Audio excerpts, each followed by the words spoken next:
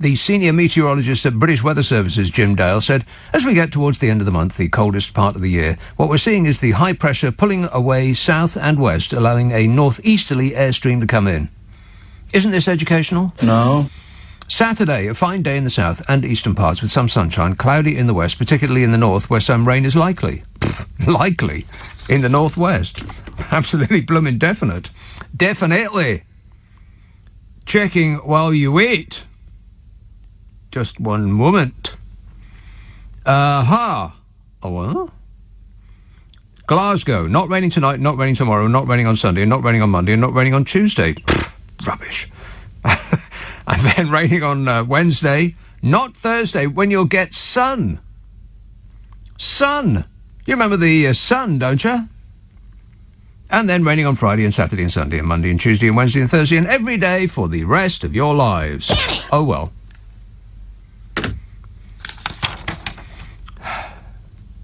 Where am I? Saturday. Outlook for Sunday to Tuesday. Cloudy, dry, brighter, still raining in Glasgow. Would you like to hear the long-range forecast for the next 4 weeks? No. OK, this is for the next 2 weeks until the 4th of February.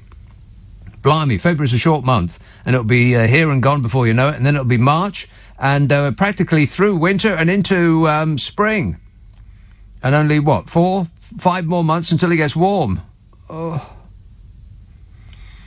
OK, for the next 2 weeks until the 4th of February, a cloudy start, largely dry and fine in the southeast, rain in the northwest, stronger winds, temperatures close to average in the south, milder in the north. That's till the 4th of February.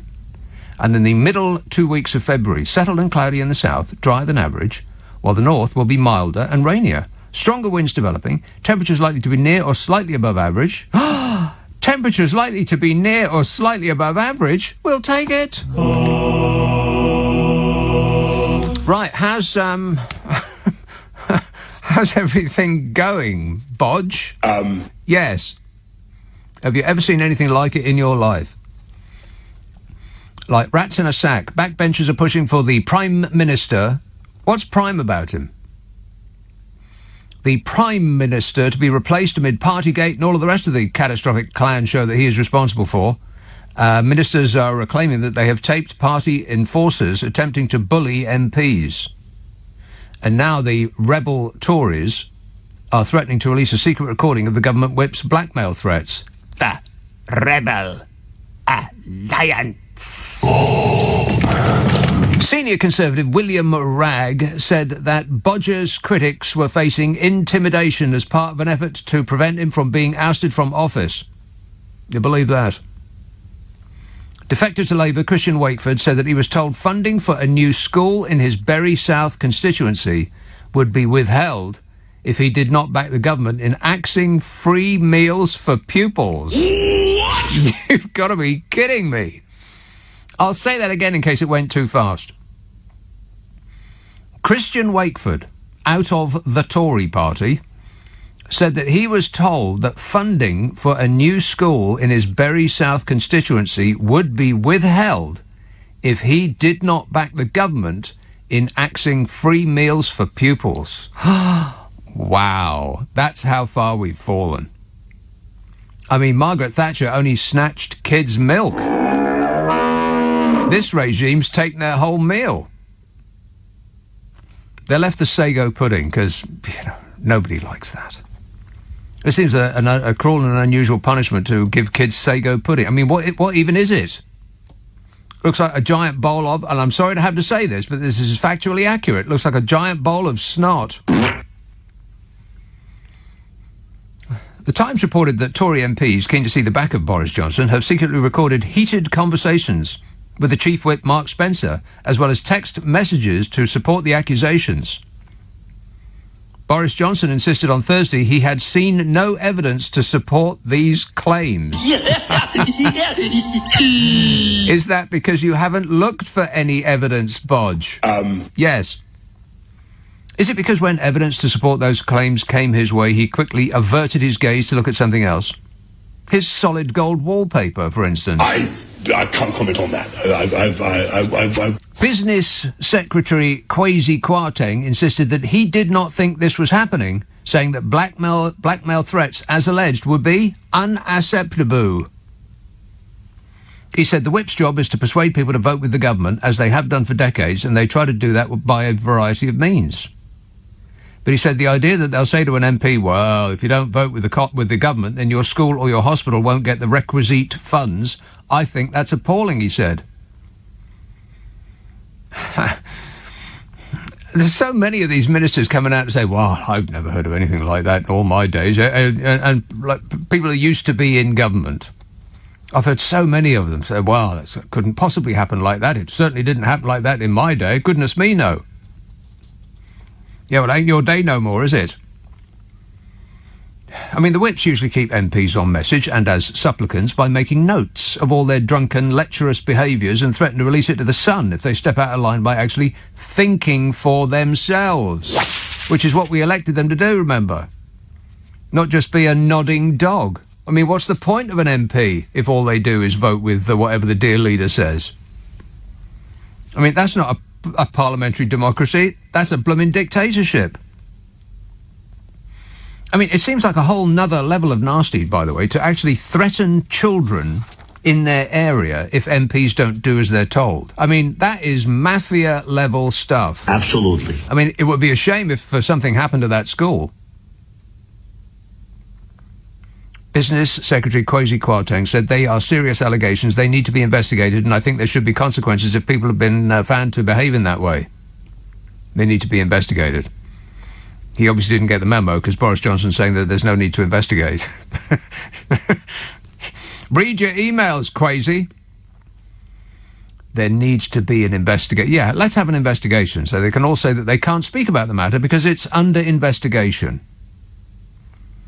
Or, as a science experiment, let's put it to the people. Hands up who thinks the Bodger-Johnson regime would not blackmail their own MPs by threatening the future of children in their area if they don't vote with the government.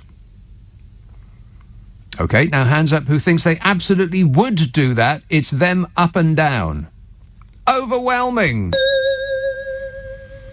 But Bodge says he hasn't seen any evidence of that, so it must not have happened. I mean, he's so sharp, he doesn't even recognise a party when he's got a glass of champagne in one hand, a balloon in the other, and a paper hat on, while doing strip charades. Disgusting. His Imperial Bodgeness has been battling claims that Tory critics are facing intimidation which could amount to blackmail as part of a desperate attempt to keep him in post. I mean, my eyeballs have been, I've been rolling them, I'm seasick from rolling my eyeballs so much. Minister after minister saying, well, nobody would ever do that to me. They wouldn't threaten me. In the previous government that I was a member of, certainly not. No, so because it didn't happen then, it can't happen now. Right, because, that's how life works.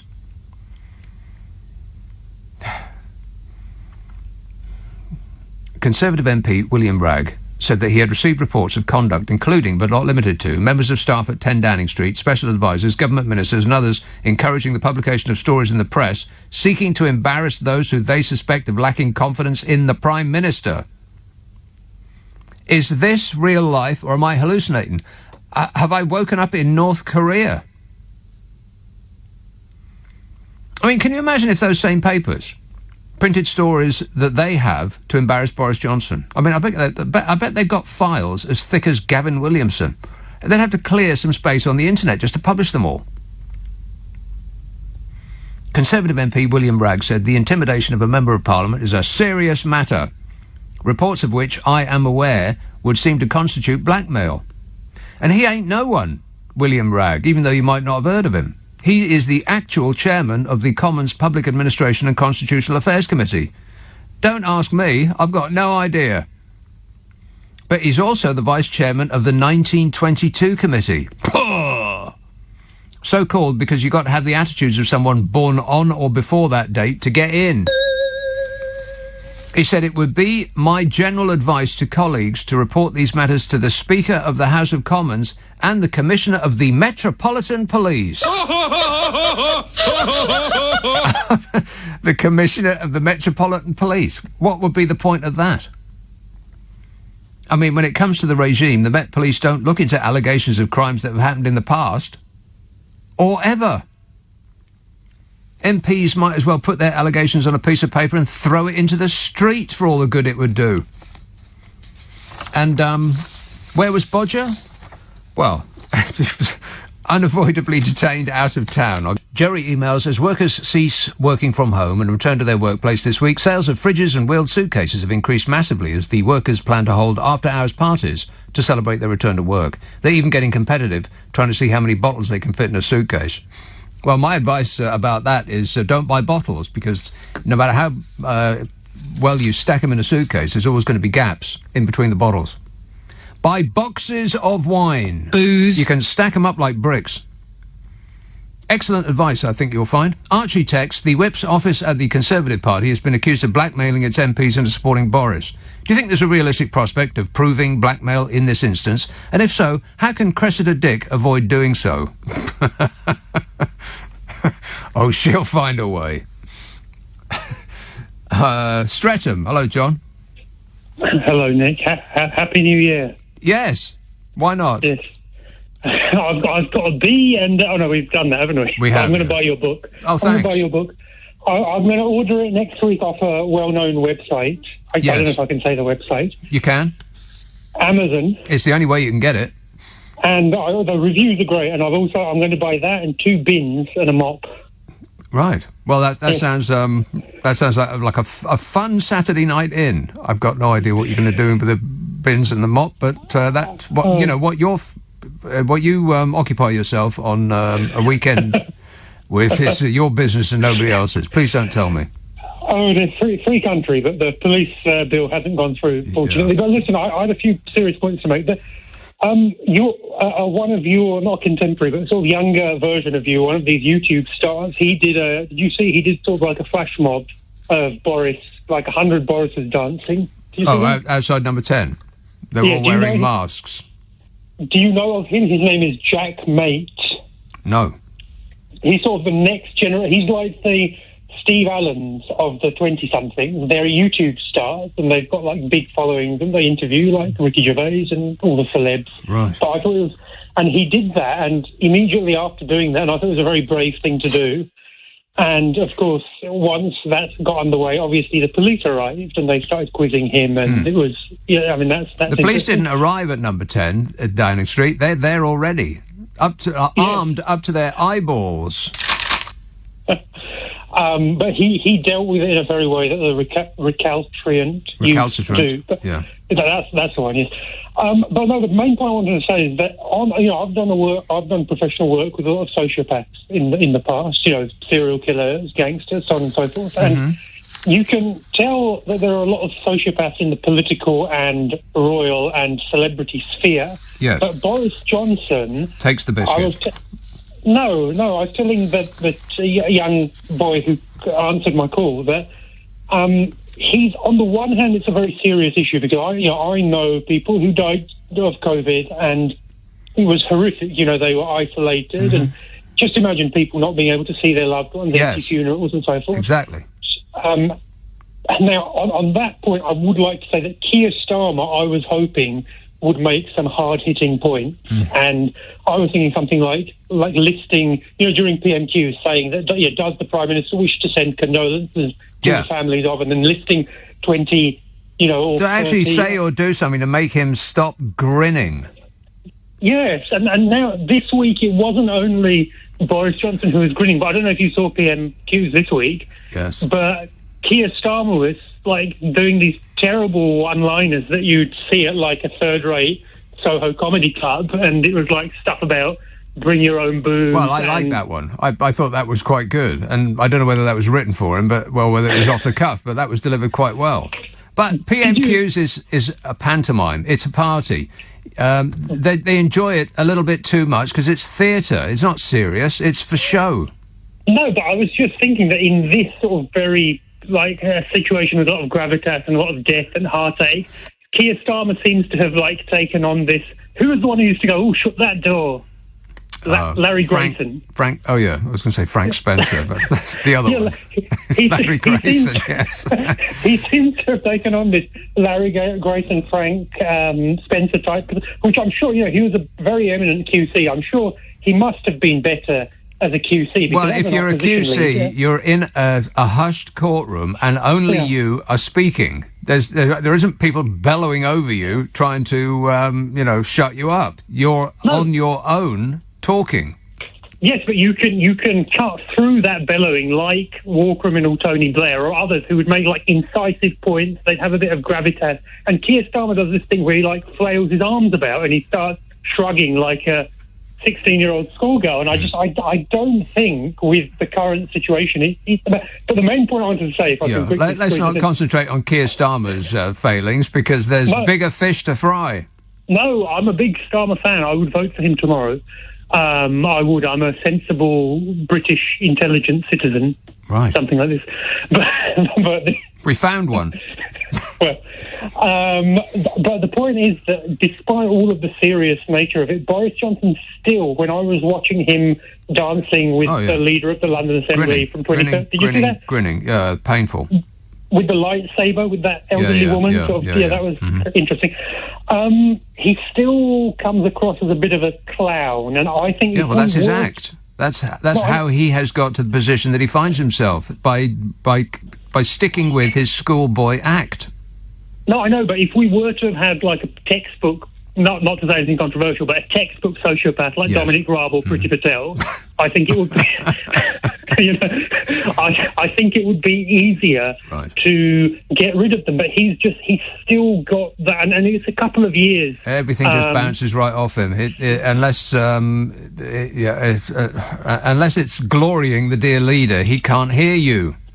And I thought the public really would be more outraged, but today they were up in Bolton or somewhere up north, and there were members of the public saying, we're sick and tired of this. How long are we going to talk about parties? And my final point would be we're bored of that story now, and we'll just drop it, like a brick, and pretend that it hasn't happened anymore because we don't want to hear about it. The stupidification of this great nation continues apace. It's incredible.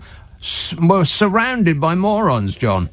I know. I can't. I can't believe that. Just imagine if you. I don't know if you have, but people who lost loved ones where they couldn't be by them, and we forget all of that because we've heard that already. And the most important part of news is new, and so we're not interested in hearing it again. We'll just we'll forget all about it. Yeah, but I just don't think that Boris Johnson, because you can often tell with offenders. I'm not saying any of these people are offenders, but most of the offenders I met had more morals than this lot. But you can often tell through the eyes, and this sort of sociopathic eyes that like Raab and Patel and Prince Andrew, they've got very bad eyes. And I will just end by saying that I can genuinely off it. Go on. And finally, I genuinely wouldn't be surprised. I can see this happening if within the next couple of years, Priti Patel's on the steps of number 10 Downing Street saying that, I've taken position as head of state, and she sort of, engineered a coup and put Boris Johnson in custody, and she's become our monarch. I can imagine that happening. She'd be stern. Well, that's an interesting thought there, John. You leave that with us. We're going to have to get a bigger throne. Dominic Raab, what angular, tetchy humanoid Dominic Deckchair Raab? Affirmative. And Priti Patel? No, I don't think so. Thomas he says, I remember hearing you on real radio in Scotland when I was just a wee lad. You always had Elizabeth from Cheddar on. Good to hear you again, says Thomas. Aye, well, thanks very much. Daniel emails, it's okay, no need to worry about rootin', tootin', shootin', pootin'. Liz Truss has warned him off. We're doomed. And Louise tweets, please, Nick, no Meatloaf music tonight. Well, do we have the best of Meatloaf? Let's line that up right now. How about Paradise by the Dashboard Lights? Do anything for love? We don't have it. Sadly, it's unavailable. Someone's nicked it. There's a big hole in the wall where it used to be. Nothing we can do about that. Sorry. Hot Patootie, bless my soul. I really love that. Rock and roll. Let's have Doncaster. Hello, Martin. Hey, Nick. Yeah, I was just wondering if you'd love to be Sue Gray, because I would. I'd have that bloke out straight away. I looked at him the other day, Nick, and he was trying to force a crocodile tears on that interview. You know what I mean? And then when he was about the Queen, and then he said nobody told him about the party, and then I've listened to that Conor Burns. He gets on my nerves, that bloke. He's got a right attitude. And then Nadine Dorris, I mean, they're just a joke. Their excuses that they come out with are just unreal. And then he'll get away with it, Nick. He'll get away with it next week. Okay, well, that's great to know. Okay, thanks a lot, Martin. They're going to get away with it. Anybody remotely surprised? No. Fun fact about that whole Sue Gray investigation, she's not even investigating his bodgeness or any minister. That's not part of her remit. They made absolutely, totally and completely sure about that. Civil servants may get it in the neck, and that's it. If you were expecting anything more than that, then you're about to be disappointed. Oh, no. Prepare for a disappointment. So Bodger was on a visit to Taunton for no good reason other than it was far away, and he got to wear a mask in a hospital to make us all forget about the times that he refused to wear a mask in a hospital. Oh, and to get his picture taken with NHS workers, as a bonus to them in lieu of a pay rise. Step right up and get your photo taken with his imperial bodgeness. And, he got to point at bits of medical equipment and look thoughtful. Excellent use of your time, Bodge. And asked about the allegations that his regime is as dirty as the Cosa Nostra, he says, I'm going to make you an offer you can't refuse. Absolutely. He said, I've seen no evidence, heard no evidence to support any of these allegations. He said he would, of course, look for evidence to support the claims, but Number 10 suggested there were no plans to launch such an investigation. So he's looking for evidence which will amount to him scanning the desk in front of him and searching through his pockets in his jacket, and if nothing comes up, that's it, case closed, move along. Or it's curtains for that new hospital in your area. I mean, I had an idea that this is how politics worked in this country, but it's not been confirmed up until this point. Unless you, take yes minister as the truth, which in quite a lot of circumstances, yes, I do. The Times reported that one Tory MP said they were told by a whip, "You're done," when voting against the government last year. Now, correct me if I'm wrong, but people vote for their MP because they like the cut of their MP's jib. I mean, I know that actually people vote for the Prime Minister that they want to do the job. They vote for their party rather than their local MP, who they probably couldn't name if you if you set their life on it. But that's the idea. You vote for your MP because, you want that person to represent you. You don't vote for your MP because you want that person to just say whatever the dear leader of the day has told them to say. Because what's the point? The Times reported that one Tory MP said they were told by a whip, "You are done," when voting against the government last year. I mean, this doesn't seem to be a government in the way that we would recognise it. It seems to be more like an organised crime syndicate. I mean, we've had the smash and grab raid of billions of pounds siphoned off to places unknown. Friends and relations of the regime have got so spectacularly rich that if they were Russian, the police would be launching an unexplained wealth investigation. And now they're in the keep silent or we'll nail your head to the floor stage. Conservative MP William Ragg, one of a handful of Tory backbenchers, to have said publicly that they have submitted a letter to the chairman of the Backbench 1922 committee, Sir Graham Brady. Pah! No confidence in Mr. Johnson's leadership. He said the conduct of Government Whip's office, threatening to withdraw public funding from MPs' constituencies, may have breached the ministerial code. May have. May have. Seriously, what good is the ministerial code apart from being used as a wedge to keep the door open while they wheel in another suitcase of drinks? Booze.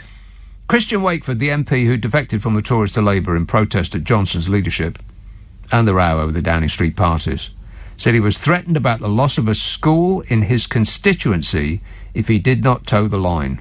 Wow. The Metropolitan Police said they would consider any complaints made to officers. A spokesman for the Met Police said, "As with any such allegations, should a criminal offence be reported to the Met, it will be considered before being lost because the dog ate it or it got left at a bus stop. Either way, off you go, sunshine, or it's the clink for you. They didn't say that, but would you be remotely surprised if they did? What a way to run a country, eh? Dreadful. Thomas texts. Oh, no, I've read that. Daniel emails. I think I've read that one too. Way ahead of schedule. How many texts and emails have I got so far? Oh, my God. It's like about 3 feet. If I printed them out and stacked them up, it would be about 3 feet so far. I'll never get through them. David says, this week Jacob Rees-Mogg accused David Davis of being too theatrical. It did make me giggle. Yeah, me too.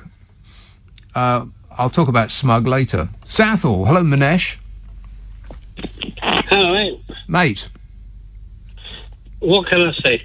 All the stuff that's going on with the politics and everything, where are we actually going with this? I'm just beyond. This is beyond a joke to me. Yeah.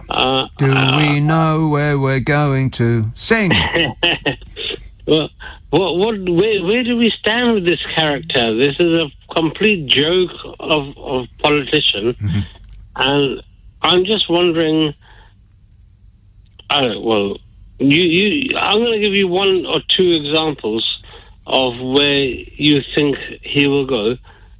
You're going to give me an example of where I think he will go. Okay. Well, let's try 1 before we start promising 2. Go ahead. Well, he's going to expect this Sue Gray to come up with some cock and bull story about the way he feels, he thinks he's not responsible. That's not going to wash with anyone. Right, or make any sense. What's the second? Yeah. What's the second one? The second one is, I think he forgot where he was just for 1 minute, and he expressed himself with builder's language. Disgusting. I think that Manesh had got through. He's drunk his first suitcase, and he's on his second. Booze. Yeah, I'm on like about 3 suitcases of booze a day now, man, but I can handle it. Just got a bit of a headache at the moment, that's all.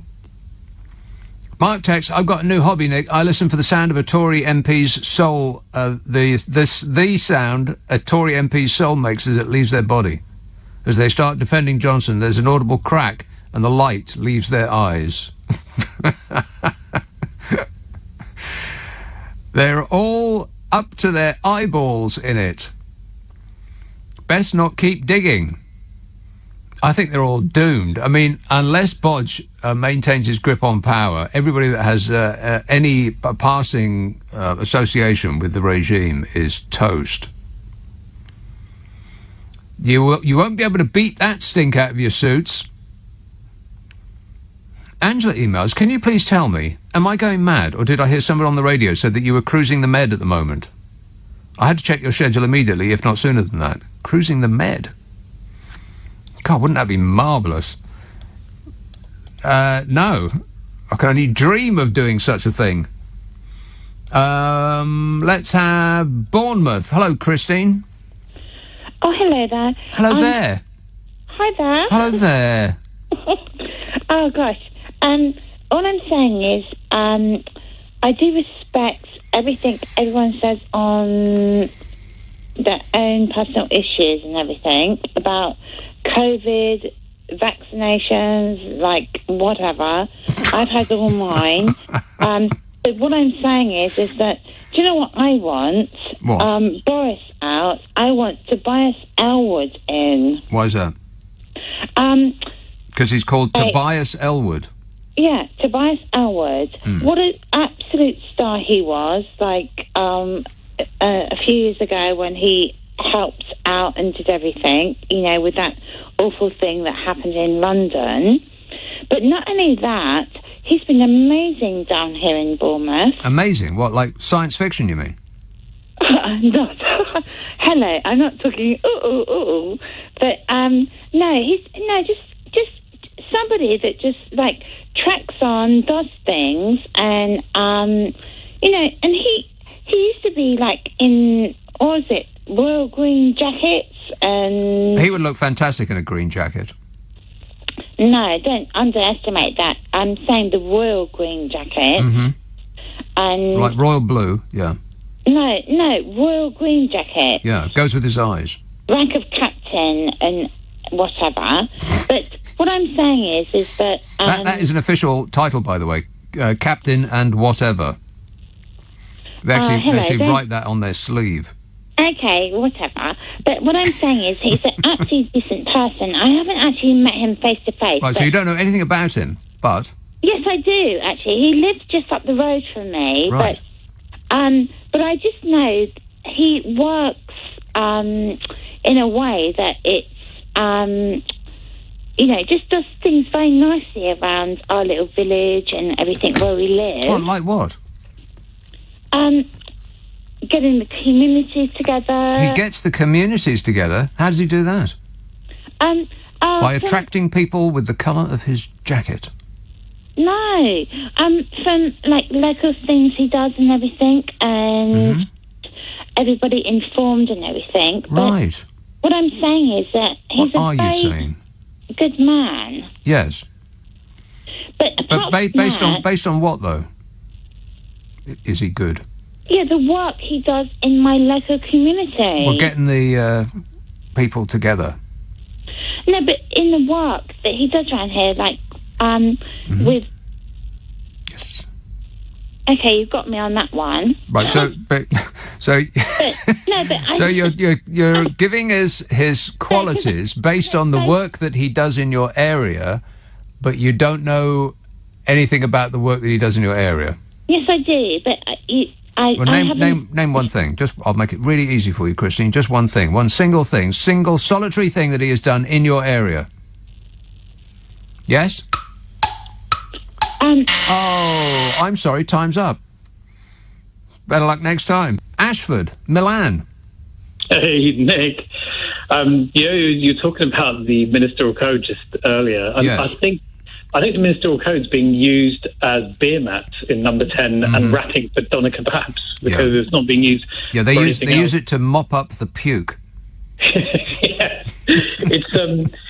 It's exasperating because I have a funny feeling that Johnson's going to get away with it, which is going to be really, I can't use the word, but it's going to render me speechless because I think he's going to he's hedging his bet on the Sue Gray report. The Sue Gray report is not going to touch him. It's not about him. It's not about the Prime Minister. It's not about ministers. It's about civil servants. She's not even going to refer to him. People think it's going to be, she's going to come out and say, right, that's it, you're fired. It's not going to be anything like that.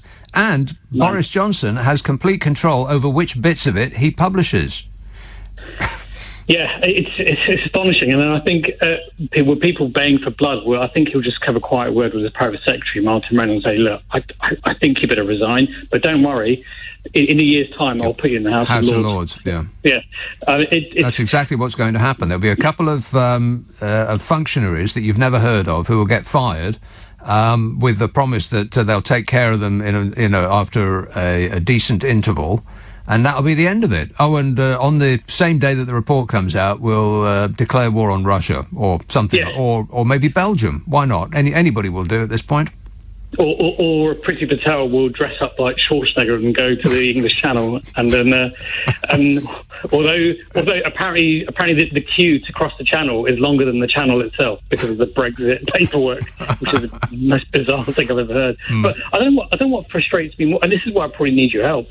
I don't know what frustrates me more. Either it's Boris Johnson for being Boris Johnson, i.e. incompetent and a serial liar, or the people that back him relentlessly, or sections of the media which are useless in fact-checking him, or maybe all three. Well, not useless, deliberately don't fact-check him, deliberately repeat every untruth that he utters as though it is actually, gospel. It's not an accident. It's deliberate. Which is bizarre because if they're saying, Boris Johnson, the big three things he got done. He got Brexit done. Factually wrong. He did not get Brexit done. It's not done. It'll never be done. And if they meant, he got us out of the European Union. No, it was an operation of law. You could have had Larry the Cat as Prime Minister and we would have still left the EU because that was illegal certainty. Yeah. Nothing to do with Boris Johnson. Then it came to approving a vaccine because we're out of the EU. Factually also wrong. a lie, and they keep repeating it in the House of Commons, and nobody stops them or calls them up about it at all. And then it's, the vaccine rollout. And it's like, well, no, that's the NHS who replicated what we'll do with the flu vaccine. It just shows that if the Conservative government stay well out of it, That's right. It's the only thing that's gone well about the whole thing, about the whole pandemic. The last 2 years, the only thing that's actually gone well, unless you were in receipt of hundreds of millions of pounds of public money, then it's gone really well for you personally. But the only thing that they actually did well was the thing that they stepped out of the way of and let the professionals take care of, which was the vaccine rollout.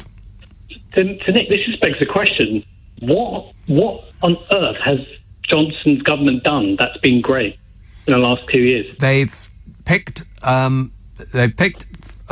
imaginary fights, not imaginary fight. They picked fights with immigrants to keep the fans on side. Look, watch out, people. You're about to get submerged with this tide of immigrants that are coming over here on dinghies, despite the fact that it's an absolute trickle and that we are doing far less than practically every other country of our size and wealth on Earth. But never mind. And can I say something controversial? Uh-oh.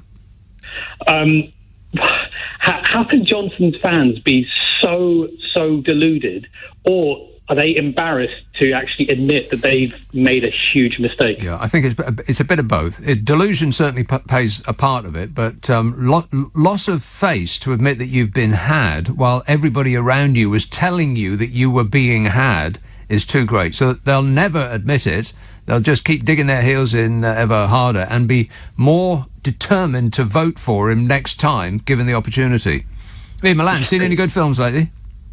Axe Slasher 6.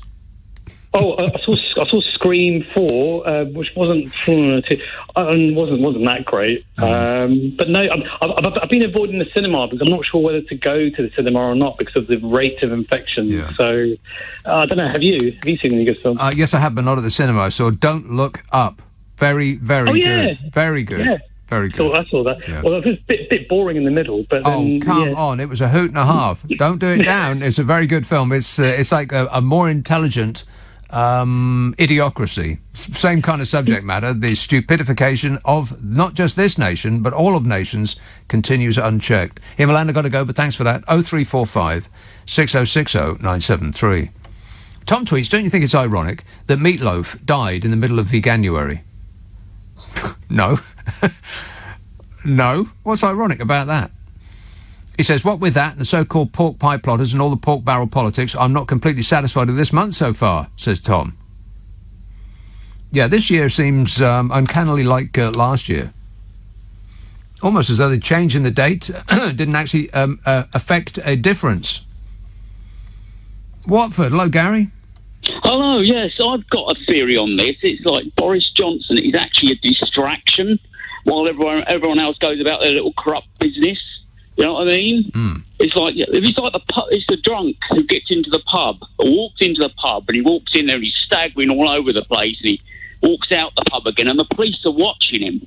Yes. And he's staggering about, gets in his car, starts the car up, drives 2 or 3 miles from the pub. Mm. And this is Christmas Eve, so everyone's packed and they've all decided to drive to the pub for the evening. And the police go, we're going to have him. Yes. So they pull up and they get him to pull into a lay-by and they get him to blow into the breathalyzer. Nothing wrong with him. Meanwhile, everybody in the pub has got in their cars and has sped in the opposite direction. That's the one, yeah, that's the one. I was thinking of the 2 Ronnies about 20 years ago and they go over and what's your job, sir? Professional decoy. And that's exactly what he's doing. He gives everyone a footlights, feeds off, everyone over a spiel about rubbish, gets caught deliberately at this party, right. lies through his teeth. And what are we doing? We're running around chasing after this today. And on James O'Brien's show today, there was people suffering from poverty in this country. And it seems like, we've pushed them to one side and we get on with defending this, piece of rubbish. Mm. It does blow my mind that the thing that people just drew a line in the sand about and said, right, that's it, no more, is that he walked out his back door into a party. Not the 150,000 dead people, not the billions and billions and billions of pounds of our money that's just disappeared to, absolutely nobody knows where it's gone. You tell me where it's gone. How can you spend £37 billion on a phone app?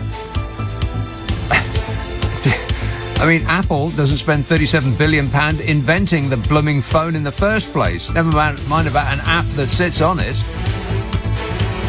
And all of the underhand dealing and the conniving and the vaunting criminality, all of that was fine. Oh, we could put up with that, no problem. That's just politics as normal. But go to a party, holy smoke, that's it. It does seem a bit rich, yeah. It's bizarre. Jim texts, I took your advice the other day and tailgated the car in front, beeping my horn and flashing my lights. Eventually, he moved over, but you won't believe this. As soon as I got past him, there was another car in front of me, says Jim. You believe that? Rona texts, what on earth is going on? I can't keep up. Defections, blackmail allegations, and Meatloaf dying. What a week. And Simon says, do you think the whips might have a secret about Michael Fabricant's hair? I think it comes in a can like silly string, or you know, that squirty foam, that cream stuff. Either way, Michael Fabricant. You don't need to put all of that product in your hair. You just don't. You just don't. Take it from an expert. Narberth. Hello, Neil. Hi, Nick. How you doing? Good, thanks. I'm in a spin, Nick. It's been what a week it's been. There's been so much going on. It's just been like what you call it, a newsgasm, was it? One of your a newsgasm. Can't keep up, yeah. Round, baby, round. I think I've written next year's A to Z already. Have you? In the space of a week. Reminding me, my writing things down this week has been a little bit like Bowie in the Lazarus video, you know, when he comes out of the wardrobe and he's sitting there and he's scribbling away at a rate of knots and thinking and then writing again and thinking again and so on. Anyway, I'm just, that was a beautiful picture you just painted for us there. Yeah, it was like art. Yes. I was just wondering what you thought of the Meatloaf news. Are you a fan of his What do music? I think of it? He died. Yeah. What's to think? No, were you a fan of his music? Or? Yeah. I don't think I actually bought Bat Out of Hell, but Paradise by the Dashboard Lights is one of the great funny tracks of all time. I mean, it's just terrific. And the production, of course, which didn't have anything to do with Meatloaf himself, that was Jim Steinman. That was great too. I liked his turn in the Rocky Horror Show. Hot Patootie, Bless My Soul. I really love that. Rock and roll! I didn't know about any of that until I saw a clip on the news tonight, and I just thought, I didn't know they did that. Okay. And, I must admit, I wasn't a big fan, but yeah, just I was interested. I thought you might like him being a bit of a rock and roller. Well, you want to, at least buy Bat Out of Hell. You'll have to form an orderly queue because everybody on Earth will now want to go and buy that because everybody gets into a frenzy of purchasing as soon as somebody famous dies. All right, thanks a lot, Neil. 0345 6060 973. Simon tweets. Oh no, I read that. Sean tweets. It won't be long, and they'll be saying Sue Gray will investigate blackmail accusations. Yeah, no, she won't. She's busy. She's busy writing a report that everyone's going to be disappointed with. I think that we're hoping for way too much from this report. It's not. I bet it doesn't even mention His Imperial Bodgeness. I bet it doesn't even mention any ministers. It'll all be about the civil servants. Jakey tweets, the two justices at the Cranky Orange put in the Supreme Court both voted against his lawsuit to block information about January the 6th. He must be absolutely fuming. Yes. Yeah. What do you think about that, Melania? I don't care. She's not bothered, not remotely interested. Separate wings of the same. I bet their paths barely cross. Oldbury, hello, Ranjit. Oh, Ranjit. Hi, mate. Yes, Right. Ranjit. Yes. Yeah. No material, just thoughts. No material, just thoughts. Yeah. You know, Donald Trump was so delusional that I reckon he would have passed a lie detector. right? Because he believed in exactly whatever he said, and no matter the rest of the world did or not. Yeah. Do you think Boris Johnson is getting like that now? Do I think that Boris Johnson is a psychopath like Donald Trump? If that is what you're accusing Donald Trump of being? Yeah. Do you think he's getting more and more like that? That he actually believes in all the lies that he's telling? Well, I wonder if it actually occurs to him whether to believe in them or not.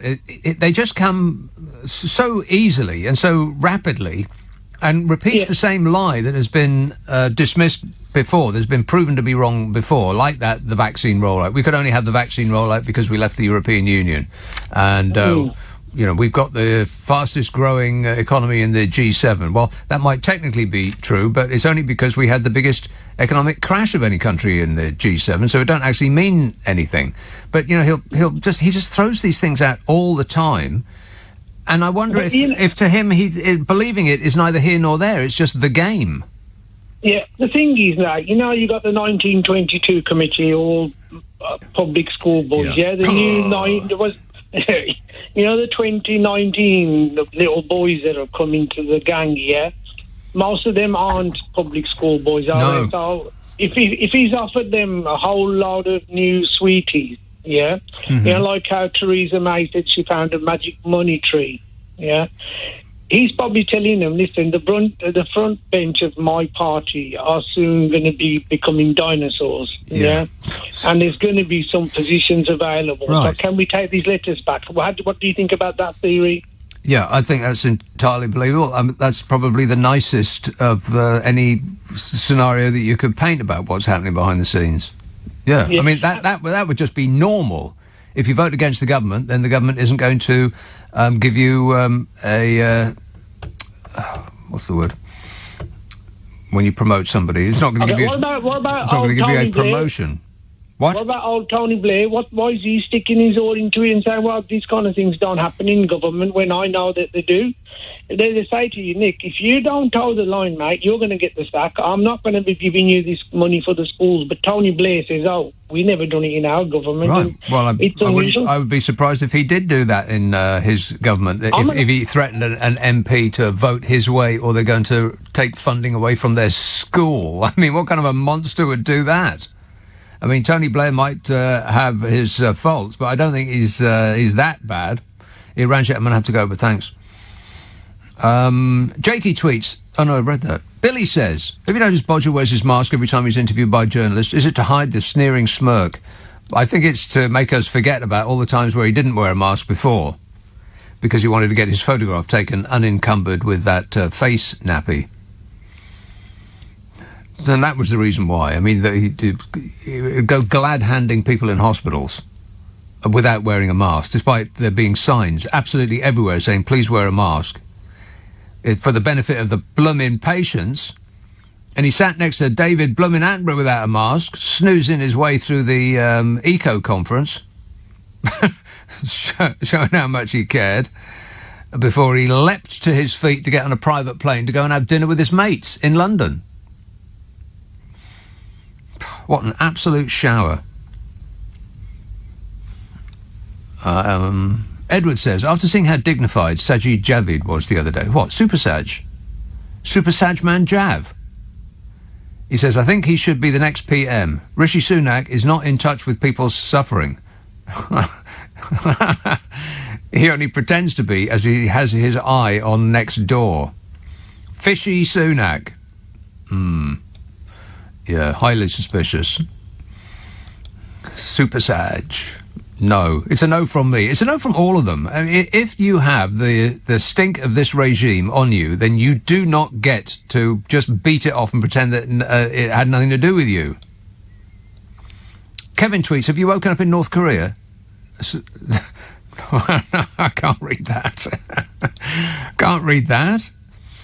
People will be offended. Chelsea, hello, Mark. Sir, you know those jingles that you have? Haven't you got one that can make us all pretend we're right and honourable in the mother of all parliaments, with people going, order? I'd like that. You'd like that? Yeah. Wait a minute. How about that one? Here we go. Okay. That one? That's not bad. I like Yeah, there's that one. And this one. You're better informed than I am. I don't know anything. I must get more of him. I mean, I don't know, where do I start? I mean, really. But yes, look, what about they won't take Little Man in Chelsea seriously, but what about the Good Law Project or anybody? If they phone the non-emergency police phone number and say, I believe 36 billion was embezzled. I just can't believe it was given to random strangers out of genuinely thinking that there will be no reciprocation. Random strangers who also, in many cases, happen to just coincidentally be donors to the Conservative Party. Well, you've got me at it. One hand washing the other. Yeah. I suggest, I put it to you, sir, that it will be, in retrospect, we can't be nicking nobody at the top again. Mm-hmm. And look, no, you're absolutely, I mean, God, you've got to laugh or cry. I know why you laugh. Yeah, well, exactly. If you don't laugh, then you'll be crying. And we can't have that, because life's too short. But, I'll be out of giggles sometime soon. All right, thanks a lot, Mark. 0345 6060 973. Kath says, don't worry, Nick, I'm sure Sue Gray can investigate this too and conclude that it's all Jeremy Corbyn's fault. You remember Jeremy Corbyn, don't you? No! That's right. Chaos with Jeremy Corbyn. Can you imagine that? He says, I feel embarrassed and ashamed of our British government. These amoral, corrupt people represent us, says Kath. Correctamundo. I bet that if Jeremy Corbyn had been Prime Minister, then we would not have lost £37 billion on a phone app that doesn't work. For instance. And I bet billions and billions and billions of pounds wouldn't have gone to donors to the Labour Party. Because they don't have any massive donors like the Tories do. The Tory party is funded by a handful of billionaires. The Labour Party is funded by hundreds of thousands of people giving small donations. And yet we've chosen the party that's funded by billionaires. There's just... I mean, when you think about what we are doing here, it's just absolute insanity. No, we don't want the party that represents hundreds of thousands and actually millions of people. We don't want the party that represents millions of people. We'd much prefer the party that represents just 6 people and hope that they'll be nice to us. because that's what billionaires are known for. Their generosity.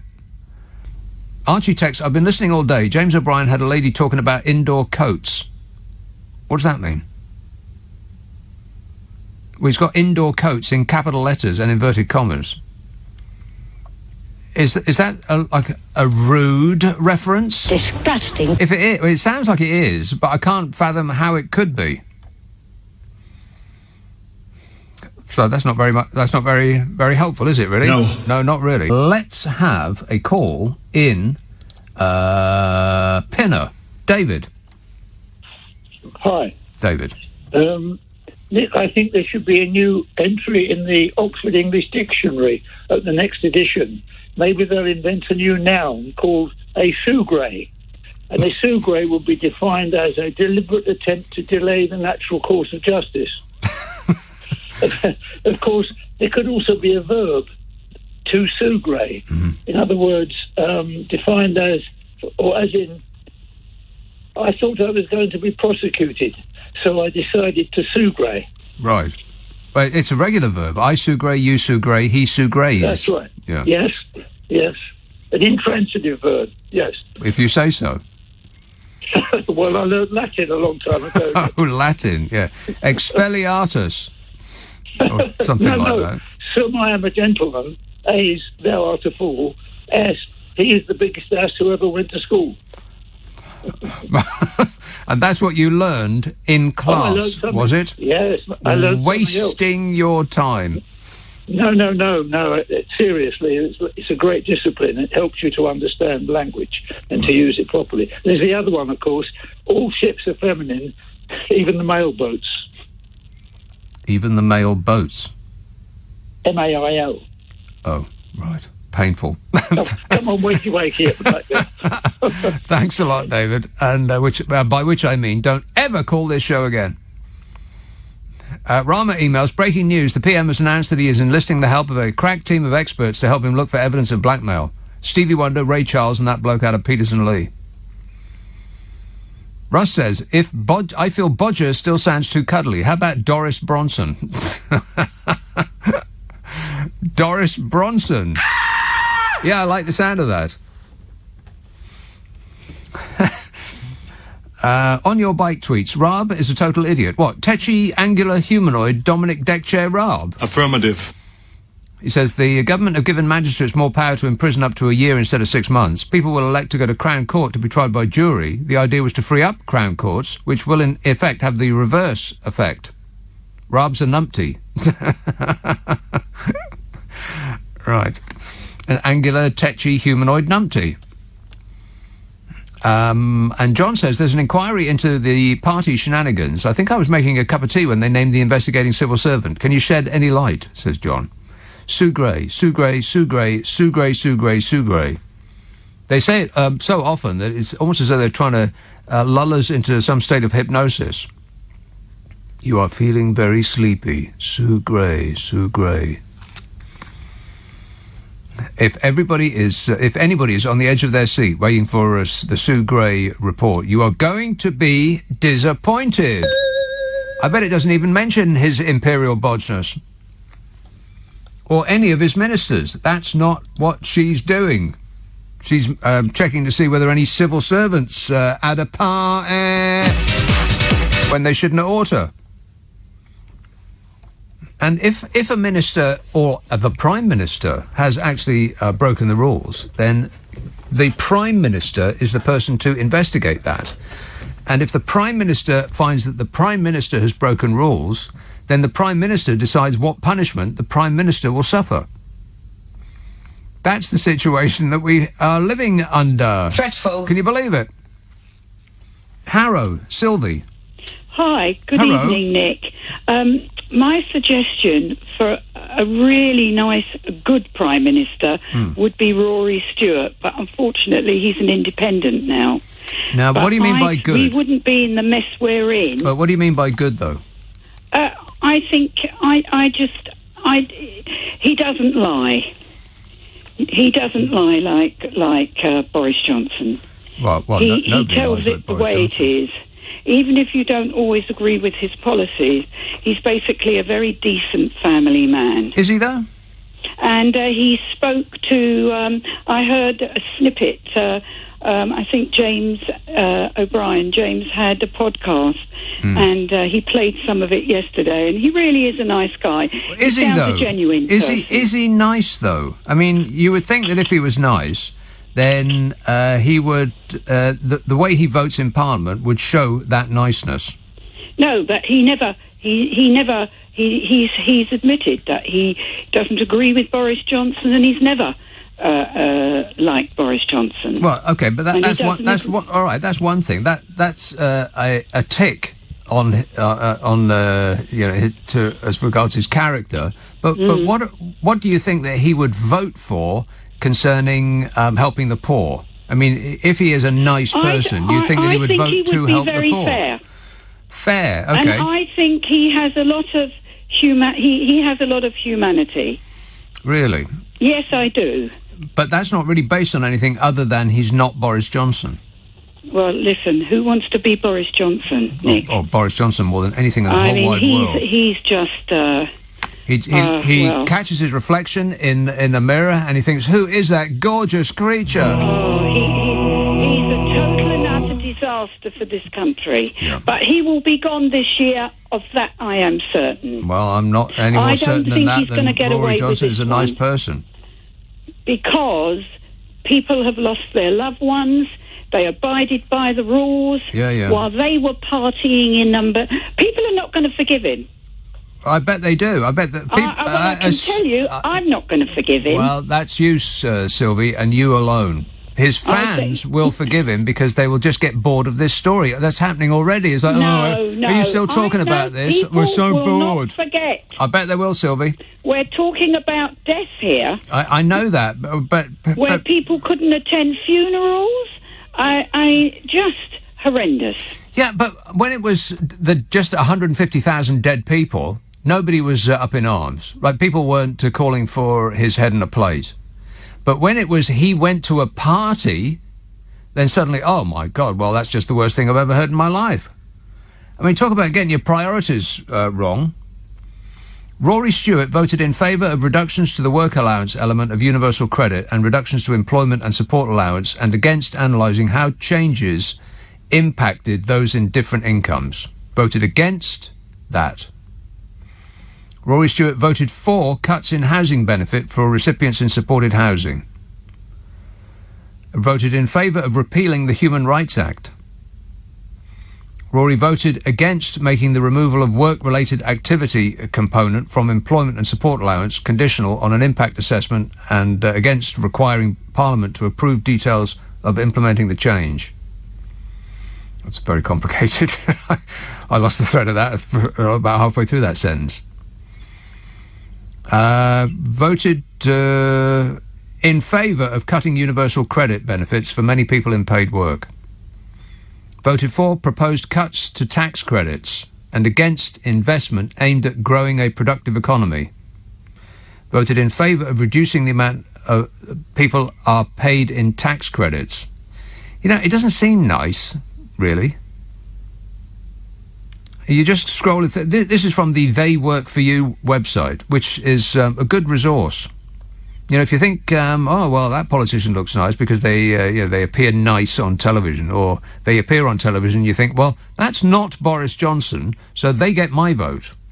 Just look up the website They Work For You, and you'll see what they are actually like.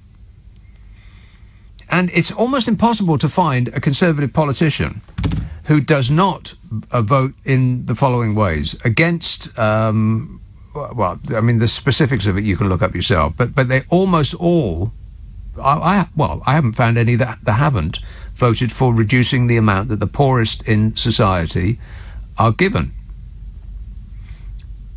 They all vote for the safety net to be removed. He's another old Etonian. They're all the bloomin' same. Happier people live in countries where the government takes a pool of the money that taxpayers pay and create a safety net. I mean, it just makes sense, doesn't it? That would produce a happier, more content and safe feeling citizenry. And that's, the Scandi countries. They're always the same. They always top the World Happiness Index, and we don't, because we're more like America, where the rules are written by those who have already made it, and the rules are winner takes all. But the rules were written by those who've already won. But they persuade you that if you just go along with this, then at some point in the future you too could become a millionaire. Well, that's right. You could buy a lottery ticket and you could become a millionaire, but it's highly unlikely. If you were born rich, it's quite likely that you will stay that way. If you were born poor, it's quite likely that you'll stay that way. And the way that we have the society set up in this country, which is winner takes all, that really does cement that into position. It doesn't make any of us happier. Why people defend it is just beyond me. I don't get it. They're defending a system that's actively working against them. Oh well. I've just found a more representative sample of the voting record of Rory Stewart. So let's see how nice he actually is. Almost always voted against paying higher benefits over longer periods for those unable to work due to illness or disability. Almost always voted for a reduction in spending on welfare benefits. Consistently voted against removing hereditary peers from the House of Lords. So that sounds like he votes for the upper class. You know, he likes the idea of unelected bureaucrats as long as they're upper class unelected bureaucrats, and against helping the poor, from at least from what that record implies. So just look them up. Everybody should actually use that. They work for you. It's a website. You can look up your politician of choice and see not what they tell you or what kind of act they put on in public, but how they actually vote. Glasgow. Hello, Paul. Good evening, Nick. Paul here, your Glasgow correspondent. Oh, aye. Oh, aye. It's all go tonight here in Glasgow. Is it?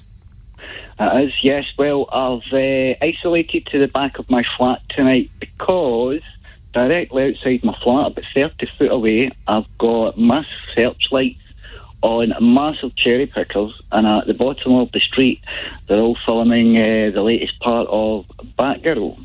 Batgirl? Yes, latest movie from Hollywood. Oh, God, another superhero film. It's been here a few weeks. It's been quite massive. They've taken over all the local shops, transformed them into American shops like Gotham and things like that. They're going to be here until March. So, blimey. Yes, it's incredible so how many trucks. How many trucks when the film company comes to town, they really do just take over, don't they? There's so many of them. This is a massive movie, mate. It's the biggest we've had here so far in Scotland. It is massive.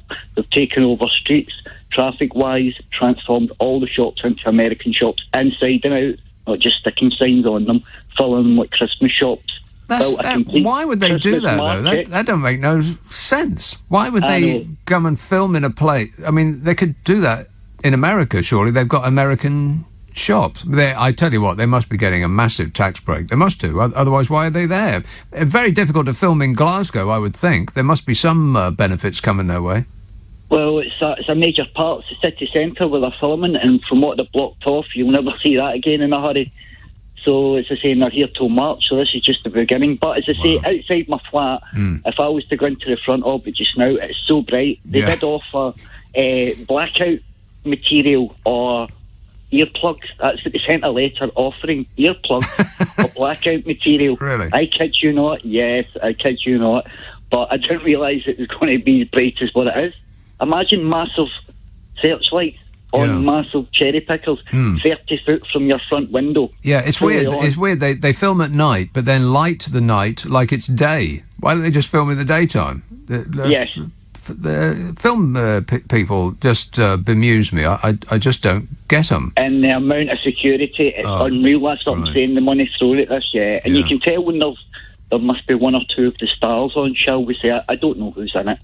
You got all the people with that mega long cameras, all holding up parts of the street, but no, massive from what I've been reading about it. But I just thought I'd phone in, give you a bit of that. Well, put on your tightest leather outfit there, Paul, and they might, cast you in an important role. You never know. Well, just before I go, on the subject you were talking about just before you brought myself in, that chap sounds like such a nice fella. From the rundown you were giving of all the things he was trying to change. Yeah, Rory Stewart, yeah. I mean, see, if I don't know how he feels about when you were to read something like that out, I would be quite shocked if I want to do all that bad stuff. It's just not right. I challenge you, Paul, find me a Conservative politician that did not vote in the exact same way. They're all the blooming same. I don't know why they are actually different people. Why don't they just construct a Conservative Party robot, and they can all just stand there in a line and nod to whatever the dear leader says. Yes, me too. Right. Well, if you let them know I'm acceptable to lie down, just let them kick me if it's any quicker to get it over and done with. I'll give them your address. Thanks a lot, Paul. 0345 6060 973. So they're feeling they're filming Batgirl. They have totally run out of ideas in Hollywood, haven't they? Yes. Yeah. Although there, like I was speaking about to a caller some while ago, that new film called "Don't Look Up" is great. It really is. It's It sort of encapsulates where we are as the human race. I believe we're doomed. It's like a newer, smarter version of Idiocracy. I mean, Idiocracy is, it used to be a comedy about the future, now it's a documentary about the present. Same kind of thing is Don't Look Up, but it's smarter and has more money spent on it. It's very good. Try it. You might like it. Let's have... who's been waiting the longest? Yorkshire. Hey up, Mike. Hi, Nick. How are you? Great, mate. Good. Yeah, talking about they work for you, etc. I was talking to some people this afternoon, and they were saying that William Ragg, he's a bit of a character. He's an honest guy. He's standing up to Boris's corruption and all the rest of it. Mm-hmm. And I thought, yeah, it sort of seems that way. Seems sort of Dominic Grieve type character. So looked at they work for him. Voted to reduce central government funding of local government. Voted against removing hereditary peers. Voted for replacing Trident. Voting against higher benefits for illness and disability. And I thought he's all the same. So I thought, this is a bit weird. So I had a look. And then he was advocating for a hard Brexit. So I thought, look a bit further. And he's connected to the ERG and the CRG. So I'm thinking, Steve Baker mob, they've put this guy up to have a go to see if they can destroy Boris, which is what they're all after. And I'm thinking, this is just a complete joke. They're supposed to be running the country. They're supposed to be working for us. Yeah. Yeah, well, if you believe that, then I have a bridge over the Thames I'd like to sell you. I think until the people get their head around the fact that years ago politicians had a bun fight at an election and those that won did the best for the country for a while, and then we had another bun fight. But what we've got now is you have a bun fight, somebody wins, and all policies are simply directed at getting them re-elected. It's nothing to do with the benefit of the country. Well, I like the multiple reports of Boris Johnson having cleared his diary to go and schmooze with the MPs that have been briefing against him. You know, we're in a period of great danger economically and physically, and he has cleared his diary to save himself. That's nice. He's worth every penny. All right, thanks, Mike. 0345 6060 973. Alexander texts, I don't know if it has been mentioned, but when was Boris supposed to have proclaimed "let the bodies pile high"? Was it during this lockdown party period of his? Yeah, maybe he was drunk. Booze. Joshua tweets, no matter what Boris does, he's here to stay. The man is bulletproof and he knows it. No, I don't think he does know it anymore. I think for the first time in his life he might be visited with the consequences of his actions. Greenwich, Jamie. Good evening, Nick. Yes, Jamie. I'm perplexed. Yes. I am perplexed at why it's only Sue Gray investigating Boris, because with the amount of dead cats that have been thrown on the table this week, I'm surprised the RSPCA aren't getting involved as well. She's not investigating Boris Johnson, she's investigating civil servants. She's going to leave him out of it.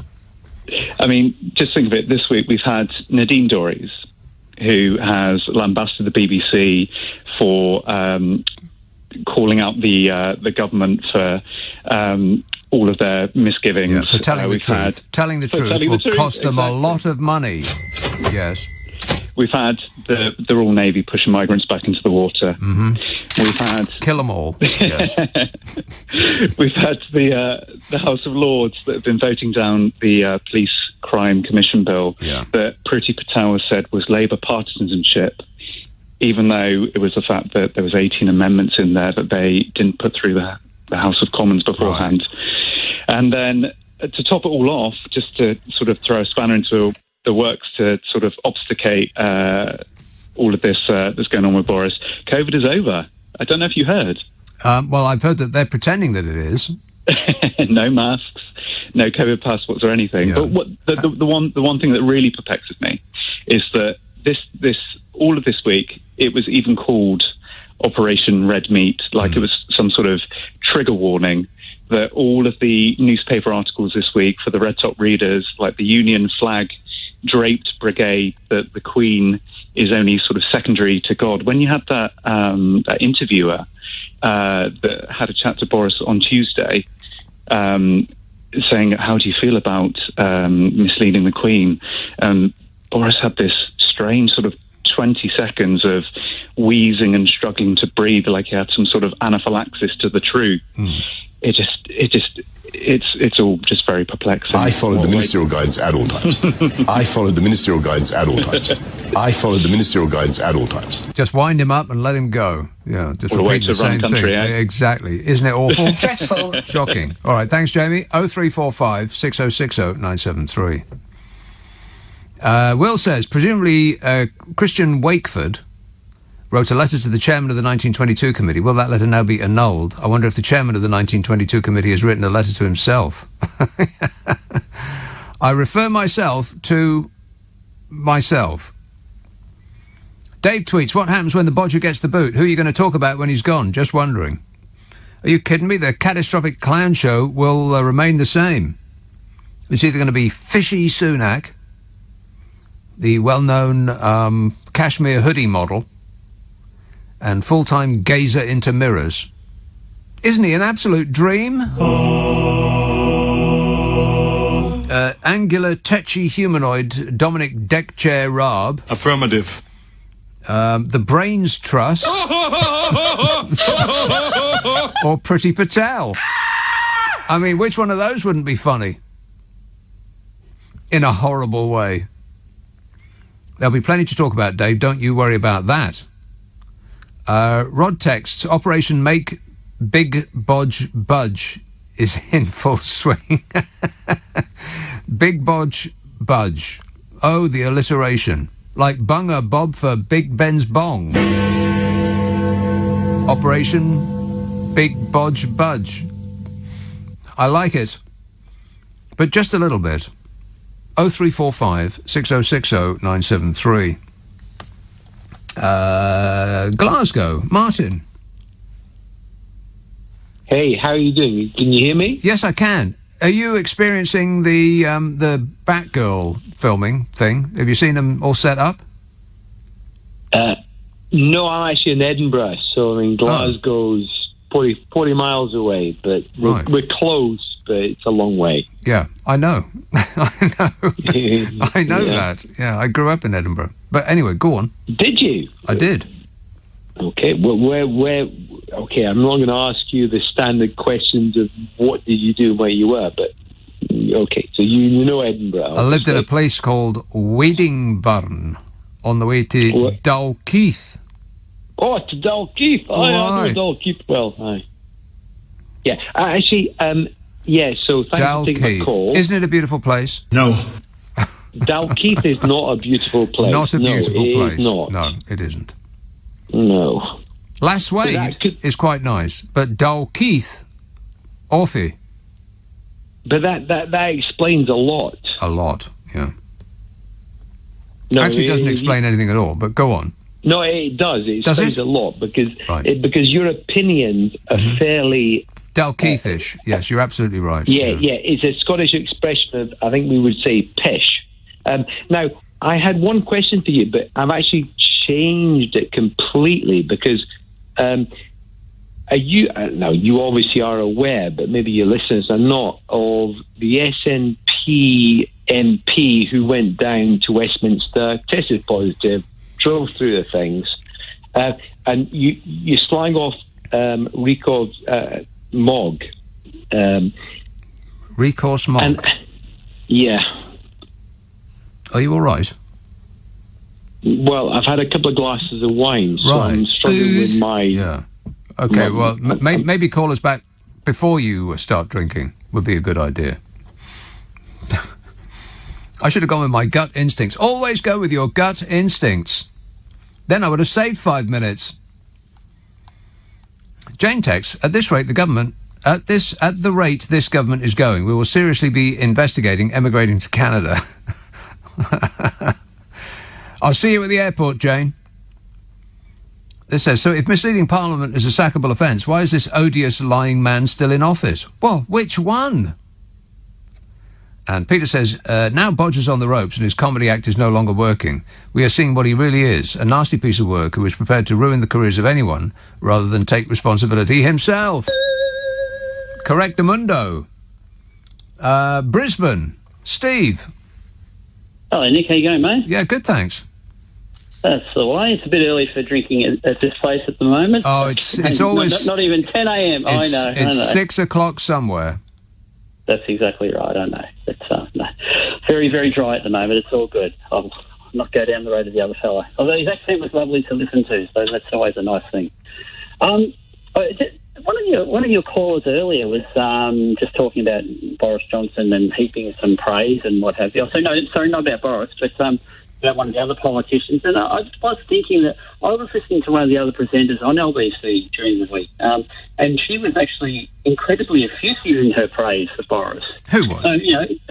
One of the other presenters, it was Raylene or Rachel or Rebecca or someone like that. Oh, one of them anyway. His sister. Oh, of course. That definitely gets the credit, doesn't it? There's a small, I was trying to skirt around a that small little detail bit, you left out there, yeah. I was trying, well, you know. I just also, too, I heard you, I was just walking back into the room and I heard you mention Elizabeth from Cheddar. What was the context of that, if I may? Just because I missed that, sorry. Somebody of that name who referred to herself in that way used to call me in another life. I know. I used to, because I've been listening to all your old shows, so I know who she is. She's a very entertaining lady. What's come of her? Do we know? Well, we don't. No, none of those old regulars I am still in contact with. Although I do suspect that I heard an old regular just before I came on the air who called up Dean Dunham for some legal advice about 10 minutes before I hit the air. Rock and roll! I think it was her. She is related to rock royalty. Okay.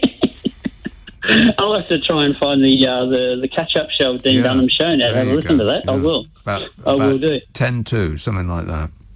That's all right. Hey, Steve, what's the weather like in Brisbane? Warm, always. It's, winter or summer, it doesn't matter. It's just warm or warmer, really, pretty much. Okay, well, thank you, but we don't wish to know that. It's you did ask. Bloomin' freezing here. What I actually did call about, though, was I know you always talk about people not voting, or it's only the older demographic in the UK that do actually vote. Is there a reason why in the UK, unlike Australia, that you don't have compulsory voting? Australia has compulsory voting. That's right, isn't it? Yes, correct. Yeah, I think the reason is because when politicians get into power, the Conservative Party don't want compulsory voting because they know that it would mean they would never get in, and the Labour Party don't do anything about it because they're just so pathetically spineless. They don't want to. I don't know. They don't want to make it unfair on the competition, whereas the competition would slash them into tiny little pieces and feed them to their dog if it meant that they could cling on to power. But the left wing just don't play the game like the right wing do. Yeah, because for me, I've always looked. I know. Look, I've grown up with compulsory voting, but to me, it just simply means that regardless of whether you think some people are, shall we say, lacking in IQ, it doesn't matter. The point is, it's the view of all the people. Yes. And, for better or worse. And that's why I've always saw that as being a good thing, rather than just who could be bothered on the day. Exactly right, yes. If you just rely on whoever can be bothered on the day, then you are going to be run by extremists, because they will battle wind and rain and snow and sleet. They will do anything. They will crawl over broken glass on their hands and knees to go and vote because they're extremists. People who are just, they're not that bothered, they won't go and vote. And that's everybody under the age of, let's say, 35. Of course, there are some people under that age who go and vote, but not in any way the same percentage of people who are over 60. And so you get a country that's run by what the over 60s want, which is where we are now. If this text says, thanks to you, my 10-year-old daughter is on Bodger Watch. If you didn't know, this is children taking bets on how long Bodge hangs on. My girl has her money on 2 months. 10-year-old.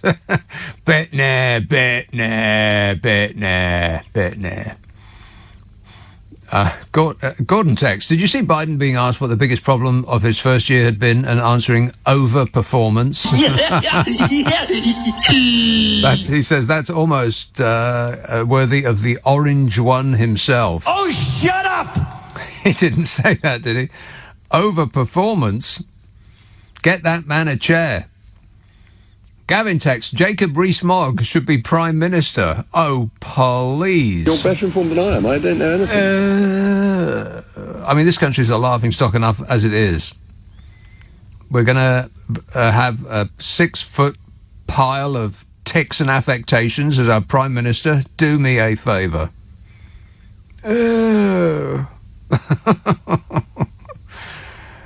Rob says, when is the universal payment coming? And then only greedy people will work. Are you talking about the universal basic income? It's probably a very good idea. I mean, but it's never going to happen under a right-wing government because the Conservative Party base their principles on winner takes all. But they only do that because they've already won. That's why they make the rules like that. Universal basic income. I think its time has probably come. It's probably a good idea, but they're never going to do it, so forget it. I mean, they're trying to take food away from starving children. You think they're going to dole out £1,000 a month just so that you can pay your heating bills? No. Of course not. Brendan in Belfast. Hello, Brendan. Oh, hello, Nick. Thank you very much for taking my call. Brendan. Normally I know a bit, or else I believe I know what I'm talking about, but on this particular occasion I don't, and that's why I'm ringing. Oh, well, you've come to the wrong place. Go ahead. Well, it wasn't until 6 months ago I didn't know who Sue Gray was. No. I'd never heard of her. Didn't have a public profile. There was nothing about her. But she's been based here in Northern Ireland for the last 10 or 15 years, and I didn't know. No one knew this until one of the local Sunday papers 6 months ago said it's the woman with the most power in Northern Ireland who no one knows. And they did a brief profile of her and said that she was one of the leaders of MI5 and the MI6, and Sue Gray then replied and said, well, if I'm a spy, then I'm not very good at it, if you know about it. So, which was a brilliant answer, you know. Well, it's a bit weird. I mean, she's not an actual spy. If she's head of MI5 or 6, whichever it was, then she's not an actual spy. She's a politician. Yeah. I mean, she's not undercover. Yeah, no, but there was no photographs of Sue until 2 years ago. There were no public photographs allowed of her. Now, here's the thing, but that's not important. The thing is, she was pulled out of here to allegedly investigate impartially the Boris Johnson party affair. And so, an extraordinary thing happened. Did you ever hear, with a sneak, when it's a bad news day, to sneak something in onto the radar? Yes. So that nobody gets to hear about it. Well, it was a good day to bury bad news. Perfect. Yes.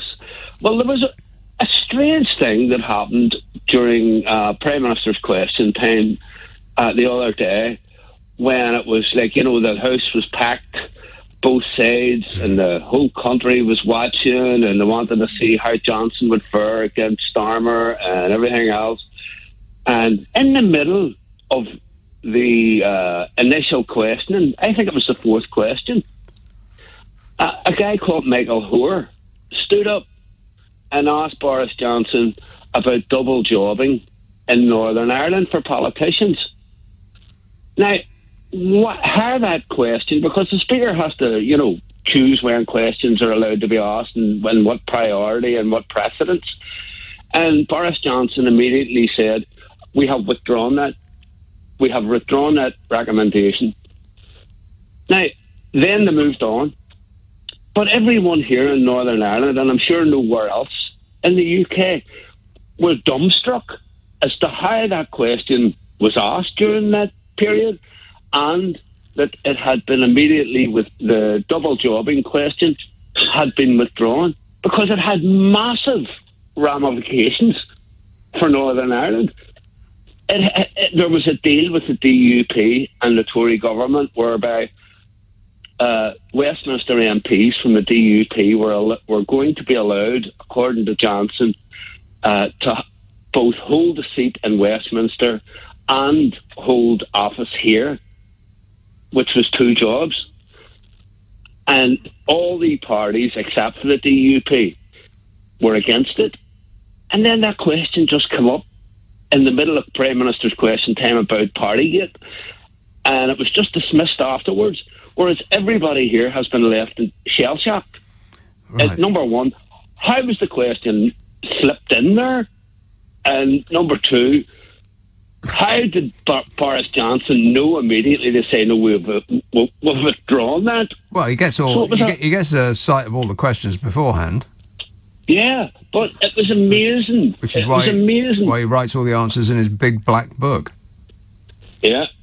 Well, there is something more to that story. Well, I want you to leave it with me, Brendan, and I'll investigate it thoroughly.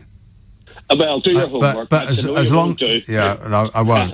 No homework, but I will investigate it thoroughly. If evidence comes to light that a wrong has been done, I won't investigate until evidence comes to light, and I won't find the evidence unless I investigate. Those are the rules. Thanks, Brendan.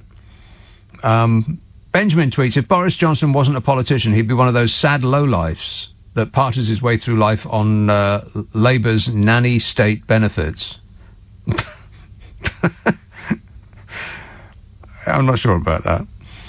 Alini texts, you should discourage your listeners to buy your book alongside bins. It doesn't look great when Amazon recommends a bin on the what other buyers bought alongside your purchase list. That surely is not what is on the Amazon site next to my book, is it? If you're buying my book, then you'll need a bin to go with it. Well, I'm offended. Since you asked, it's called the Ups and Downs, the Cheese and Wine of 2021. And it's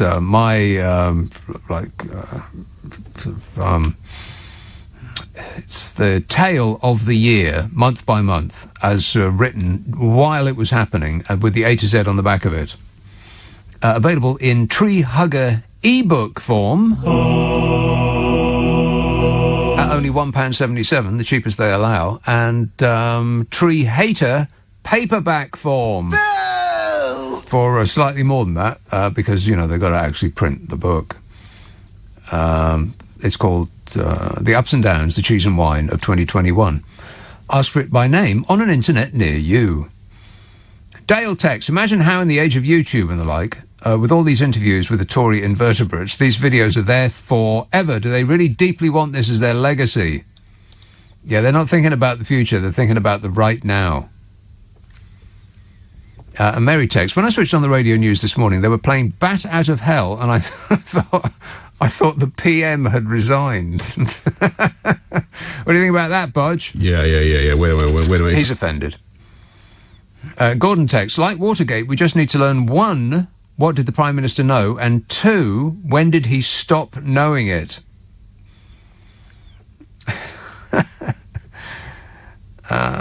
And Pat says, I wonder if it works like the film Beetlejuice, where if you say Sue Gray 3 times, she will appear. If so, can we expect to see plenty of her this week? I wish I'd thought to fill a suitcase. I could do with one just about now, says Pat. The contents of your average suitcase. Booze. Want some right now. Yeah, I think that if the politicians say Sue Gray 3 times, then journalists disappear. I think that's the plan. They're trying to hypnotise us by just saying the same thing over and over and over again. Look deeply into my eyes. Sue Gray, Sue Gray, Sue Gray. You are feeling very sleepy. Josie? Jose? Don't know. Difficult to tell. I'm going to say Josie. Josie texts, the way this country is going, I think the only way out is to emigrate to Scotland and vote for independence. I'll see you on the A68, Josie. Jeff texts, Nick, this breakdown in society started 30 years ago with Thatcher and with the lie that uncontrolled capitalism wouldn't eventually drive the poor back into a media-led dark ages. The people have brought about their own demise, driven by greed and hate. Yeah, that sounds about right. Yes. Yeah, as long as you can get people angry, they will vote against their best interests over and over and over again. Devon. Hello, Steve. Hello there. How are you? Well, Nick? Hello there. Very well, thanks, Steve. You're actually speaking a horrendous amount of sense tonight, which is fantastic. No, sorry about that. Yeah, there you are. No, it's like over on a pub in the middle of Exmoor, in the middle of nowhere, and the one question on the lips of everybody that comes in this pub, and it's all about the cheese and wine party, or the infamous cheese and wine party in the back of number 10. What sort of cheese was it? What sort of cheese does Boris Johnson eat? Yeah, what were they eating at this cheese and wine party? Because if they were eating foreign cheese, that would make a mockery of Brexit. I don't know what kind of cheese Boris Johnson eats, but I do know that he eats a lot of it. That much I do know. Yes, no, it's a serious question. It's like, I think we should need to find out what sort of cheese it was. Well, Steve, when people come to your pub, I bet the first question on their mind is, given that you are in the middle of nowhere, is how can they sample your wares, by which I mean booze, and then drive away? Well, they've all got these driverless cars. They've been around for a long time on Exmoor. Driverless cars? What are you talking about? Horses? They get on their horses?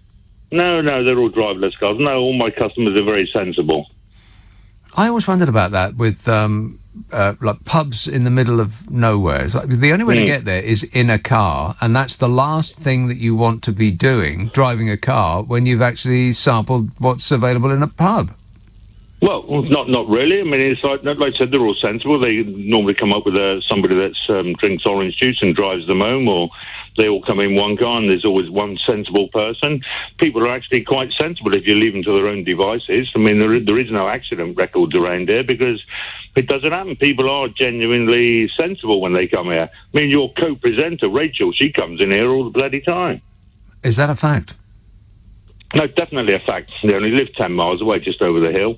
When it's like Rachel and Ivo, her husband, they come here quite a lot. I did not know that. Right. Okay. No. Well, thanks for the good news. Cheers, Steve. No. 0345 6060 973. Yeah, I always wondered about that. I very much doubt that people are sensible. I mean, you've met people. Do they seem sensible to you? No. And I think it used to be acceptable. You go to a pub and have, well, come on, I've only had 4 pints. I'm fine to drive. And they'd be weaving in and out of little country lanes, which is one of the reasons I hate driving down country lanes. Just absolutely hate it. Anything that's not as wide as the M1 seems like a danger to me. But those country lanes are the worst, because the locals, they do drive like they're drunk all the time. They drive around blind bends and assume that because the last time they drove around that bend there was no car around it, that this time it won't be there won't be a car around it either. As though previous experience has anything to do with it. Why do people in the countryside drive like such nutters?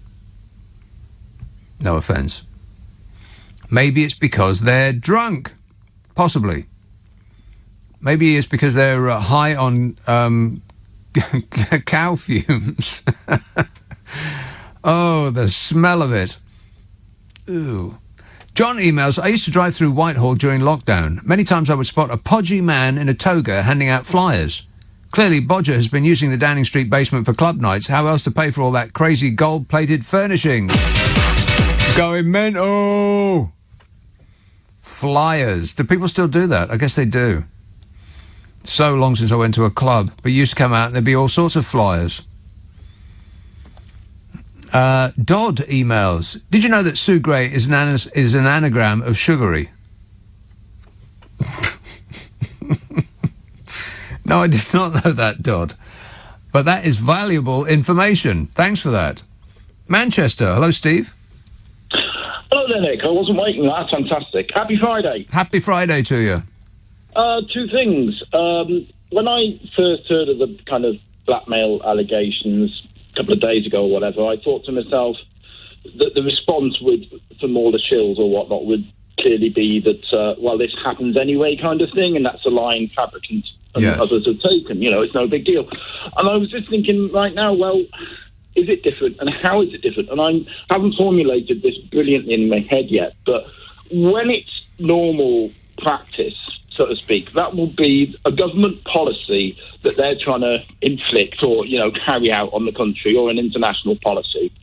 And, they may bribe and cajole and blackmail, etc., to achieve a government policy. But I think when it's something that's actually internal, like a vote of confidence, I do think that's different. I'm not saying it's better or worse, but it is categorically different and is a bit more mafioso, actually. So, and that might be too subtle a point for folk to get, but I think I get it. If a government is voted in based on what they say they're going to do, and they try to do it, and some MPs are a bit resistant, then it seems to be acceptable, perhaps, that they would persuade those recalcitrant MPs to vote along with the government, because it's what the people are supposed to have wanted. Yeah. But if they're just trying to save their own skin, then people don't want that. In fact, more people than not want Boris Johnson to leave. So they're now acting deliberately against the wishes of the majority of the population. They've got a very difficult job to figure out when to ditch him, haven't they? Because, well, there's the timing of the internal party calendar that usually revolves around conference time. And if they ditch him too soon, it means it's too long for his replacement to kind of, the honeymoon will wear off. Yeah, exactly. We'll get used to them, and we'll see what they're like and make a judgment on them, rather than, oh, thank God he's gone. Exactly. And I don't think, the favourite Sunak, I can see his initial appeal being very thin for all sorts of reasons I won't get into. But if they leave it too late, then that's not long enough to kind of bed in, so it's a really tricky thing they got going on there. Well, what they say is that the local elections in May is that will be the deciding moment. That annoys me. I'll tell you why that annoys me, and I know it's inevitable, but it annoys me because local democracy should be more than a glorified opinion poll. You know what I mean? I think it's a revolting insult to local democracy, such as it even exists. You know what I mean? People should make a differentiation between who they vote locally and who they vote for nationally, but they don't. They any more than they vote for their local MP rather than the leader of the party that they want to lead the country. Well, yeah, seeing as we've got first past the post, you may as well actually vote for the person. It always annoys me when people say, oh, I'm not voting for Corbyn. Well, of course you're not. You don't live in Islington, Yes, that's right. Hardly anyone votes for Johnson or Corbyn or whoever else it might be. And all these But they actually do, though. They're not technically, but they actually do. Technically being like factually, you know. But when you go to the voting booth, you don't vote for most people don't vote for their local MP. They wouldn't know the name of them. They wouldn't recognise them if they tripped over them in the street. They vote for the leader of the party that they want to be the winners. And that's a failing, isn't it? That's a failing that we don't know who these. I'm not saying it's their fault or our fault. It's a collective failing within democratic responsibility, and unfortunately, belief and even faith in democracy is going downhill everywhere in the world, apparently, apart from one region, which is sub-Saharan Africa, which happens to be the place with the least internet access. I've got a second point. Yes. So going back, you'll be aware we've had this, what my dear old mum with Alzheimer's calls, there's been this funny bug going around. And they dropped the most of the measures, haven't they, in the last couple of days for whatever we know. Well, we know what the reason is. Well, yeah, it was untenable for him to have measures, but for good or ill, they've dropped the measures. Now, I'm interested to know what people are going to say who, for the last 2 years, have been telling us that this was, in some cases, literally the road to Auschwitz, right? Not literally, but... Oh, they were. They were using their George Orwell memes. They'd never read Orwell in their lives. And they were using comparisons to the Nazis quite freely. Yeah. For years. Don't worry. Any eventuality will be covered by a conspiracy theory. If we are about to have the shackles thrown off completely, and it works, assuming that there's no variant waiting around the corner, which is, of course, entirely possible, but it works. The gamble pays off, because that is actually what Boris Johnson's doing right now. He's gambling with other people's lives on the basis that what difference does it make to him if it does or doesn't work? He can only win.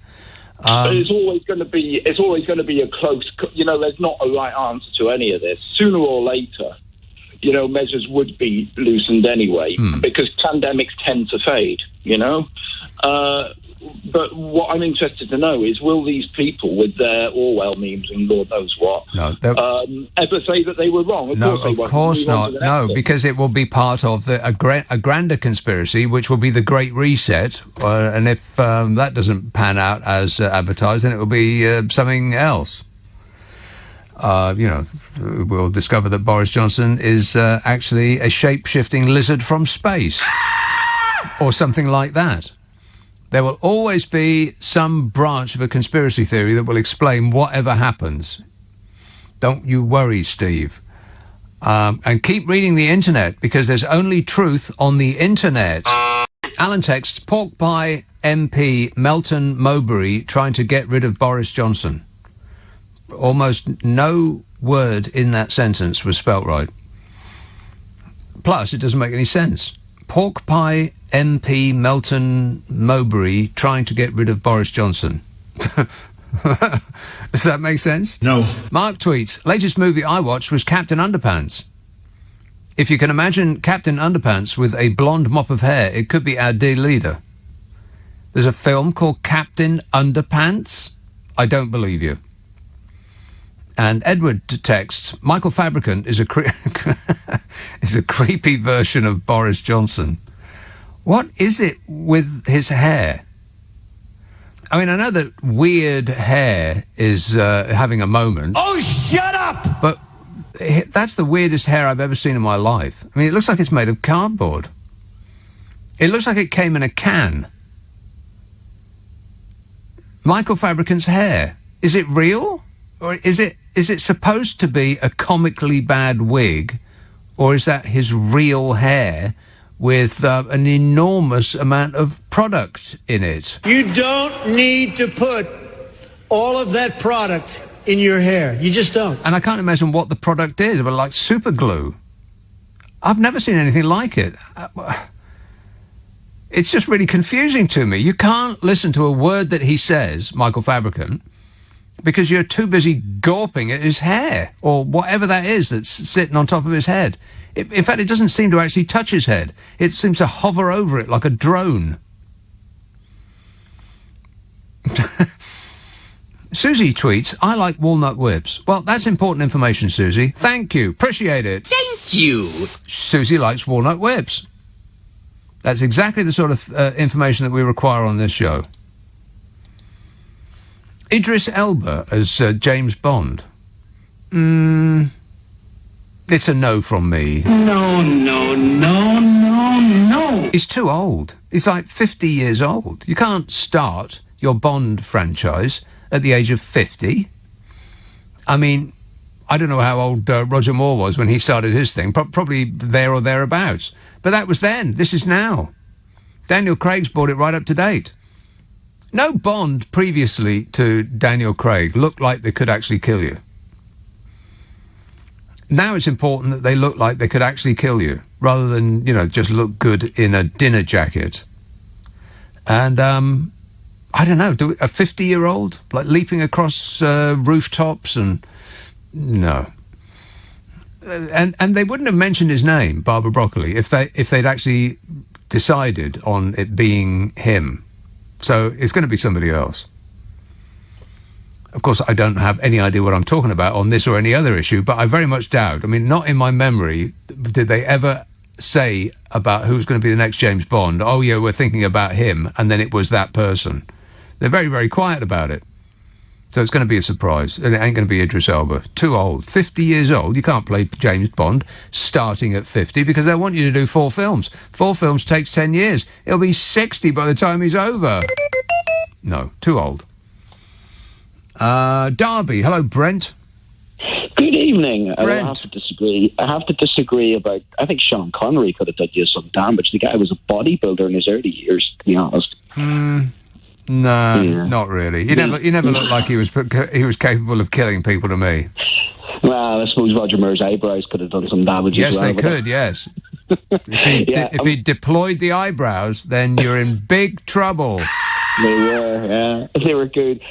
Just thought I'd let you know about the expenses. Have you seen the expenses from MPs that Taxpayers Alliance have done some investigating into? No. And they've turned up £132 million of expenses this year, which is up on previous years. And the worst offender is £280,000 for the top offender, and that was Darren Henry in Broxtowe. And apparently he said it was a very difficult year for his staff. Now, this is the same MP who said in 2019 in Hustings that people who go to food banks just need to budget better. Yeah. Well, their staff budget is about £280,000 each. They all get that. What is really alarming is that despite the rules being that they're not allowed to employ family members anymore, if they had employed family members before the rules changed, they can still do that. And so an enormous number of our MPs are actually employing their wives or husbands or sons or daughters or girlfriends and boyfriends to be their, in inverted commas, researcher, for which they shower them with our money, keeping it in the family. Oh, nepotism. I mean, that's what I think Mr. Trump was doing as well. They wouldn't do that, would they? I mean, the best part of it is that, of course, you know, he basically also turned and says that these people just don't know how to budget, but they also, why don't they use some payday loans or something like that? And you were talking earlier on about some of the MPs, automatons.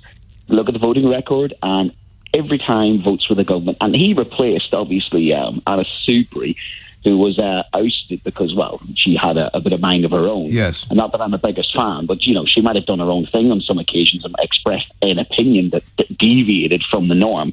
So we have an MP who basically does what he's told and is racking up £280,000 of expenses and literally tells poor people they don't know how to budget in ironic sense. Right. OK, thanks for the bad news, Brent. 0345 6060 973. Yeah, if you think that the MP's expenses is not an issue anymore, that we've dealt with that, then I have a genuine made-in-China Rolex watch I'd like to sell you. James texts, if Sue Gray's report concludes that civil servants were at fault for the parties, who allowed those unelected bureaucrats to have so much power? I thought we'd taken back control, says James. Jeff says, Kinnock once said on his defeat, I warn you not to be ordinary. I warn you not to be young. I warn you not to fall ill. I warn you not to get old. Don't get sick, don't grow old, and don't end up poor. Maybe he was right. He was completely correct in every respect. Particularly about the getting ill and getting old part. Despite the fact that the old are the ones that are responsible for this government being in position. Thank you, old people. How's this government working out for you? Oh, fabulous. Croydon. Hello, Phil. Hello, Dick. Phil. Right. First thing, Taron Egerton for the new James Bond. Taron Egerton. Who's that? He played Elton John, and he was also in Kingsman. No. No, okay. Right, second thing. Too soft and podgy. Does not look like a killer. I'll tell you who it should be. It should be that bloke out of that film Starred Up. You know Starred Up? I can never remember his name. It's a film about a bloke who goes into prison because he kills somebody. That's what you get when you're starred up, I think. Well, you know, I'm all up with the prison lingo, me. Yeah, down with the kids. Exactly. And right, I can never remember his name, but it should be him because he looks like a right hooligan. Okay, well, I don't know who you're on about. Second thing, pork pie. Melton Mowbray. Jack O'Connell, says my glamorous assistant next door. That's probably totally right. Jack O'Connell. Jack O'Connell. Yeah, well, the pork pie like gate. Pork pie gate Oh, comes yes. from Melton Mowbray. Right. The MP for Melton Mowbray, one of the backbenchers, started the letters going into the 1922 committee to get Boris Johnson out. Yes, I know. But you didn't know that. You didn't. You couldn't decipher a text message earlier on. Well, because it didn't make any sense. I know what the pork pie plot is, but that text message didn't make any sense. I'll go to bed now, Nick. Okay. Ta-ta. He's going to bed. Going up to bed. Bye-bye. Nice to talk to you. He was just, he was contributing. Being helpful. Thank you. Appreciate it.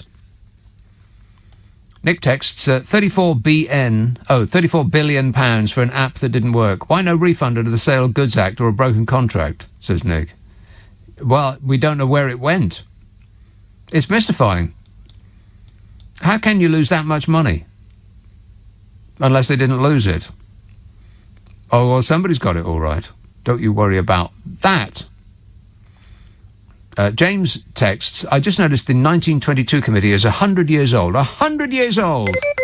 Happy birthday to the committee. The Queen will have to send a letter in too. Yes, she'll be furious. Yeah, Jack O'Connell. I've been saying this for ages. Are you listening, Barbara Broccoli? No. No, not listening. Jack O'Connell should be the new James Bond because he looks hooliganish, which is what's required for the role now. I mean, previous to Daniel Craig taking over, and everyone was appalled. Do you remember when Daniel Craig took over? Because I think he used to be blonde, didn't he? People said, oh, my God, we can't have a blonde James Bond. What is the world coming to? It's the worst thing we've ever heard, said people. But that seemed to work out all right. And you need to be a certain age to go I mean, they want 4 films out of you, so that'll take at least 10, let's say 12 years. So you can't be 50 when you start, because otherwise you'll be in a Zimmer frame by the time you've got your last film going. You need to do some of the stunts yourself, and you need to look like a hooligan, which I think is what, the actual original James Bond was supposed to be. He's a bit, he's a killer. So it should be him, but his name never comes up, which might indicate that it's going to be him. Because they spray all these names around, and we've been through this so many times, and everybody's on the edge of their seats keen to find out who it's going to be, and everyone's got their favourite idea. But the name of the person who gets it is never mentioned beforehand.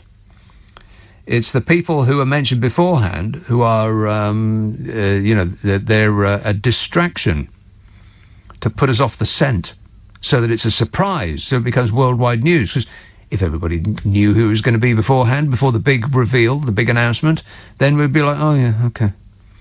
Yeah, we knew that. No big deal. It's going to be somebody completely out of left field, and I've been saying it forever that it should be Jack O'Connell. Ricky tweets, did you see PMQs when Ian Blackford was talking about the 150,000 dead and Boris Johnson did the look of a naughty school kid sat at the back of the classroom? Yes, I did. And Ian Blackford blew his top. Mind you, he always looks like he's blowing his top. He always looks like he's about to explode out of his suit. He's so furious. But quite right, too. Yeah, Boris Johnson's just kind of like, oh, yeah, like doing his head thing and it's like grinning away like a naughty schoolboy. Oh, yeah. Like that. God. What an absolute shower we got running this country.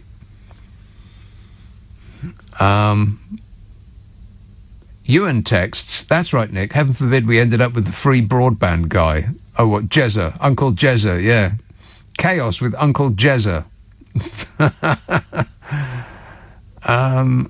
And for the moment, finally, Cudlip texts, why do people vote in people that are going to make our lives more miserable?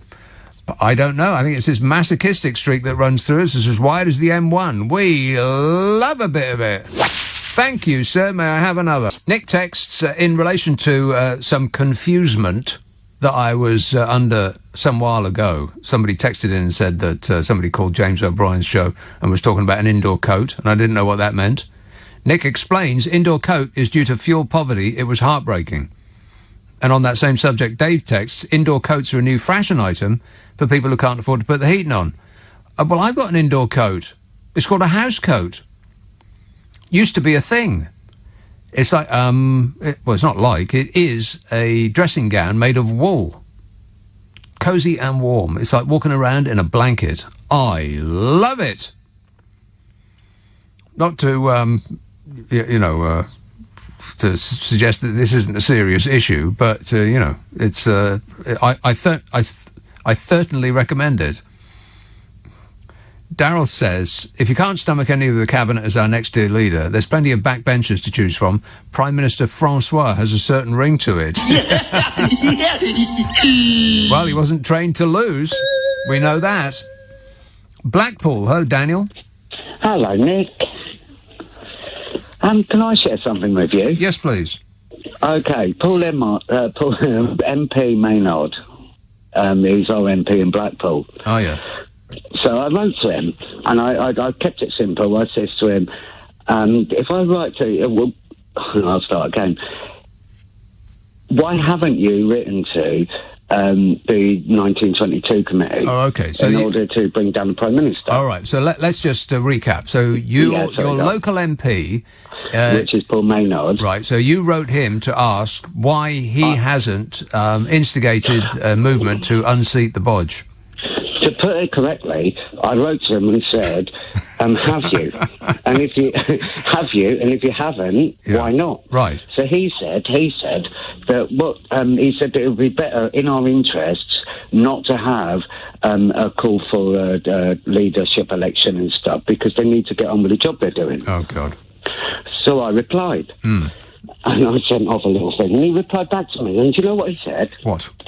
He said that he feels that since the Barnard Castle situation, that Boris Johnson is literally on a twig, and he's going further along the twig until it snaps. And that's him as a Conservative MP. He feels that Boris Johnson is going along this twig that's eventually going to snap. But that doesn't fit with what you said that his answer was initially.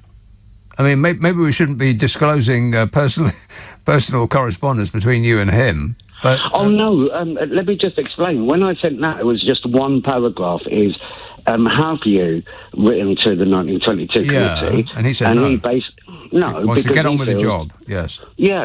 The job in hand. He put in his exact words. So then I replied, and I can't remember what I wrote, but he replied something and said about twigs. Yeah. Well, basically, as long as Boris Johnson is on this twig, eventually it will snap. Well, I would think so. Yeah, I mean, it would have to be a pretty sturdy branch not to snap under the weight of the bodger. Well, exactly. But the thing is, why hasn't he written that letter if he thinks it's going to snap anyway? I don't know, Daniel, and well, that's probably it. The reason why he doesn't want to put himself out there, perhaps. Because if Bodger's going to fall anyway, why put himself in the firing line? But thanks for your efforts in that regard, Daniel. The nation appreciates it. Thank you. I thought about writing to my MP because I previously had. I mean, I didn't vote for him or the party that he represents. But I thought, well, he's probably a decent-ish sort of person. He emails me all the blooming time, telling me all of the things that he's been, doing, and all of the issues that concern him. And I thought, well, okay, so you want to save the pool, and you want to stop ordinary houses becoming giant blocks of flats on little residential roads, and yeah, okay. But then I saw him on TV. Defending the indefensible bodge. And I thought, maybe you're just one of those nodding dogs. Like an automaton that's just been programmed to repeat the line from the regime. Like a robot. Affirmative. And I thought, now I'm disappointed. I'm not angry, I'm just disappointed. And so I thought, I'll write you a letter and ask you why you haven't, why you are defending the indefensible bodge. But then I thought, what's the point? What's the point? All I'll do is put myself in their crosshairs. I mean, hopefully no one's listening to this right now. I don't want to put myself out there because, I'll get set upon and sent to jail for 51 weeks for causing a disturbance or something. I don't know. Writing an unwanted letter. 51 weeks in jail for you, sunshine. So I thought, forget it. What's the point? Just wasting my time. So I didn't. But whenever he comes on TV, I'm going to give him a stern look. That'll teach him. Julius texts, I have to inform you that Paradise by the Dashboard Light was, of course, produced by the excellent Todd Rundgren, who also played guitar. Curiously, although Jim Steinman wrote that track, he was not the pianist on this occasion. Roy Bittan of Springsteen's E Street Band took the seat there. In regards further production, a John Jansen mix was the one that made it onto the album. In these days of fake news and half-truths, I thought you'd want the full facts here, says Julius. Well, now we're all up to date. John says, looks like we're going to have to trust the 1922 committee to do the right thing. Good grief. Yes. Yeah, we're putting the future of this nation into the hands of those old buffers. We're doomed. Pete says, as someone said the other day, the three faces now representing the UK to the rest of the world are Boris Johnson, Jacob Rees-Mogg and Prince Andrew. We've become a laughingstock to most of the rest of the planet. Yeah, we seriously need Donald Trump to take over as the President of the United States of America again so they can be the laughingstock of the world. Oh, shut up! I mean, it can't happen soon enough. I can be more presidential than anybody. Raf text, did you see the report that a group of billionaires were saying that they should pay more tax to help the poor? What enlightened government is willing to take up this offer, I wonder? Yeah, there isn't one. Because because one billionaire donating money to a political party based on them not doing anything about that will outrank a group of billionaires offering to pay more. But it was pretty extraordinary. But they've suggested things like that before, and absolutely nothing comes of it.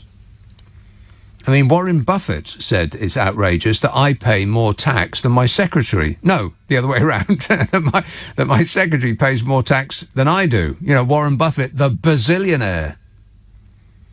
And did anybody pay any attention to that? No, of course not. And they're not going to offer it. They're not just going to write a cheque. You're going to have to get it out of them, which means increasing taxes on the rich. But as we know, when anybody even suggests such a thing, it will be the ruination of this once great nation if we decide to tax the rich a little bit more. So say the rich. And as they're the ones that are donating to the regime, then they get what they paid for, worth every penny. Her Majesty's government. 0 degrees in the south and 9 degrees in the north? I don't believe it. Total fake news. Some of yesterday's messages. Raf texted, did you see the report that a group of billionaires are saying that they should pay more tax to help the poor? What enlightened government is willing to take up this offer, I wonder? Well, none that we know. None that we know. Christopher emails, Johnson wears a mask now to hide his smirk. Yeah, have you seen that absolutely everywhere he goes now he's wearing a mask? And it seems like a suspiciously large one. In the absence of a handy fridge to hide in, now he's hiding behind his mask. Christopher says then he can do his sad dog eyes without the smirk giving him away. That's right. Those aren't sad dog eyes, by the way. That's just the way his face hangs. Jeremy says, do arguments in the Johnson household always end up with Boris having the final say going on about his vaccination policy? Mr. Speaker. It's just lies and lies and lies. Oh, we've got the best of everything in this country. It's a fact. We've got the biggest mountains and the largest lakes and the fastest flowing rivers.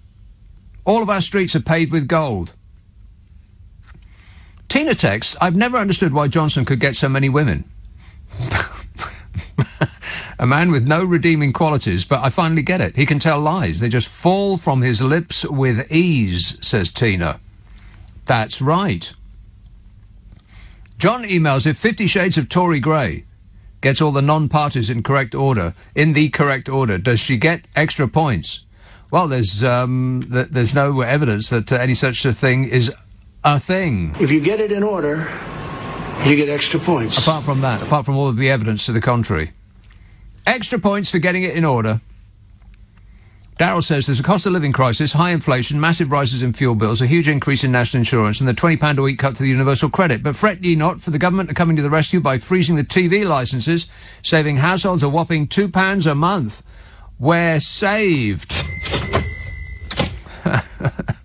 Just remember that absolutely anything that comes out of number 10 for the foreseeable future, until the bodge is either saved or gone, is in order to distract us from his various travails. Every single thing they say and do is a distraction device. I wouldn't be surprised if Rootin' Tootin' Shootin' Putin was in on it and creating this little war just to take our eyes off. Marion texts, I think the thought was maybe that given we are stuck with the Conservative... referring to some specific conversation I was having yesterday. These are last night's texts. I think the thought was maybe that given we are stuck with the Conservatives, Rory Stewart would have been one of the less bad options. Yeah, well, maybe. And then you go and look at his voting record and you think, well, maybe not. It's interesting, all of these are people that to present themselves as, and you think, well, yeah, it's not so bad. And then they talk about how much they care and, all of that. And then you go and look at what their voting record suggests.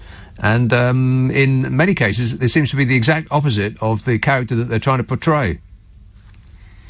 I am thinking of one person in particular. Oh, my God, that screen took about 10 seconds to change, which is why I hung on to that word in particular, because I was waiting for this to come up. You're better informed than I am. I don't know anything. There he is. Again, 10 seconds between screens. Oh, that's just not right. Can you write that down in the log? It shouldn't take that long. I mean, it really shouldn't. And again, 10 seconds. Blimey. I mean, if it took 10 seconds for your home computer to do something, you'd be screaming at it. And remember, you used to have to get on your hat, coat, scarf and gloves, go down to the end of your street, get on a bus, except the bus wouldn't arrive because you didn't know when it was going to arrive, and you had no idea that it doesn't come on Wednesday afternoons because that faded timetable that has crumpled up in that little box on the post there, you can't read it. And eventually, after waiting for your bus for 3 hours, you get the message and you go back home and then you put your hat, coat, scarf and gloves back in the cupboard. And then the next day, you trudge to the end of your road and you put your hat, coat, scarf and gloves on before you do it. And you get the bus and you go to the library, and then when you get to the library, you remember, they don't open on Thursdays. And so it takes you 3 days to find something out. Whereas now it takes you about 15 seconds, and if you have to wait more than that, then you just go berserk. It's like kettles. How long does a kettle have to take before it boils you enough water for a blooming cup of tea, for crying out loud? You used to have to go and chop down a tree and make a fire. Hey, kids. Stop whining. Gordon texts, Rory Stewart always struck me as massively ambitious. I can never warm to him. Ain't that just totally British? Oh, no, we don't want to approve of anybody who actually has ambitions. America would welcome you with open arms if you have ambitions. But in this country, it's considered a bit suspect. Why can't people know their place, we think? Amazing, really. Because that's been sort of drummed into us by those that have already made it, the upper classes. That's their credo. People should know their place, say the upper classes from the toppermost of society, yelling out their at one of the windows of their stately mansion. Why can't you proles know your place? And we've taken that on board.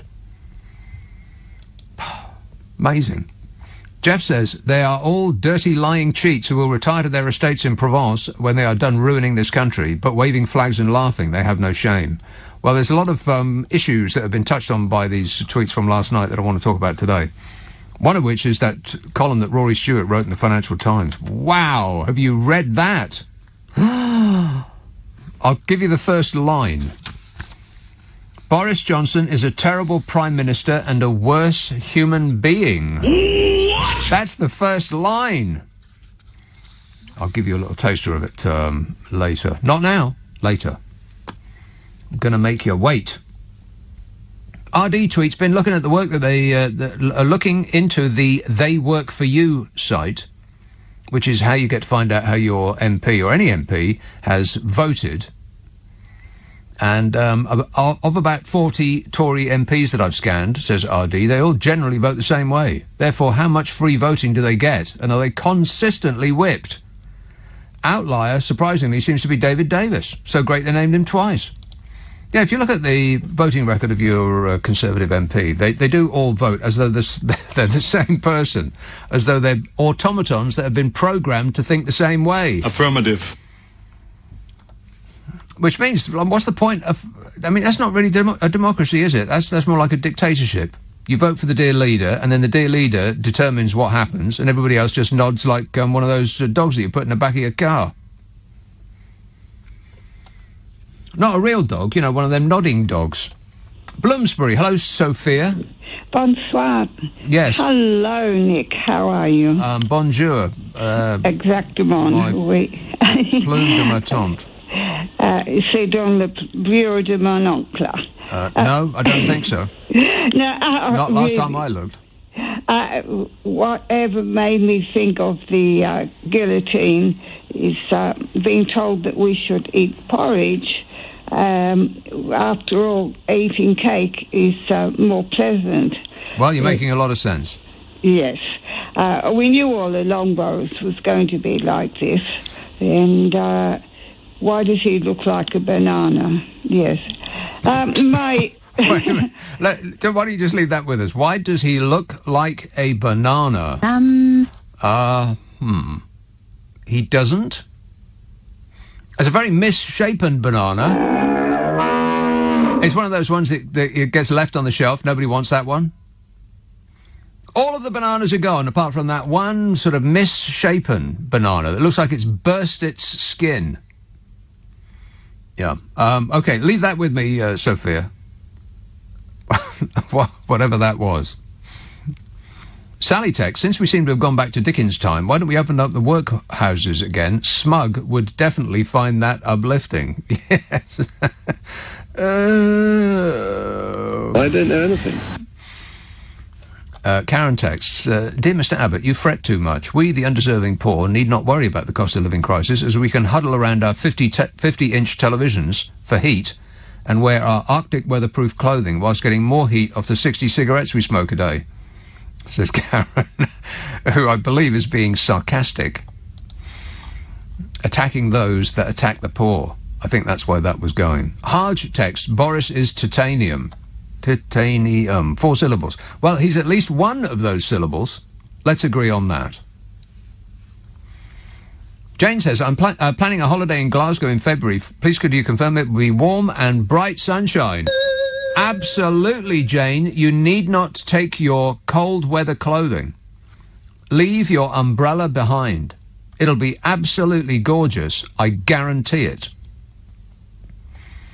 Lee says, if the Conservative Party blackmail people via the Whip's office, then does that mean that none of the people that are currently MPs have a mind of their own? And if the Whip's office has dirt, illegal or just embarrassing, does that literally mean they're all crooks? Well, there's a lot of inferences there, Lee.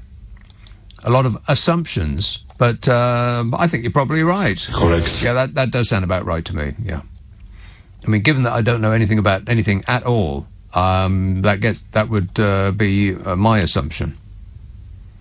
How many more of these? Oh, God, there's so many. I suppose there's more coming in now, aren't there? I haven't even got through last night's yet. Harry says, never mind Operation Red Meat, they rename it Operation Cooked Goose. as Boris's goose is oven ready. And while Rome burns, Nero fiddles. Disgusting. Boris Johnson has reinstated his Tory leadership team to save his premiership amid increasing concern across government that a confidence vote is inevitable, so reports The Times. The Prime Minister is using the group of ministerial lieutenants who help him win the... Is it lieutenants or lieutenants? Lieutenant sounds American. So it's probably lieutenants. The Prime Minister is using the group of ministerial lieutenants. Why is it lieutenants? There's no F in there. L-I-E-U must be Lou. The Prime Minister is using a group of ministerial Louie-Loos who helped him win the leadership contest in 2019 to record the position of every Tory MP with a spreadsheet detailing those who are loyal, wavering or determined to oust him. A spreadsheet? Have they got a Nobbo board? Yes. Seriously, this is what's consuming the government of this country. When you can't get an appointment to see a doctor, to be referred to another doctor, and when people up and down the land are on the verge of ruin because their flats are so combustible they might as well have been made from fireworks, and there's raw sewage being pumped into our rivers and onto our beaches, when there's still about 300 people a day dying from COVID, when a third of British businesses say they don't think they'll last the year, when there's a queue of lorries trying to get over the channel that's longer than the distance between here and France, and all Bodger Johnson is worrying about is himself. Actually, that does sound about right. No surprise there, eh, Bodge? Grant Shapps, the Transport Secretary, is playing a key role in the operation. Shouldn't he be looking at the giant lorry park in Kent? He's playing a key role. He's dropped everything. With 3 former whips and other loyalists to the Prime Minister. They began their work this week. Hey, I wonder if there's a place for our favourite Gavin Williamson. I mean, he's toe-curlingly patriotic. I just reckon we've got the very best people in this country, much better than the French have, much better than the Belgians have, much better than the Americans have. That doesn't surprise me at all, because we're a much better country than every single one of them. He could tell Rootin' Tootin' Shootin' Putin to shut up and go away. Johnson himself is going to spend much of his time in his study at Chequers, his official country residence, crying loudly to himself.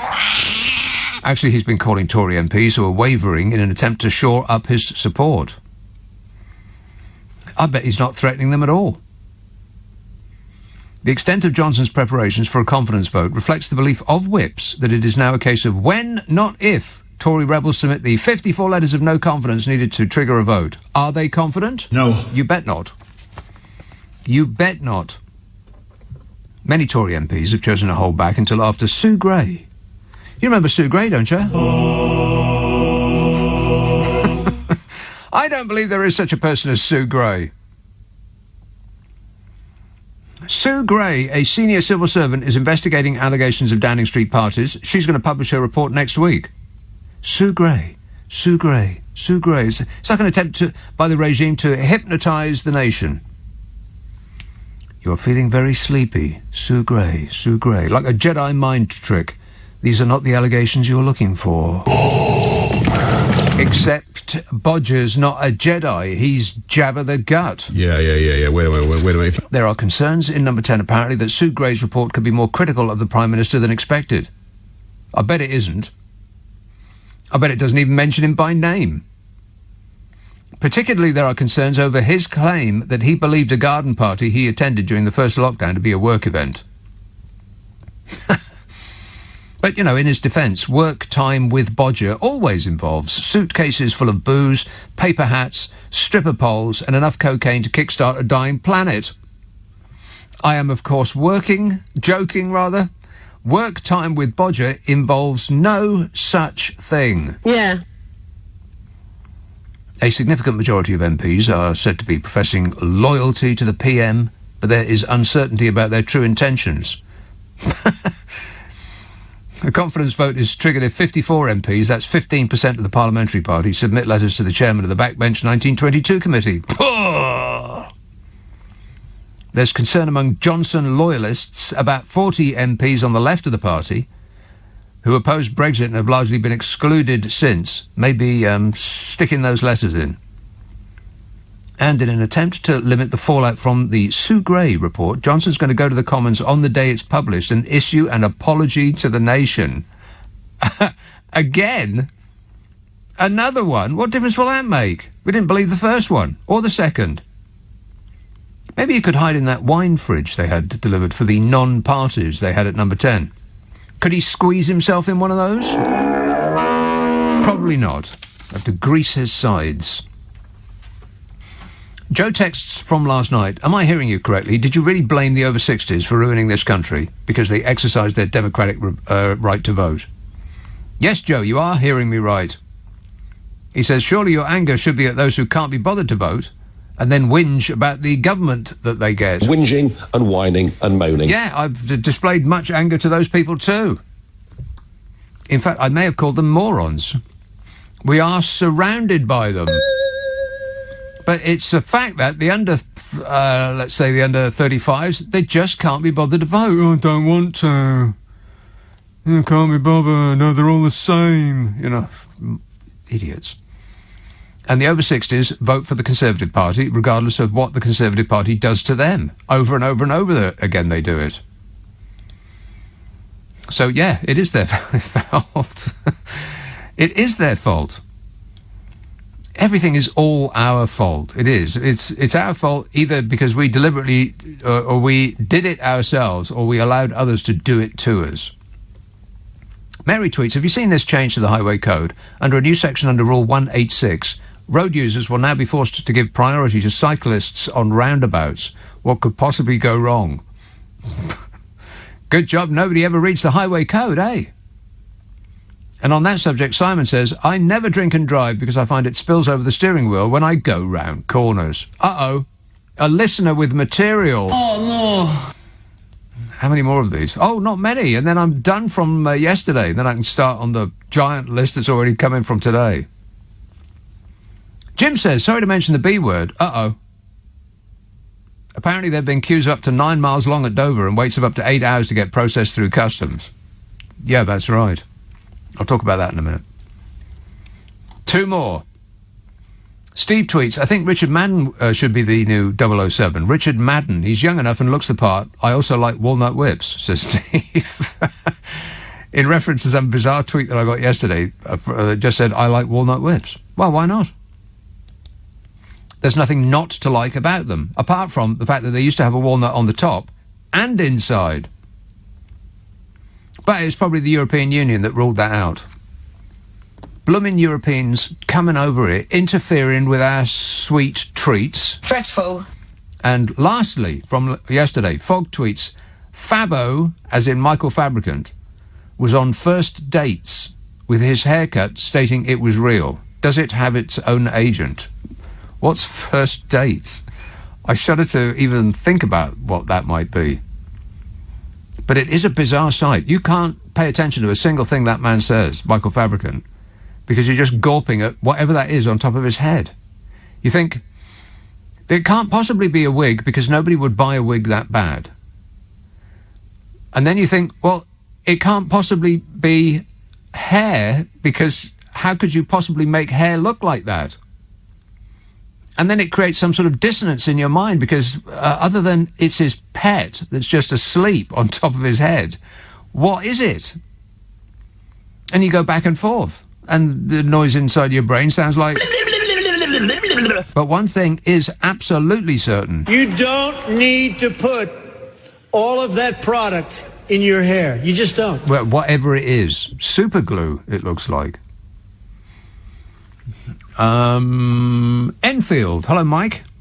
Can you imagine what it's like driving through Richmond Park with 2 bicycles in front of you and bicycles coming towards you? You won't be able to move. Well, you could just follow behind the bicycles. That's right. So you'll arrive, journeys take twice as long, so pollution goes up, doesn't it? Yes, but where is your destination? Is it at home, sitting in a chair, gulping at television? Why do you need to get there so quickly? It's going to the station. It's going through to the station and taking a train, a tube. Right. Maybe that's what the people on the bicycles are doing. Yeah, but the point is it's taking twice as long or 3 times as long to get through Richmond Park, with the result is the pollution goes up. Well, maybe you should take a bicycle, Mike. I can't with all the equipment I'm taking. Equipment? What kind of equipment? The computer with me, which I take laptop, on the tube. Right, laptop. Laptop, yeah. You can take one of those on a bike, no problem at all. Just stick it in your backpack. Yeah, I can do many things, but the weight is just will slow me down cycling, won't it? No, because you'll be going faster because you won't have to sit behind bicycles. You could whiz right by them. Have you tried whizzing by two cyclists abreast of each other and cyclists coming towards you? In a car you can't, but if you're on a bike you can. Oh, no, you can't. Oh, yes, you According can. to the highway code, you can't. Well, nobody reads the highway code, though, Mike. Well, what's the point of it? Just a waste of our public money, exactly. Isn't it? I'll prove it to you. Who always has right of way? The Prime Minister. No, you fail this test. Please take your car keys and drop them down the nearest drain for the benefit of the general public. And furthermore, stop whining. 0345 6060 973. Can you believe that? I think the highway code has now suggested that you drive if you're on a bike, you drive in the middle of the lane so as to prevent people from going by. That's probably not why you drive in the middle of the lane, but for your safety, this is what they're saying. It probably isn't that safe though. I mean, if I was on a bike, I wouldn't be cycling in the middle of the lane. But that's just me. Plus, I wouldn't be on a bike, so there's that. I'd rather be on the bus. Speaking of which, Jason texts, Nigel Farage has shown Extinction Rebellion how to do it. What does that mean? Has Nigel Farage superglued his face to a dinghy? James texts, I accidentally changed my podcast player to play last night's show at 1.3 times the normal speed. It sounded far better. Can you please speak a little faster tonight? Well, I'm trying. I tell you what, if you play it at half normal speed, it sounds like I'm drunk. Booze. Somebody sent Carol and me a tape of just that. When we, in fact, were discussing doing our podcast, with a couple of bevies. And it does sound as though we're absolutely, three sheets to the wind. Sailor speak. Sounded though we were absolutely pie-eyed. So there's a little tip. If you want me to sound drunk on this show, just slow me down a bit. Jim Tex, remember them dumbass Remainers who said that leaving the EU would lead to a watering down of standards, higher prices and the Third World War more likely? Yes. Yeah, I do. Yeah. Good job we didn't listen to those people, eh? 0345 6060 973. Archway. Hello, James. Hello, Nick. Do you think the Tory party should change this song from the old Eaton Boat song to Que Sera, Sera? Whatever will be, will be. Sing. Yeah. Yes, and thank you, Doris. The Britons are in love with France. Britons are in love with France? Yeah, yes. I don't think so. And, well, you would be amazed at this. I would be stunned. That, with that, I tell you, that 7 million Brits go to France this year for skiing. Skiing? Yes. 7 million Brits go to France to ski? Yes, I seriously doubt that. That's over 10% of the population. Well, this is the report that I saw in the paper. Well, there may be 7 million people worldwide who go to France to ski, but not from this country. Not a chance. Well, I mean, the 10% of the entire population, man, woman, and child, do not ski for a start. Yeah. Well, now a question for you. Yes. Do they actually ski in Scotland? Do they actually ski in Scotland? Well, I used to ski. I used to ski in Scotland. Oh. Well, as I said, where skiing is concerned, let the Brits go to ski. Let the Brits go to France for skiing. Mm-hmm. I know where I would be going. Where? And you would be going to the same place, Saint-Tropez. Saint-Tropez. On my yacht. You want to go to Saint-Tropez to ski? Yeah, that's probably not a great idea. No. I'm going to send you a weather forecast for that area, James. You'll be stunned. You can hang up your salopettes. You won't be needing them. 0345 6060 973. So it's an actual fact. 7 million Brits go to France to ski every year. Have you heard? Steve emails, watch that film that you recommended, Don't Look Up. It's a great flick. he says. And I agree. It is. It's really good.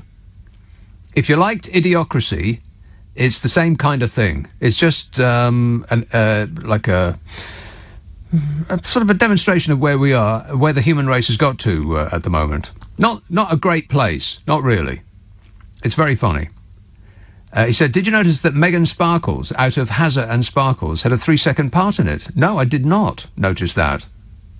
He says, just after the... Well, spoiler alert coming. Warning! Just after the... Well, I won't tell you. Just after an event, he was 100% sure that it was her, as her ear was the same. Her ear, that's how you recognised her. He says, keep those movie recommendations coming. We need something to distract us from the sad reality that we live in. Yeah. Well, it's kind of like a disaster movie that we're living through at the moment. I haven't seen a good film lately. Not really. Not a new one, anyway. I mean, there's old ones, but they just come around and around. But you're talking about new films? Don't Look Up. Very, very good. Let's see. Who have we got now? Lucky contestant in Darlington, Simon. Hi, Nick. Simon. I've been considering, Operation Big Dog, or as I call it, Operation Male Headlines. Yeah. Save the Fat Labrador. Yes. When you think about it, currently, I believe he's looking for people that fall on their swords, or he's drawing up a list. Not really fall on their swords. They're being invited, I bet. I have no information in this regard, but I would imagine that they'd be invited to leave their positions, then wait for 6 months, and they'll be given a seat in the House of Lords. I bet that's the conversation that's being had. But if this is in relation to the Sue Gray report, wouldn't that imply that he knew who was at the parties to tell them that they're in the Sue Gray report to get rid of them? None of this constitutes evidence, Simon, and if you keep making these assertions, it's 51 weeks in jail for you. Exactly. I also want to say, I think you're being a little bit hard on Michael Fabulous Hair. I've spent 25 years trying to figure out whether or not his hair is real or not. Yeah. You can't really figure out where it's going from and where it's going to, and what is sticking. It looks like it's made of plastic. He's been doing the weird hair thing before Boris was even in Parliament. Right. Okay. I think Fabricant joined the House in 95 or 96 election. And he's always been there a while. He's always looked like always that. Had that hair. Right, okay. All right, good to know. Thanks a lot, Simon. 0345 6060 973. John texts, this government is not interested in democracy. Their interests are in retaining power and making a lot of money for themselves and their friends. Well, that's an outrageous thing to say, John, and it's probably completely correct. Susie tweets with emojis, thumbs up, and looks like a radiogram. What's that? Thumbs up radiogram.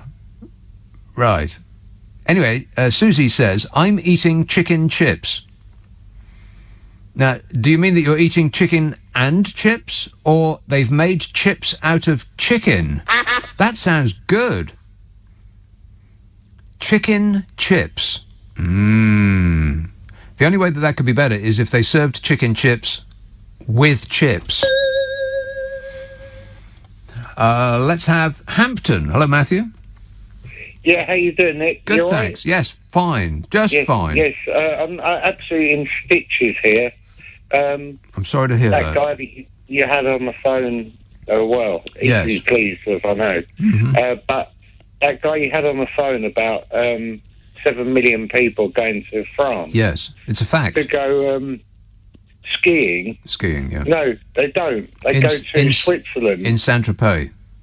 Saint-Tropez, yeah. That's a sunshine resort. Not a skiing resort. Well, there's no evidence to suggest that. We're going to have to wait till Sue Gray's investigation reports. Yeah, but no, you go to the Alps in Switzerland and maybe go on to Geneva if you've got a few quid, And I mean, some of those sound effects you got, Nick, are absolutely stunning. Well, you're stunned. Well, that answers a lot of questions that we've had since you started speaking. Thanks a lot, Matthew. He's stunned. That's Matthew from Hampton, who is now LBC's travel correspondent. First you go to the Alps in Switzerland, and then you go to Geneva. Of course. William tweets, my cat has stopped using his litter tray. I blame Boris Johnson, and I want him investigating this. Are you kidding, William? Boris Johnson probably doesn't use his litter tray. Aaron says, to be fair to Rory Stewart, his voting history might not be indicative of his true political views. He may have towed the party line to stop the Tory whips from burning down a hospital in his constituency. Yeah. I just find it a little dispiriting, really, that we find out, I mean, of course, people knew, but until the evidence is presented to you, it's, you almost assume that the worst is not the case. But we find out that our local representative, the MP that we voted for, who said that, I'm going to do this, I'm going to do that, they have absolutely no mind of their own. They're just automatons. They're just robots. The message comes through from number 10 to say this or say that or vote this way or vote that way, and they just nod their heads like obedient children and do exactly as they're told. What's the point of them? If you look at the voting record, just pick any Conservative MP at random, look at their voting record, and they all vote exactly the same.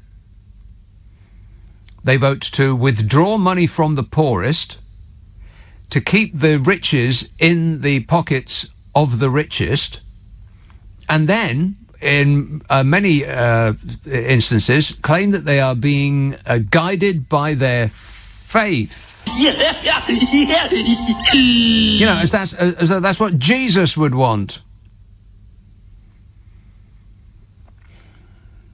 Alice says, have you noticed that the new highway code rules are in metric rather than patriotic imperial measure? What? Oh my God, Alice, it's worse than I thought. Fortunately, as I said, nobody ever reads the highway code. At least not after they pass their cycling proficiency test. And Robert texts, Rory Stewart is one of the most talented politicians in the Foreign Office that the Foreign Office has seen in decades. Well, okay. His input on the inner workings of the Conservative Party is insightful. His voting record reflects the whip line of the party to which he was elected. Simple politics. He's also a nice man. Well, the evidence from his voting record doesn't suggest that he's a nice man by the measures that I would judge him by. And if they just do, like I said, if all they do is just do what they're told, then what's the point of them? We are in an elected dictatorship.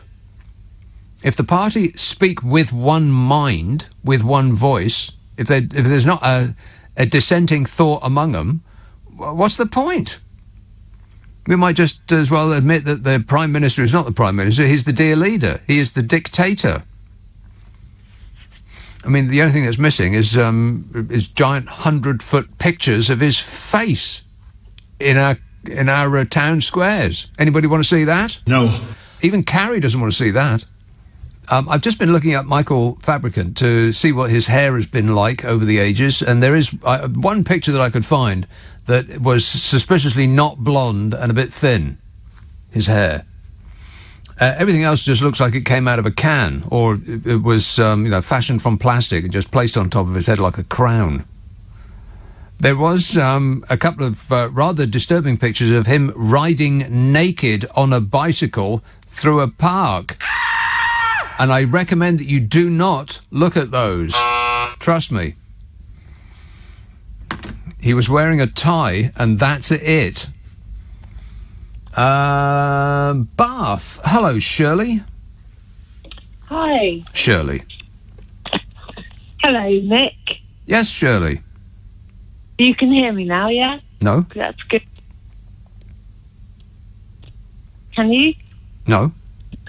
Can you hear me, Shirley? No. Oh, well, you must be able to. Go ahead, Shirley. What do you want to say? Yes. What I would like to say is this. I appreciate your sense of humour. I love it. But? And it's very much close to my own heart. Right. I would like to say that the last circumstances that have happened with Downing Street are very serious. Mm-hmm. And I know this because at the beginning of the year before last, I had a catering business and everything was cancelled, and it changed my life completely. Right. And I'm not just the only one that has happened to. Yeah. It made a massive difference to a huge amount of people because people were not allowed to meet, and it should not be brushed over. It's correct. It's absolutely profoundly abhorrent. And I laugh because I've had a couple of glasses of wine, to be honest with you. Booze. But yeah. It's a Saturday. I have to relieve myself of some sort course. of, but it's definite. It cannot be denied that this has happened, and as this but they're denying ridiculous, it though. This is what Bodger would say. I followed the ministerial guidance at all times. I followed the ministerial guidance at all times. Play all this, I know, and it's making a mockery. Well, he's actually laughing while he's saying it. Yeah, he's literally laughing at us. Of course, Nick. Now, I brought up two children, and when I brought up those two children, as many listeners will understand, it was a thing. You knew, you spoke, you had conversations, you told them off, or you did things, and that was how. And it was a very definite thing. Well, it's practically a lesson in how to bring up children. Yes, a thing. Go on. Well, with Boris Johnson, what would... You're saying that you blame the parents? No, I'm not saying that. I'm saying, what would the difference be if we just brought in another load of monkeys? There isn't going to be any difference. It's just going to be the same old... No, stop saying that, Shirley. I won't have it. They're not all the same. I mean, it may be another big bag of monkey nuts. A big sack of monkey nuts. A big sack of monkey nuts. But at least it would be different nuts. Yeah, come on. Nobody that's intelligent that's listening to this programme is going to actually believe that there's going to be anybody more considerate or compassionate or empathetic that's going to take the place than... come on. No, there must be. Shirley, they're not all the same. They just aren't. It's just that it suits a leader who is a moral vacuum to make us think that they are all like he is, because why change? That's if that's not a specific plan on his part, then it's just a happy coincidence that his actions are making us believe, if the man at the top is like that, then they must all be like that. So what's the point in complaining? Because we're just going to get another one. No. And furthermore... No, stop thinking like that, Shirley. I want you to promise me you'll stop thinking like that. But cheers, my dear. Maybe have a couple of glasses of water? Can I interest you in a glass of water? No. No. Didn't think so. T says, Boris looks like a mop that exploded. Well, that is true. Mike says, give him some credit. Rory Stewart has evolved from an eaten toff into a human being, unlike Smug and Bodger. Well, I keep referring you back to his voting record. Doesn't seem nice. It's just like every other Conservative MP. They want to restrict the flow of money to those that need it the most and to make absolutely certain that the richest maintain their grip on power and money. Unless I'm getting it wrong, in which case you must correct me. But it's a useful website. It's called They Work For You, and you can just dial in any MP you like and see what their voting record is. Because to hear them talk is one thing. I mean, they say, I couldn't be more concerned about the plight of the poor.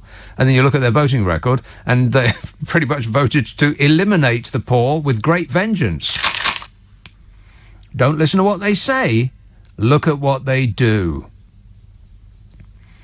Waz texts, Nick, would you rather have in charge... Who, rather, would you rather have in charge instead of Boris? Mr. Blobby or Fishy Sunak? Mr. Blobby. at least we know what we're getting. Fishy Sunak, no thanks. People like Fishy Sunak because they just haven't heard him very much. All they know, he's the bloke who's been giving out the cash. But it's not his cash. Been very careful about not giving his cash out, even though he could afford it. He could afford to give every single one of us a pretty decent cheque. It's our money he's been giving us. What little that we've paid into their coffers that actually comes back to us and doesn't go straight into the bank accounts of Tory donors. You know, just a couple of pennies here and there. And we're so grateful, it's pathetic. You can't infer from him rolling out the furlough scheme that he's a nice person. Look at his voting record. But I bet if you played a tape to people in the street and asked them, who is this, and they were listening to Fishy Sunak, I bet not one single person would actually be able to identify him. People like him because you don't know anything about him. He's just this professional cashmere hoodie model. Sort of fellow who looks like he never passes a mirror without gazing adoringly into it. Who is that dreamboat, he thinks. No, not for me. Sam texts, Jacob has to groan languidly as if he's nursing a posh hernia. It's the sheer effort of condescending to us. Can't he get someone to condescend to us for him? Nanny, wake up. Yeah, that whole act that he's got going there, Jack Smug. My granddad was a lorry driver. That bloke. Good article in The Guardian about that today. Yeah, it's an act. He's a 6-foot pile of affectation, and I think it's risible. I don't know anything. Yeah, I couldn't agree more. Say it one more time. I don't know anything. It's a cabinet of no talents.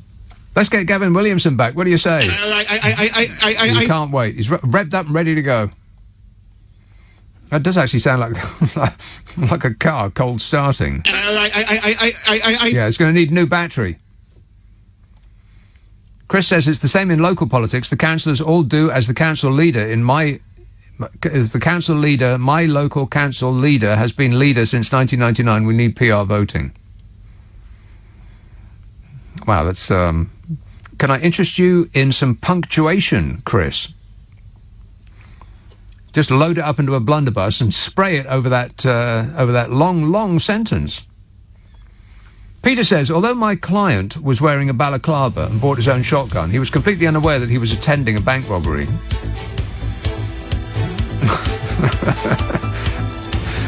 They do take us for absolute mugs, don't they? With justification, because we act like mugs.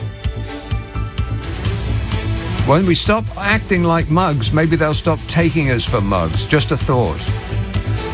It's about a tight eddy of sewage, a whirlpool of effluent that this government has stirred and launched the entire nation into the middle of. This country's going down. It's claimed that this government is bending MPs' arms up behind their back like they're part of some organised crime syndicate, and saying that if you don't support the indefensible bodger, it would be a shame if something happened to your children. What? That's what's being alleged. Can you believe it? Vote our way to keep the dear leader in power, or your area doesn't get a school. What kind of a monster would say that? And on top of that, as though that wasn't bad enough, the Tories seem to be funneling money into regions that vote Tory and punishing those that don't. The former Attorney General, Dominic Grieve, told Sky News the government should not be handing out money for projects in constituencies because they happen to be held by a Conservative Member of Parliament. He said the remarkable thing is that this allegation is that the whips then tried to say, we are going to withdraw from funding, and I think that William Ragg, that fellow who was a whistleblower, is absolutely right. This is a form of blackmail, and it's completely improper if it took place. The former Attorney General, Dominic Grieve, said, of course, the whips are going to arm twist, They're going to say to people, if you aren't loyal, you won't be promoted within the party. Your chances of ministerial office won't be good. They will appeal to people's sense of loyalty as well. But to stray into the path of saying that they're going to regulate government funds, so if you don't conform to the government's view and you don't support the Prime Minister, you won't get funds for projects in your constituencies, is an outrageous act. Abso-blooming-lutely. He said there are wider issues about the PM's leadership, besides Partygate. Well, you can say that again, eh, Bodge? I can't comment on that. And following on from a piece from Conservative Home's Paul Goodman, arguing that there have been rumours of an insidious culture of blackmail among whips for some time, Jim Pickard, the chief political correspondent of the Financial Times, wrote, "The whips threatening to cancel new funding in the constituencies of rebel Tory MPs is the thin end of the wedge. This administration has embraced pork barrel politics more broadly." That's essentially the spending of money where it's going to get your votes. He cites earlier reporting from March in which the Chancellor, Fishy Sunak, is asked why 40 out of 45 towns receiving £1 billion through the new town deals just happen to have Conservative MPs. 40 out of 45. And he was asked why the affluent Richmond seat, which is Fishy Sunak's seat, is designated as Priority 1 in the separate Levelling Up Fund, while places like Barnsley are Priority 2. Richmond is the richest place in the land. And that's where they're going to spend the Levelling Up money? In Richmond? And Fishy responded that it was all fair and that there was an index of economic need. Very fishy indeed. I mean, talk about gaslighting. Oh, yeah, it's totally fair that we're going to spend the Levelling Up money in the place which is already the richest area in the country. You've got to be kidding me. Former Tory MP Ben Howlett said he received threats by a then whip that funds would be withheld from his constituency if he did not support the government in Brexit votes. He was the MP for Bath between 2015 and 2017. He said, "I was campaigning for a range of different things for my constituents. Particularly my constituents will remember my campaign on a link road. There were some very dicey votes for the government, and I was campaigning to receive government funding. And, of course, one of the tactics used to make sure I fell into line on some of the Brexit rebellions was to threaten the withholding of money to pay for an investigation into whether or not this link road would have been built.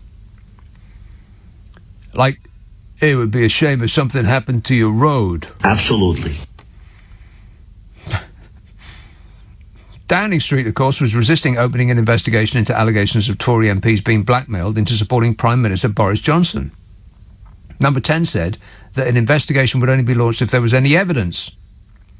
A spokesman for the Prime Minister said, "We're not aware of any evidence to support what are clearly serious allegations. If there was any evidence to support it, it would of course be looked at." How perfectly catch-22 is that? We won't look for any evidence unless we find some evidence first. Nothing suspect about that, eh, Bodge? What a way to run a country, eh? Dreadful.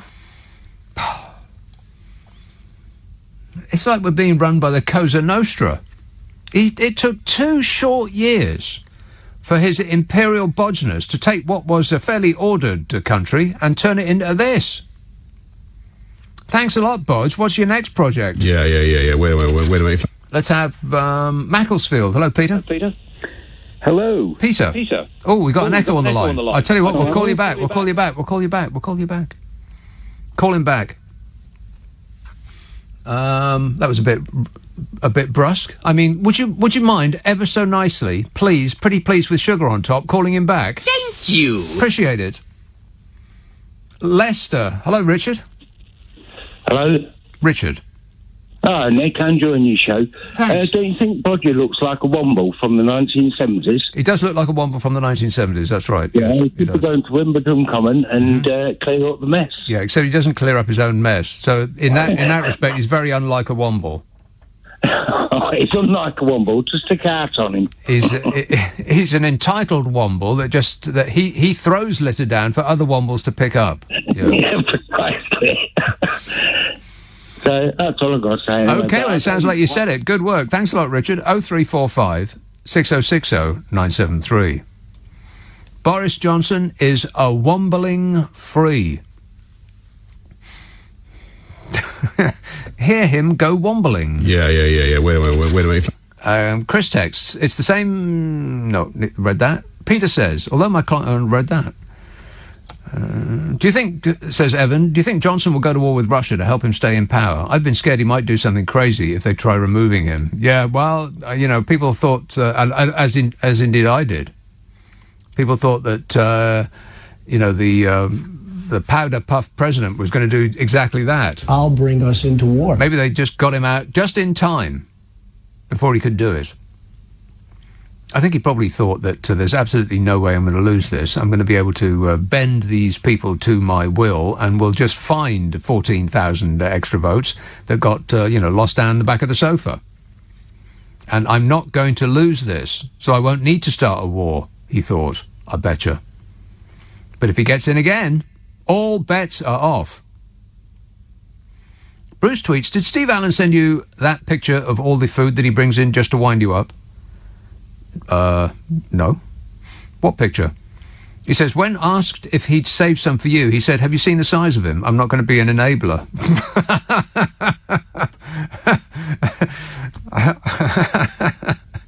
I could say so much right now, but I'm going to restrain myself. I'm going to adopt my position on the moral high ground.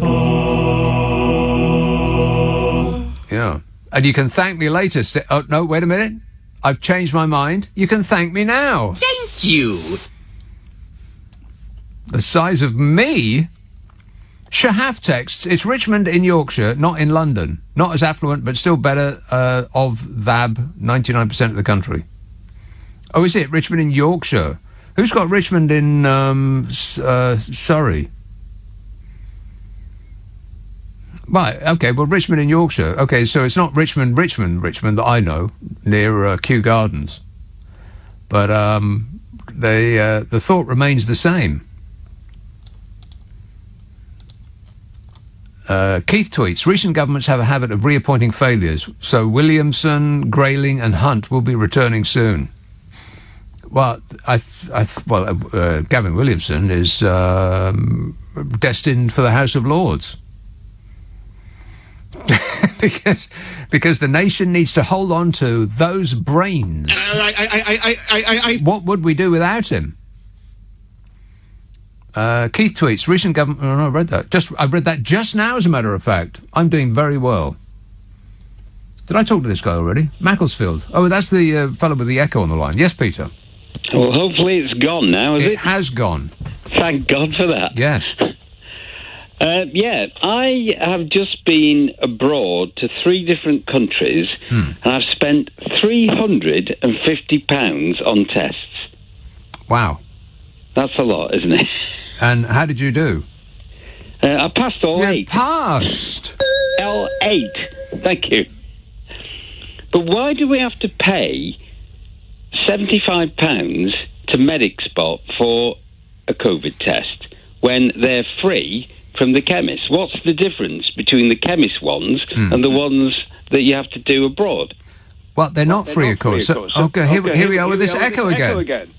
Oh, are you joking? No, I'm not joking. It's probably a CIA or the MF or the MI5 or MI6, something like that. They're interfering with your line, Peter.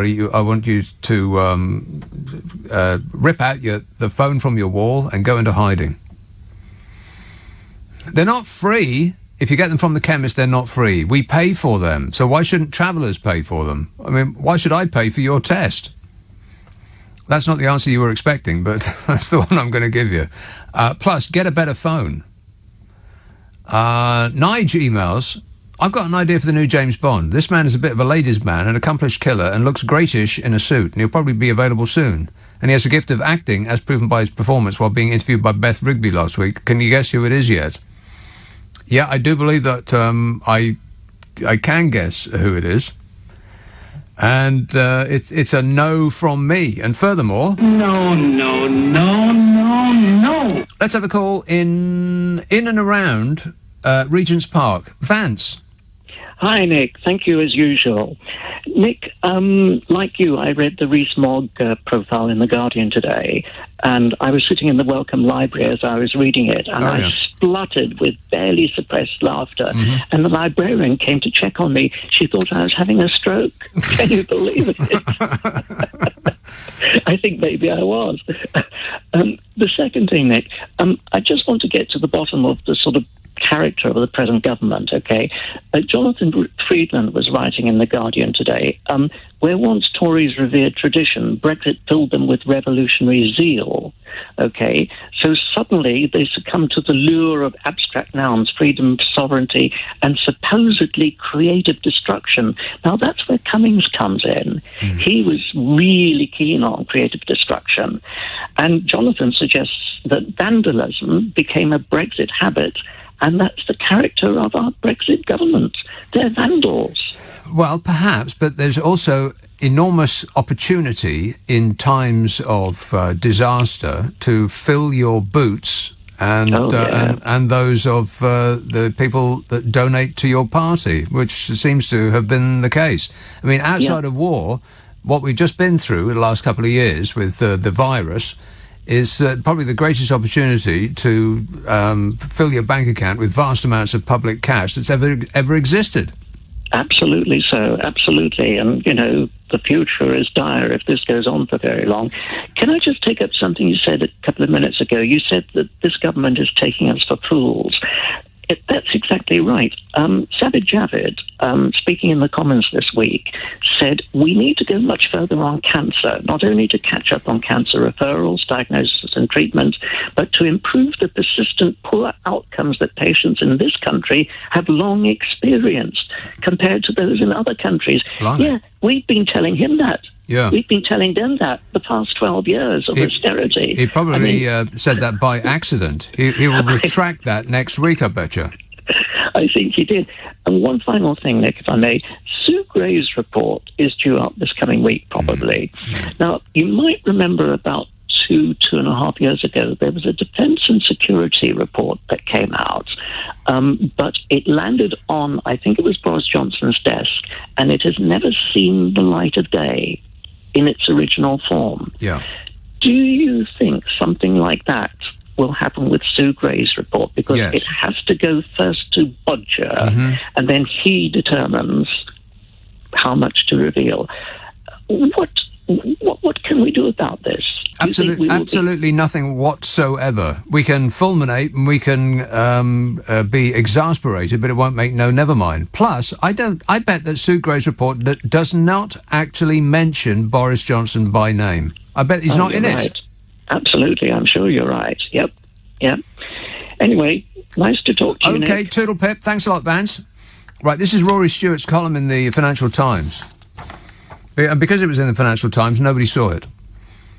This is Rory Stewart talking about Boris Johnson. Here's the first line.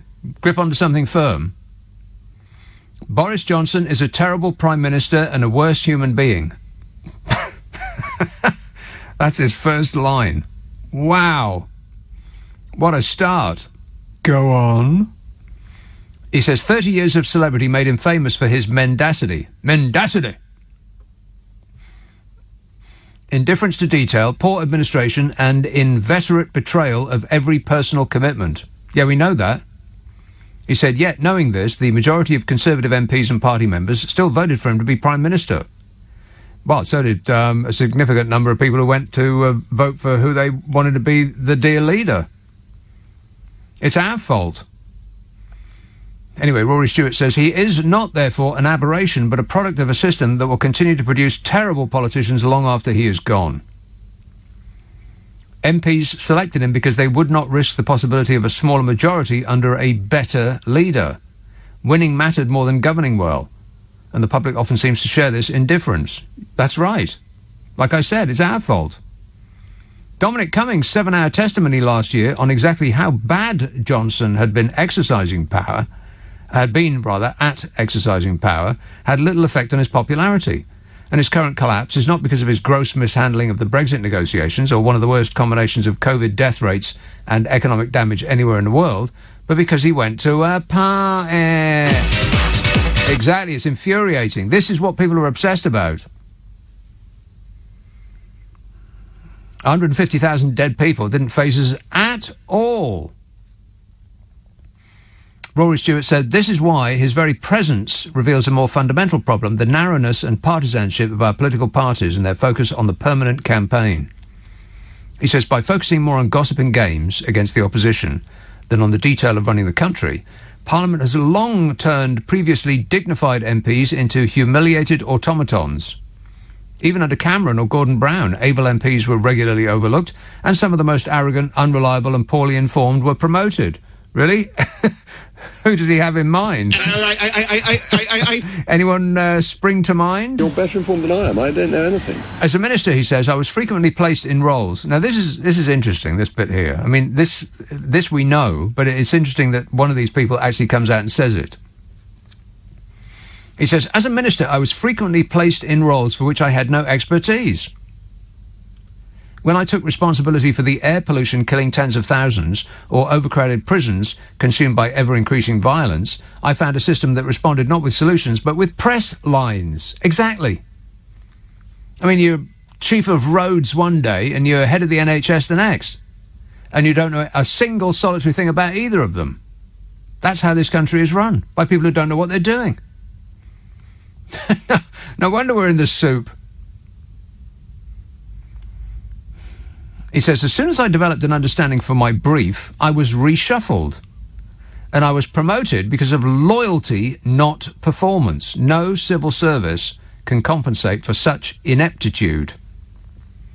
It's probably only down to the civil service who ignore the more stupid pronouncements from their relevant ministers that this country still exists. They were not flipped upside down, we burst into flames and are sinking. He says, as Tony Blair observed this week, and I know what you're thinking, just hold on to that for a moment. As Tony Blair observed this week, there is a gaping hole in the governing of Britain where new ideas should be. Yeah. Where are their new ideas? What is their plan other than self-survival? He said, but to get rid of Johnson and promote new policies isn't enough. Existing parties already make many attractive policy claims, but in almost every case what purports to be a solution is simply a restatement of the problem, a description of what we lack and do not have the resources to do.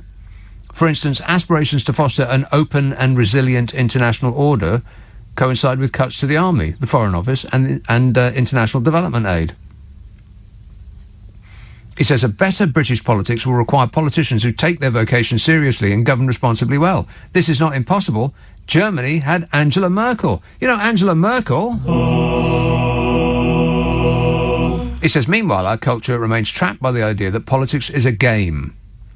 We pretend that the politician can wear a deceitful mask before the voters and then take it off in the cabinet room, but the mask is infected with a virus, which corrodes their minds, souls and capacity to govern well.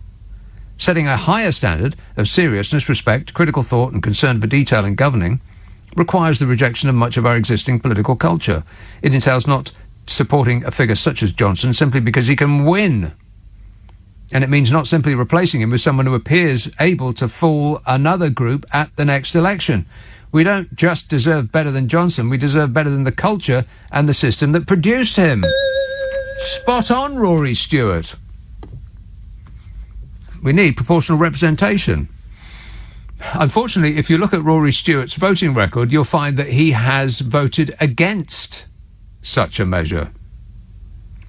Curious. Let's have a call in Quanda, Falkirk. Hiya. Quanda. Is that your name? Quanda? Yes, it is. Yes. Hiya, Nick. Right, I'm a Scottish voter, right? Mm-hmm. And I honestly felt that the media, right, the papers, the Conservative Party papers, sold Boris Johnson to the public that they knew he was a liar. So, like, when Partygate and all that came up in your COVID contracts, they tried to cover it up. And then when the wee drips came out, people are disgusted, but they all knew who voted for them, what you were getting. Yeah. I never voted for them, thought knew what they were getting. I've heard that over and over again. I must have heard it 1,000 times. We knew what we were voting for. Well, this is what you were voting for? Hard to believe. I never voted for him, never will vote for a Conservative. And the point is, when he said to Douglas Ross on a conversation, he said, and Douglas Ross asked him if there's any more parties to come out. He couldn't tell them if there weren't any more parties to come out. So that says there's more parties to come out. Well, I would think so, yeah. You know what annoys me is I'm a frontline worker, right? I never seen my grandson for months and months and months. My daughter was just 19 coming on 20 when she had our son, and we went into lockdown. We couldn't go. I couldn't go and see her because of COVID. I spent my life going to work and coming back, and I've never been to a nightclub or a pub or anything, even since they opened up in Scotland and they're opening up. I protect my people that I look after because they're more important than other people. Hey, Quanda, have you ever been to a party and you didn't know you were at a party? No, I didn't know I was at a party. Right. All my service users say that. We have the conversation about Boris all the time, and they just said he's a liar. He's a liar. A shame. And that is verifiably true, by the way. There's many videos online. Peter Stavanovich, who takes his. You've seen that one, right? Okay. Yes. And he takes Boris Johnson's various outbursts in the House of Commons, and then corrects him. But Boris Johnson keeps repeating the same lies over and over again. Like, we couldn't have had our vaccine rollout if we hadn't left the European Union, for instance. It's a complete lie. Over and over again he says it, and people correct him, and he takes on board that they've corrected him, and he knows that that he's not telling the truth, but he just keeps saying it, because that's what his fans want to hear. If you keep saying the same lie over and over again, it becomes the truth for just enough people. Quandra, I'm going to have to go, but thanks for that. Teresa texts, is Sue Gray a secret Tory drinking game? Every time her name is given, the Tories have to take a shot. Well, that would explain a lot of questions that we have about their behaviour. Booze. It's, right, so that's the reason. And on that subject, Chris says, you ever considered that it might be Boris's stringing out Partygate in the hopes that rootin' tootin' shootin' Putin is going to make a move on Ukraine? I imagine that's why he made Liz Truss get in a tank on the Russian border. As for Sue Gray, he says, I've heard that name more in a fortnight than the word Brexit in 7 years. Please make it stop, says Chris. What, Sue Gray? Sue Gray? Sue Gray? Marvin tweets, Johnson's preoccupation with himself is probably a good thing. It stops him messing with anything else. Fiddling about. Disgusting. Kevin says, there's a couple of texts that are related, 2 in a row, on the Nicky Abbott show. Kevin says, I'm under 60, just under 60 years old. He says, just to confirm, I voted to Remain and for Corbyn, despite the number the Tories and the media did on him. And on that subject, Joe says, spreading false information that all over 60s vote Conservative is not only ageist, but is fake news. Joe, I'm not saying that every over 60-year-old votes Conservative. Of course I'm not. I'm just saying that the vast majority of them do. And I'll say this again. If you take out the pensioner vote, we would not have left the European Union, and Jeremy Corbyn would be our Prime Minister. And for whatever else might have happened, it's probably unlikely that 150,000 people would have died. We probably wouldn't have had the enormous economic crash that we've had, because we are about the worst country on earth for both of those things together. So another leader, almost by definition, would have got a better result. And it's almost certain that he wouldn't have spent £37 billion on a phone app that doesn't work and be writing £100 million cheques to his mates and his donors. He wouldn't have had the nerve. So we appreciate it, oldsters. Thank you. Of which I suppose I'm one. Stanwell. Hello, Michael. Hello, Nick. How are you doing? Good, thanks. Good stuff. Listen, Scotland should be, given another referendum. We look at the way Boris has levelled up within England and how, allegedly money's being held back if they're not, complying. So you can imagine how little, the dissolved nations would be getting from Boris and co. They definitely have a right to have a referendum in all of the other dissolved nations. Well, the circumstances changed so much since the last one. I mean, this leaving the European Union, which Scotland didn't want to do, of course. Exactly. That is justification enough to have another referendum. The situation's totally changed. Yeah, for sure. But if you have a look at how Parliament and the government have been acting, with giving little to anyone because they're giving so much to their friends, if you were Scottish or Welsh, you would be banging the drum to have a referendum. Well, I am both of those things. Well, there you go. I'm Scottish and Welsh. Beat that.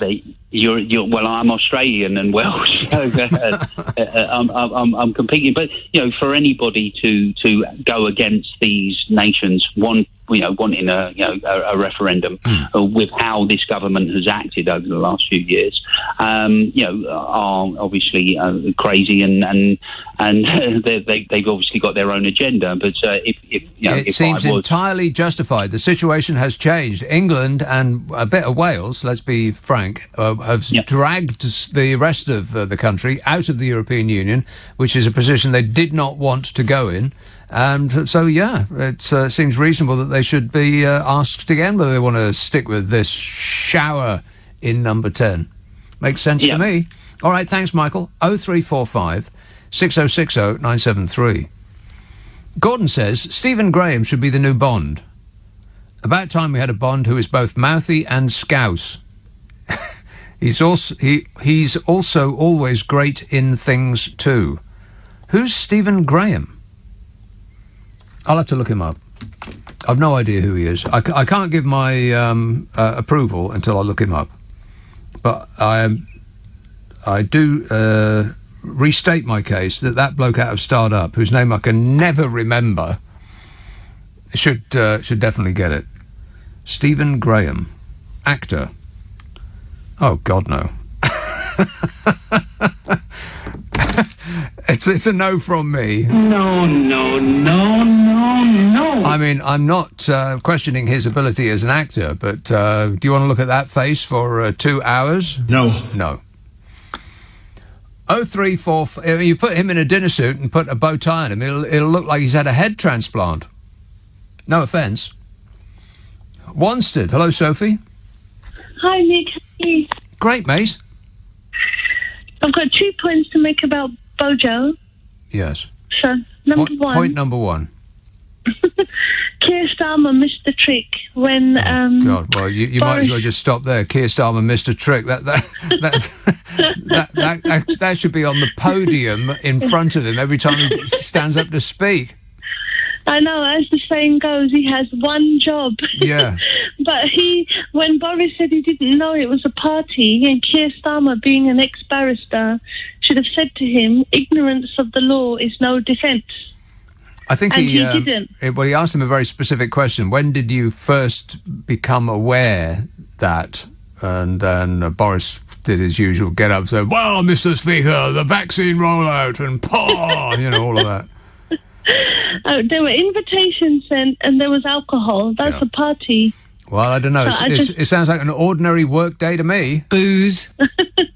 It's just incredible. And the other thing is, your other caller said Boris Johnson reminds him of the Wombles. The Wombles are a bit too angular. Do you remember Dougal in the Magic Roundabout? The Wombles? Angular? No, they weren't.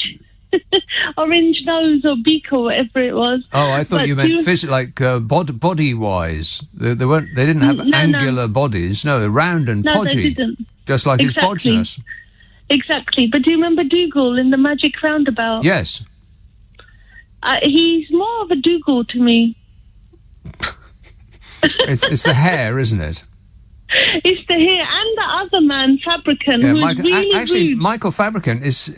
maybe Dougal is sleeping on top of Michael Fabricant's head. I think we've solved that conundrum. That's where Dougal's been all these years.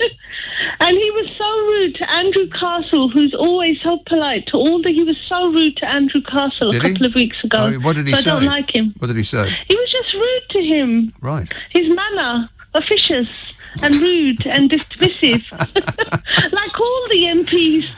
Right. Well, I wouldn't. I don't take any nonsense from him, Andrew Castle. You want to stick up for yourself, mate? Andrew Castle is a gentleman. I love listening to him. But Dougal, this man fabricant, and Boris are Dougal. Dougal's, right. Okay. Duly noted. Thanks, Sophie. The Dougal and what was the stoner rabbit? Want to score some pot? What was he called? The rabbit out of the Magic Roundabout. You know that programme, as far as I'm aware, I only heard this once, I wonder if it's true, that it was originally in French, and the chap that narrated it for the British audience didn't speak French, so he had no idea what the stories were about. So he just made them up. Isn't that great? Dylan the Rabbit is the correct answer. That rabbit was, out of his mind. And as for that bloke with a moustache who boinged in and told the little girl that it was time for bed, well, somebody should definitely investigate him. Immediately, if not sooner. Limoges. Hello, James. Oh, good morning, Nick. Yes, James. Couple of points, but before you forget, by the way, you'll be pleased to know that the weather in Limoges is cold and damp. That is great news. I thought you'd like that one. We're not Saint-Tropez, and we're certainly not a ski resort, but we're just cold and damp. Right. Limoges. What's Limoges famous for? Porcelain. Oh, that's right. Of course it is. Porcelain, yes. Very, very posh. Exquisite porcelain. Exquisite porcelain, yes. Yeah. This thing that's going on in the Ukraine, do you think it's a dead cat, one of Bodger's dead cats, this? Do you think he's asked Putin to invade the Ukraine so he can distract us all from the Partygate and the bullying? Well, Russia keeps coming up over and over and over again when, if you pick up the cover over the Conservative Party, you see Russia again and again and again, which is odd. Odd that they have such close connections with Russia. But I seriously doubt that Rootin' Tootin' is in cahoots with Boris Johnson to start World War III just to get him out of a hole. And I should imagine Trump's got a hotline still there anyway, could be a trio at it. I guess so. And the other thing was, do you think we could... I've survived 15 Prime Ministers, by the way, so Bodger, I think, tops the list as being the worst. The worst, yeah, no doubt. Definitely, yes. And do you think we could sort of crowdfund for a statue of him that we could stick in the London dungeon on the South Bank? And then at least if he doesn't end up behind bars properly, we could put him in this dungeon. It would suit him, surely. Well, we could crowdfund a statue and then pull it down and throw it in the Thames. Yeah, that's and throw it in the Thames. Yeah. It's just opposite, isn't it? Yes. That would be worth the 51 weeks in jail. Certainly would. All right, thanks a lot, James. 0345 6060 973. Jerry emails, that soundbite you use, I'm so sorry I screwed up, totally screwed up, you don't know how sorry I am, I'm sorry. Who the hell is that? Please get back to me, says Jerry. You don't know who this is? I am very sorry that I screwed up. Totally I am so sorry. You just don't know how sorry I am. I'm sorry. He was apologising, I believe, for biting someone's ear, if that helps. Very, very scary man, who doesn't sound very scary, but you wouldn't want to meet him in an alley. Or a boxing ring. Woolwich. Hello, Richard. Hi, hello there. Hello there. Hello there. I am ploughing through the highway code, and I have been for the last week, because I have my test in 3 weeks. You've been reading it for a week? I've been reading it for a week, and when you guys all mentioned tonight that there's even more rules, it's driving me insane. There's so many rules in this book. It's 160 odd pages full of rules. What? And I know it's just crazy book. And I mean, it's a long time since I passed my test, so like everybody else that's had a long time since they passed their test, it's a long time since I read that book. But it certainly wasn't 160 pages when I passed mine. It was more like a pamphlet. Well, I'm in my 50s. This is the sad thing. I should have done this when I was 18, but I was quite anti-car. And now the electric cars are coming in. I've suddenly realised, no, I'm all now... I'm ready to start driving. Yeah. But my brain isn't an 18-year-old brain. It's a 50-year-old brain. And it's just all this ghastly stuff about what you have to cut all these lines and well, are there any ridiculous rules that you've come across? I'm just right now, toucan, puffin and equestrian crossings. I mean, what? So there's a different. Yeah, I know. You have to. There's different rules for different. What's a toucan crossing? Well, come on! This is why I'm going to fail. Well, I don't know. Maybe you can ask your dear listeners. They won't know. Are you kidding? They've all passed their test years ago. They've got no idea. A toucan crossing. What is that? Yeah. No, I don't know, but it is. It sounds like something at the zoo. It's Rule 199 of page 68. That's my favourite rule. My favourite rule. How does it differ from a pelican crossing? No one knows. I don't know. No, we don't know. And you know what? Your listeners don't know either, because I've been a cyclist for 30 years, and those same people have been cutting me up for 30 years. So it sounds like the new code that's coming in is going to be good for cyclists, but I'm not sure. I mean, one of the rules is that they ride in the middle of a lane. See, now that's just going to infuriate drivers behind them, so it might not actually be good for them at all. But they're going to have to rely on the kindness of strangers. How does that usually work out? Exactly. Yeah, completely. So yeah. By the way, Nick. Belfast, great movie. I saw it tonight. Really super movie. Right. Yeah. And I saw The Matrix, and that was rubbish. Oh, really? Oh. You mean the new Matrix? Yeah. Right. Oh, God. I mean, I just walked out. That was just so intensely.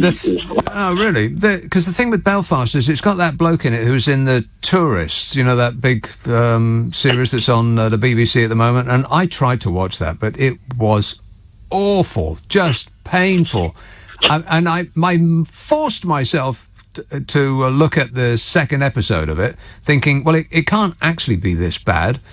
And I got about 20 minutes in and I thought, right, I would rather shave my head with a cheese grater than watch another second of this rubbish. So it's got the same bloke in it, so I'm a bit resistant. Yeah, no, probably very wise. But Rule 76 says you can't watch movies whilst driving. Oh, well, that's probably the European Union that stuck that one in there. Why don't they stop interfering with our business? All right, well, the best of luck with your test, Richard. I think for the benefit of the general public, you should just cancel the idea and get yourself a bus pass. Thanks a lot, mate. 0345 6060 973. Wendy emails, I've just Google imaged Michael Fabricant as you keep talking about his hair, and you're right. It looks like a transplant or a wig from Bodger's Cuttings. It looks like somebody's applied superglue to his bald pate, turned him upside down and stuck his head in a barbershop bin. No offence. Speaking of Belfast, by the way, here's a call from there. Brendan. Oh, thanks very much. Brendan. You were just talking about Fabricant there. He always, every time I see him, he reminds me of one of the evil people from Thunderbirds. But anyway, that's not where I rang up. One of the evil people from Thunderbirds. Yeah. Yeah, that sounds right. Yeah. Mm-hmm. Call out International Rescue. Yeah, great. But I agree with nearly everything you say, and it really changed with me. But one thing I have to take issue with and diametrically opposed to is on the Bond story. Right. I've been a Bond fan from day one. Yes. And I love the entire genre until... Well, now, wait a minute. All of it? because I just saw last night, the night before, the one, the Year of Living Day. No, that's something else. Who's the bloke with the dark hair who only did a couple of them? He's got very pointy face, and he's a bit no-nonsense. Brosnan? No, the other one. He's a bit soft. There was that guy made one, and it was atrocious. Timothy Dalton. Timothy Dalton. Yeah. What was that one called that he was in? It's best forgotten. Die Another Day or something like that. Terrible. I mean, really, really awful. That's the sort of film. Yeah, that's the film that should have killed the entire Bond series off stone dead. It's probably because it's not his fault. They just didn't seem to spend any money on it. Well, it was his fault. He was totally wooden, and he didn't know whether he was playing Bond as a camp Bond or as a tough guy. So he only got one movie, but and it was atrocious. Yeah, it was bad, very bad. It's best forgotten. But mind you, there's a couple of Daniel Craig's films that have been really bad as well. He's only really been in two good ones: the Skyfall and Casino Royale. The other ones have been a bit rubbish, really. Well, here's where I'm coming from, and this is why I disagree with you. The best thing about Skyfall was Adele's tune. Get lost, Adele. It was rubbish. All of those. Come off it, mate. All of those people crying because they can't go and see Adele. They spent $8,000 on a ticket to see Adele. What are you, out of your minds? Every song's the blooming same. She starts off quietly, and then for no reason whatsoever, she starts screaming her head off. Fair enough. But can I get back to why I disagree with you on the Bond? You'll have to be quick though, because we're running out of time. Okay. I don't like Daniel Craig in any of the Bonds. I think he ruined the whole genre. No, I think he rescued it. No, I didn't. I think you have this imagination in your mind, I believe, that Bond should be a tough, ruthless killer. Correct. Well, I don't. I think Roger Moore had it right. He should play it camp, fun, enjoyable. Well, I liked Roger Moore's. It cannot compete with Mission Impossible. Tom Cruise has that genre nailed. Well, Bond cannot compete. I'm not sure that's right. If all they're going to do is spend the money. See, the thing with Tom Cruise is, if he's in a movie, then you know they've spent $100 million on it, because you can see it all explode on screen. But some of the Bond films, they came and went. They must have spent threepence halfpenny on it. But anyway, thanks for that, Brendan. It's Eltham. Hello, Don. Hi. Hello, Don. Good afternoon. I was going to say, can you hear me? But I know you'll say no. How are you? Great, mate. Yeah, long time listener, first time caller to you. Welcome along. Yeah, I wanted to talk about Toucan Crossing. Toucan Crossing. Yes. You said, what the hell is a Toucan Crossing? What the hell is a Toucan Crossing when it's at home? Yes, so there are three types of pet crossings where we have signals on the highway. Right. Apart from a zebra, as soon as you have a crossing where pedestrians can cross with a signal, they come as puffin, pelican, and toucan. So, wait a minute. There's a zebra crossing? I know what a zebra crossing is. That's a zebra crossing is with the black and white lines on the road. Everybody knows what a zebra crossing is. And then there's a toucan crossing and a puffin crossing. And a pelican crossing. Right. Well, what's the difference between a toucan and a puffin and a pelican? Well, it depends on the types of control mechanisms that we have on the signals. That's not very clear.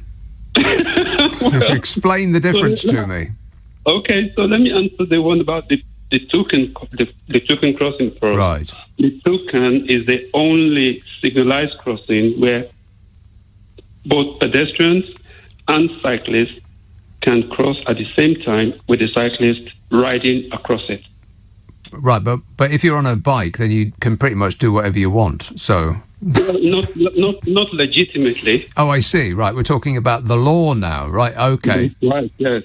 So the only one that the law permits the cyclist to ride across. Right, and that's a toucan crossing. It's a toucan, yes. And how can you tell the difference between a toucan and a puffin or a penguin or whatever they're called? Okay, so with a penguin, sometimes the signals are just above the height where you can press them. But the puffin, the signal, the button for the pedestrians is below, and the toucan. Are you kidding me? I've got to take a tape measure out to see how high off the ground they are. Yes, that's what different distance. That's ridiculous. Okay, so all right. So a toucan crossing is where you can cross if you're on a bike. But bikes can do whatever they blooming well like, so it doesn't really make never mind. So what's a penguin crossing? So the reason it does is, God forbid, if there are conflicts, and then there happens to be an accident. Right. If the cyclist is not authorized to ride across, right, then they're obviously at fault. Right. You know. Yeah, but they're gone though. I mean, they've left already. The cyclists. I mean, you could have them on your little dash cam there, but it won't make any difference because they've got no identifying marks on.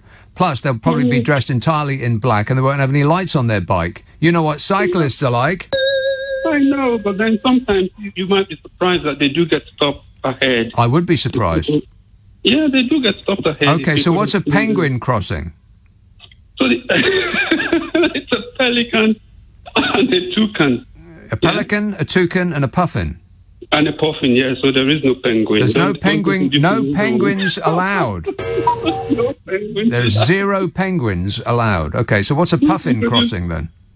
So the puffin crossing is the one where the signals is at the level where you can see them. It's closer for disabled people, and then it's got the timer on it, so you can see the timer counting down. So that's a penguin crossing? No, that's a puffin. Oh. Don't introduce penguin. That's right. No penguins. This is a penguin-free zone. Right. Okay. So what's a pelican crossing then? So the pelican is the standard one, which you see all the time with the signal on it. Well, I thought that was a zebra crossing. No, the zebra crossing don't have a signal on it. There's no signal for the zebra. God. What you get with the signal is the Belisha beacon, the yellow thing that you see flashing. Right. The Belisha beacon. Right. Yeah, so that's the zebra crossing. It's got the Belisha beacon on it. Yeah. The standard crossing. And they have a timer. Yeah, the timer like that. And it's got puffin detectors, what we call puffin detectors. This is way too confusing, Don. I mean, seriously, they have got to be not for you because you're reading it. I am not reading it. Okay, then. I don't know about you. Just have you've memorized this. I am stunned. I'm a listener with material. All right. Well, it doesn't sound like a great step forward in road safety, but okay then. No, blame the DFT because they come up with all these designs and then they give them names, and it's all about bird names, isn't it? Bird names, ridiculous. I mean, there are other animals are available. Peppa Pig World. Peppa Pig World it has Peppa Pig. Peppa Pig is the right answer. Well done, Bodge. Okay, thanks a lot for the information there, Don. Okay, I'll talk again to you sometime. I have some other stuff I could talk to you about. But I think okay then. All right, that sounds like a threat. Thanks a lot, Don. Cheers, mate. 0345 6060 973. Iguana tweets, there's also a Pegasus crossing. What? Oh, come off it. What kind of a bird is a Pegasus when it's at home? He says that's where horses cross. Michaela texts, we should be grateful that Grant Shapps is devoting so much energy to reducing the number of onboard train announcements. Nobody cares about the extortionate fares or whether the trains keep to the timetable. These are such trivial matters, says Michaela. Well, look at social media, Michaela. We're obsessed with trivial matters. We haven't got any room in our brains for anything other than trivial matters. And Ruth texts, surely you don't have to apologise over and over for something that you haven't done. Yes, that's a bit of a sign there, Bodge. Yeah. Wait a minute. If you keep saying sorry for something that you claim you haven't done, I mean, I think that's a bit of a sign. It's a little bit of a giveaway.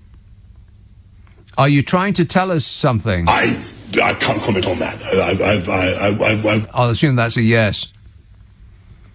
Grant emails, I like curly whirlies. This is in reference to a nice lady last night who emailed saying, I like walnut whips.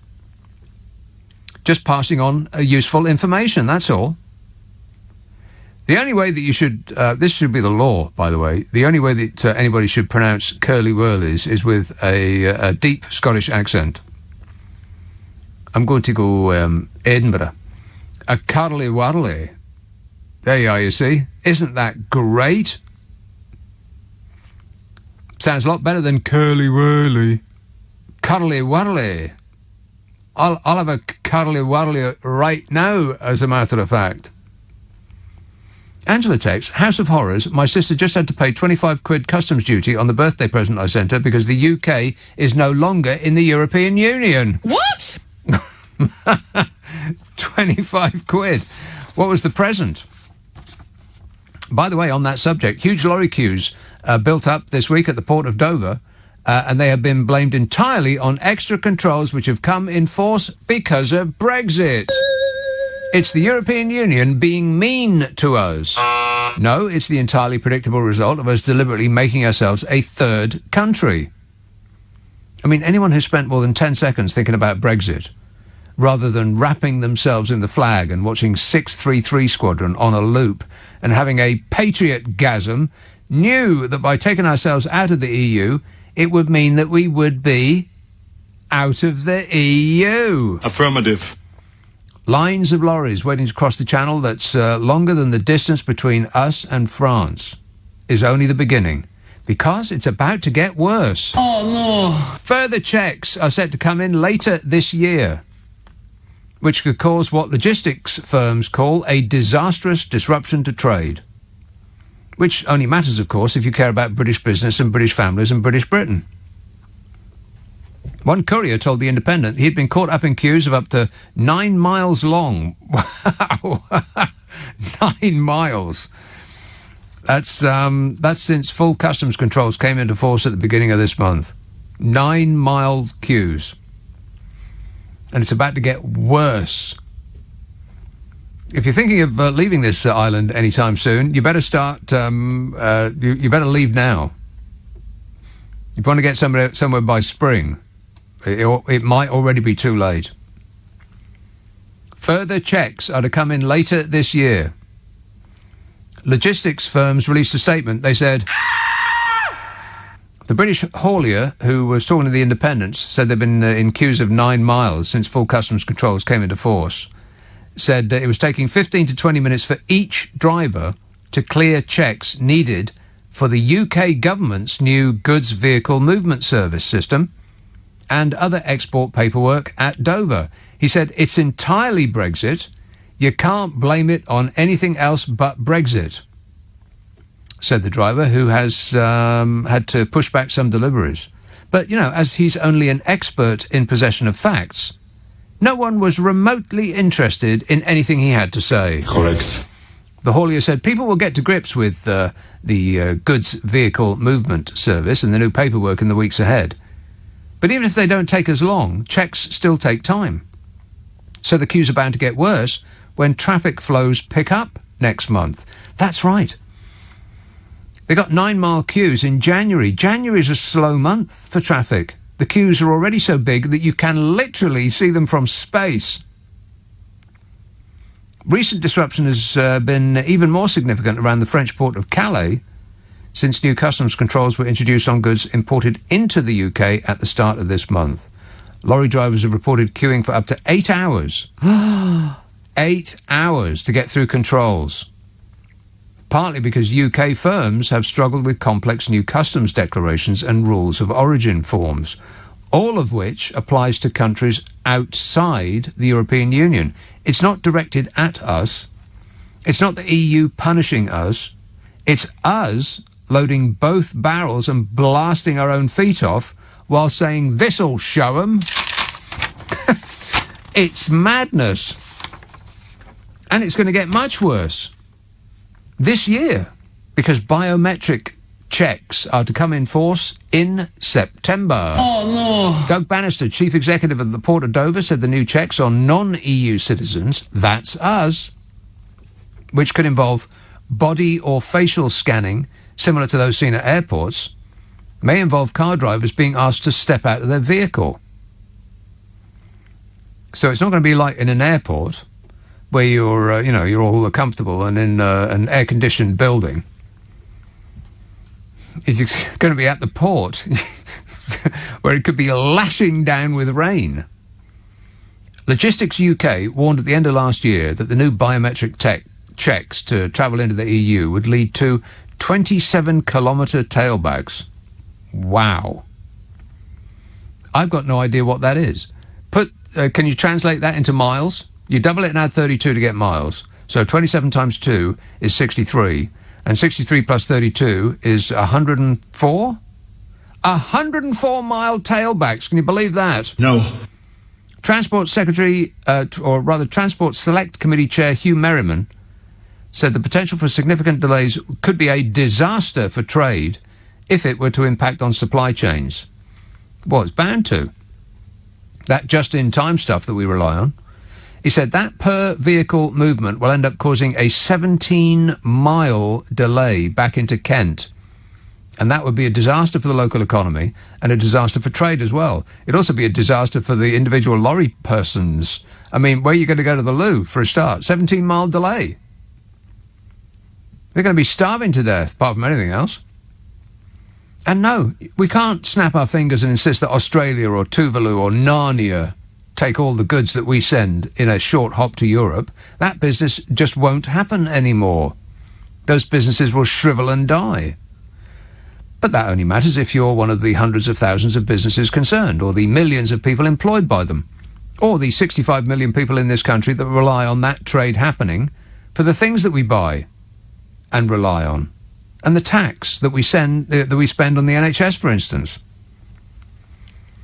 And a spokesman for the Home Office said the UK is continuing to engage with our European partners at an operational level, and in particular where we operate juxtaposed controls to ensure our respective border arrangements work and interact as well as possible. Which sounds like they just got some work experience droid to just read from a prepared sheet of excuses that the regime stuck on a post-it note before going to a party.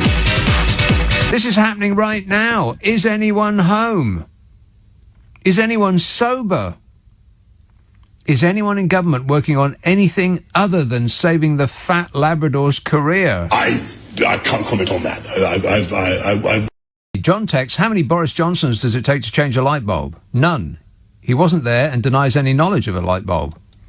Well, I can do you one better than that, John. How many Boris Johnsons does it take to change a light bulb? None. He'll lie that he's changed the bulb, and his fans will sit in the dark giving him a round of applause. Bill texts, the fabric of Michael Fabricant's fabrication is world-class. Not a strand having moved in decades. Yes. What is he putting in his hair to make it look like that? It looks like painted wood. You don't need to put all of that product in your hair. You just don't. You just don't. Peter texts, can you do your Anne Widdecombe impression? No. Chelsea, hello, Mark. Sir, before I get on with matters of state with you, re-inflation, I bought 8, I didn't count them at the time, 8 strawberries from Tesco, and guess how much they were? £3.50. At £2.35. Right. One has minor bruising. I'm looking at them now. And that works out, and my maths is horrendous, but that's the sort of price that people used to complain at Wimbledon tourists have to pay. Yeah. But Mark, it's January. Yeah. Where are we sourcing I know, 'cause I've just strawberries from? You know, I've been on junk and lager for a month, and I just thought I'd better, and I'm paying the price literally. I'm looking at them now. But where do they come from? Tesco. Okay, from Egypt. Egypt. That's insane, Mark. Eat to the seasons. No, you're right. I should have had an apple. But anyway, moving on, we are seeing that the system is now fracturing, not just broken. 2 HRHs have been given up, which is a major situation since Mr. Robinson and Mrs. Mrs. Simpson and Majesty Edward and stuff went off to join Adolf Hitler, while the rest of us had rationing and got on with World War II. That's double. 2 have given up now. Now, when you say wait a minute, when you say given up, what do you mean by that? Well, given up the title of HRH and gone off to do. I mean, one stopped being HRH because he's innocent. I'm innocent of everything sexual, so I will stop being HRH. Right. And the other one had enough. He just had enough. But anyway, I'm not sure that's actually right. I don't think he has given up HRH officially. Has he? There's some sort of get-out clause where people will still have to bow and scrape in front of His Royal Majesty and call him just that. He'll probably insist on it. Well, I say, unlike a schoolboy nicking a packet of crisps from the supermarket, whether it's the billions, which at best the Prime Minister mismanaged through gross incompetence, yes. or at worst was embezzlement, we will never know, because there will never be an investigation or an arrest or a trial to prove innocence or guilt. Unlike a packet of crisps nicked from the supermarket by a kid. There you have an arrest. Right. We will get to the bottom of that through the criminal process, because the law applies. Yeah, but what? Yeah, exactly. To that. That you're precisely right. But the law isn't remotely interested in investigating crimes that happened in the past in the surroundings of Number 10 Downing Street. And I mean, is it really awful of me to go on about the imminent military conflict that we face? What with Root and Tootin? You're talking about Russia? Well, the North Atlantic Treaty Organization. I mean, it's just been dealing entirely outside the North Atlantic. Its bravery has been painful for a lot of civilians, whether it was Guantanamo Bay, Syria, Iraq, Afghanistan, Libya, and it's just proved one thing to the dictators that we are not in bed with, often secular. The Islamic fundamentalists, we're with them, Saudis and so on, beheadings and homosexuality being, a capital offence, that's okay. But any other dictators have now realised that if you do a Gaddafi and you give up your weapons of anything and a way of hitting back, whether it was funding the Irish as a form of hitting back, and he was being cuddled in the tent by Prime Minister Sir Anthony Blair. I have to think that maybe you called the wrong show, Mark. But overall, as far as the most unpleasant people on earth are concerned, we treat them with great vengeance unless they've got a lot of money. If they have a lot of money and they want to buy our arms, then it really doesn't matter what they do with those weapons of mass destruction, the bombs and the bullets and all of the rest of it. We're just fine with it, because our ethical foreign policy is we'll sell anything to anybody as long as they can afford it. Thanks a lot, Mark. I'm not going to get dragged down that road. Wayne texts, film recommendations here, Boiling Point, starring Stephen Graham. He plays a mad chef. A lovely drop of film, he says. A film about a chef. I'm not entirely convinced. IKK, Ick, is that your name? Ick tweets, Fight Club is a fantastic film and topical, both because Meatloaf has recently died and because it's the greatest appeal to anarchy ever committed to celluloid. Is Meatloaf in Fight Club? Meatloaf's not in Fight Club, is he? I don't remember Meatloaf in Fight Club. You're talking about the Brad Pitt film, where, well, I better not tell you, because, there's always people who haven't seen it. Always. Meatloaf played the role of Robert Bob Paulson in Fight Club. He was a man with, I don't want to read that. That's awful. What was wrong with his testicles? Never mind. None of my business. Don't want to know. Ben says, Steve Allen is always saying this and that and the other about you. Me? He says, I don't know if you are friends or not. I'm sure that if you asked him nicely, he would take you for a ride in his car and you can see how you get on. No, I was always told never to take rides with strangers. Andrew says, did you know that Michael Fabricant went on a TV dating show? Look it up on YouTube. I absolutely will not do that. And Mark says, you may have mentioned the film Munich, The Edge of War, before, but I really, really recommend this film. We watched it on Netflix this evening. Well, it doesn't sound like a barrel of laughs. Leave it with me and I'll think about it. I've thought about it. It's a no from me. Simon tweets, regarding Michael Fabricant's hair, is that not what they call the dead cat strategy? Oh, well, let's hope it's dead. Chesham. Hello, Tony. Hello. Just to let anybody know it's from Europe. If you're from Europe and you had a new passport, since we come out of Europe, you have to register again with the Home Office. Otherwise, you'll have trouble getting back in. You have to register as what? If you had a new passport since we come out of Europe, right, you have to register again with the Home Office. Well, as a resident, you mean? Yeah. Right. Yeah. And what happens if you don't? Well, if you don't, if you go out, I've got an Austrian friend. He went to Austria. He didn't know. It took him over 2 hours to get back in. He took all his paperwork with him. But what happens to the other ones if they don't register with the Home Office, if they have a new passport, they'll have trouble getting back in. Right. Priti Patel will come and see you personally. Yeah. And just to let people know that a lot of people don't realise that. Right. OK, thanks for the information there, Tony. OK. Ta-da. 034... What a nice lady. There you are, you see? Helpful. Appreciate it. Thank you. 0345 6060 973. David texts, could you please say hello to all the lorry drivers listening while sat in the queue at Dover and let them know that it isn't my fault, says David. Well, I'm not sure about that. But anyway... Hello. Hello, all you lorry drivers. Hello. Hello. Hello. Let's have a call in Belfast. Lucia. Lucia. Lucia. Lucaigh. Yes. And the surname is Phoenix. Is it? Yeah. Reference a movie that you're finding it hard to watch. I was the same with The Tourist. Oh, The Tourist. Yeah, that series on BBC. Terrible. The only thing I learned about it, I don't ever want to go to the outback in Australia. No. No. But I did actually watch it on the third go.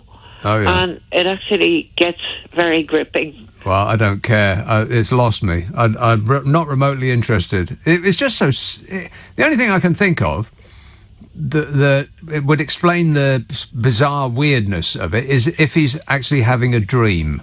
If it's a dream, then it explains it, but it makes me not want to watch it even more. Well, there's some blokeies like the mafia that did something to him that made him lose his memory. Yeah, I don't care. I'm trying to forget it. Would you care to come and tidy up my kitchen? I'll do that. I emptied every cupboard. Absolutely, Lucia. I will be over straight away. And reference the movie that that other guy from Belfast was speaking about. That's allegedly a brilliant movie directed by Kenneth Branagh. Who's that? Which one? Kenneth Branagh.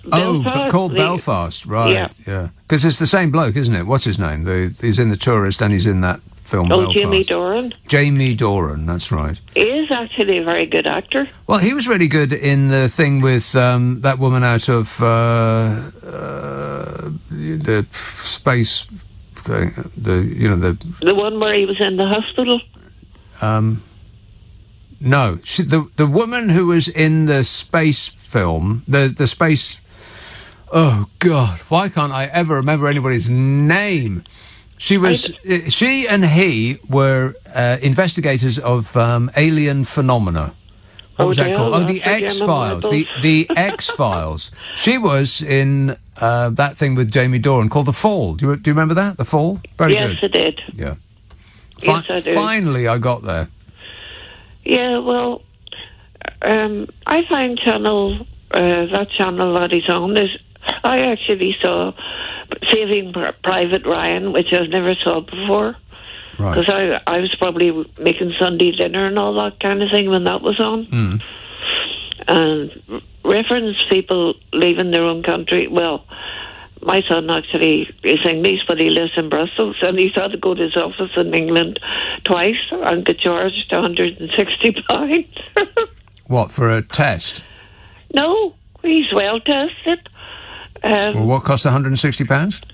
Because he's no longer not a native, but he doesn't live in the UK anymore. Right, so what cost £160? Him being in the UK. But what?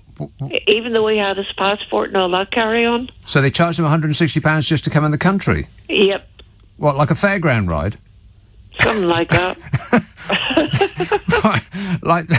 like there's a ticket desk at Heathrow and you got to pay for entry into the country? Oh my God, it's worse than I thought. Can you go on any of the rides?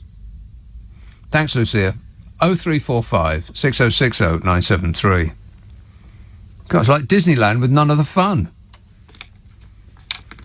Brian Tex, just been watching reruns of House of Cards on BritBox. You can compare it to today's shenanigans in the House of Commons. Urquhart could either be Cummings or even a Moggy. Yes, he was a whip who, through his skill in the dark arts, became PM. Pretty much what goes on today, no change. That's an old show. It's an absolutely brilliant one. If you haven't seen that, House of Cards, not the American one. I haven't seen that. I haven't seen the American version, but the British version, absolutely brilliant. It really is great. If you haven't seen it, then you should check it out immediately, if not sooner. And you can thank me later. No, wait.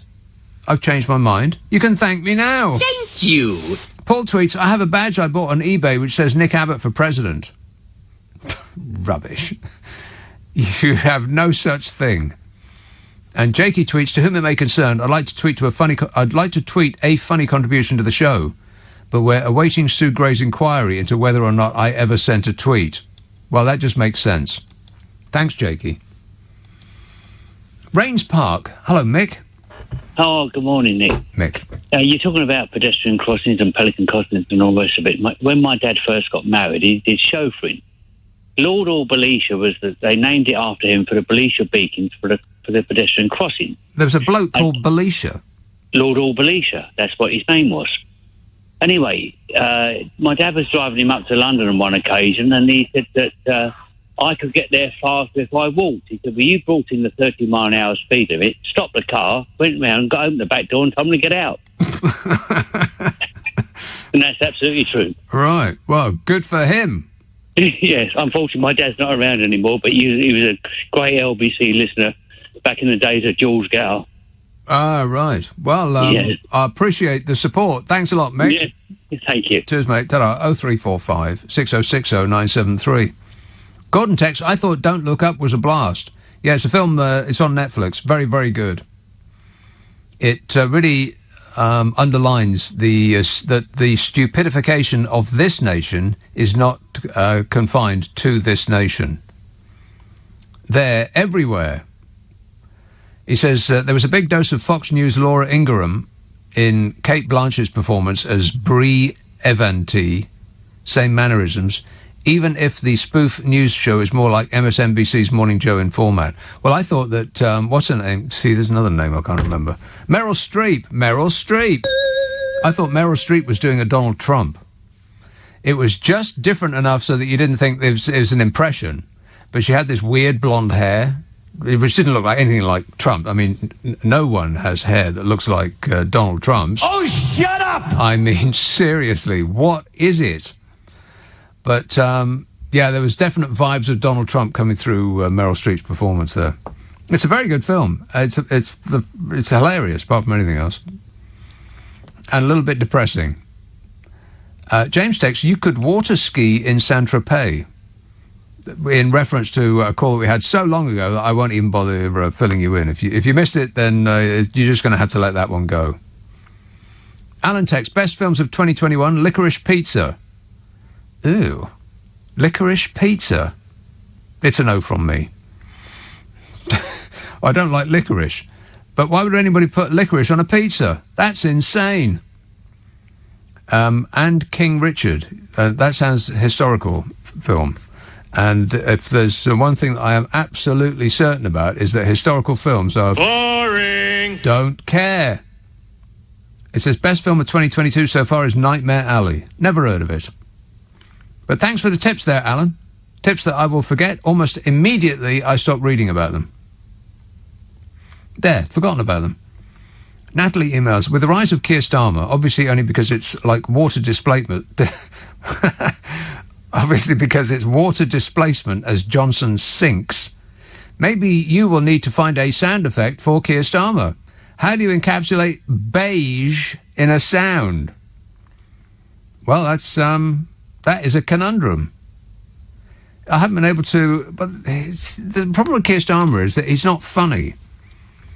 You know, you can get sound effects for people that are funny quite easily. Yeah, or this bloke. You're better informed than I am. I don't know anything. That guy. And, of course, the Bodger. Yeah. Wait a minute. And you know who. I am a young, vibrant man. Right. See? Nothing but funny. You know, apart from that whole trying to take over America and become a fascist dictator. Apart from that, very, very funny. Excuse me. Okay. But there's nothing remotely amusing about Keir Starmer. I think we're probably ready for a leader that's not remotely amusing. I know I am. Can we have a little bit more boring? Wouldn't that be nice? Well, you don't wake up in the morning and think, oh my God, what's going to happen now? You don't greet the day with a scream. Joe tweets, you do realise that Rory Stewart is no longer a Tory member. Yeah, he's an independent. But that doesn't mean to say that you can just dismiss all of the votes on the various issues that he made while he was a Conservative Member of Parliament. I mean, he's still the same bloke. Sue says, do you think that Sue Gray will go into witness protection when she has produced her report? I don't think she'll need to. I bet her report doesn't even mention Boris Johnson by name. I bet it doesn't mention any single minister. Here's what's going to happen. The report will be released. It will probably be redacted, because whatever. What are we going to do about it, for instance? And it will mention some civil servants that you've never heard of who will be invited to resign. Or they'll be told that they're fired, but the part that we don't hear about is that inside 6 months they're going to get elevated to the House of Lords as long as they keep their mouths shut.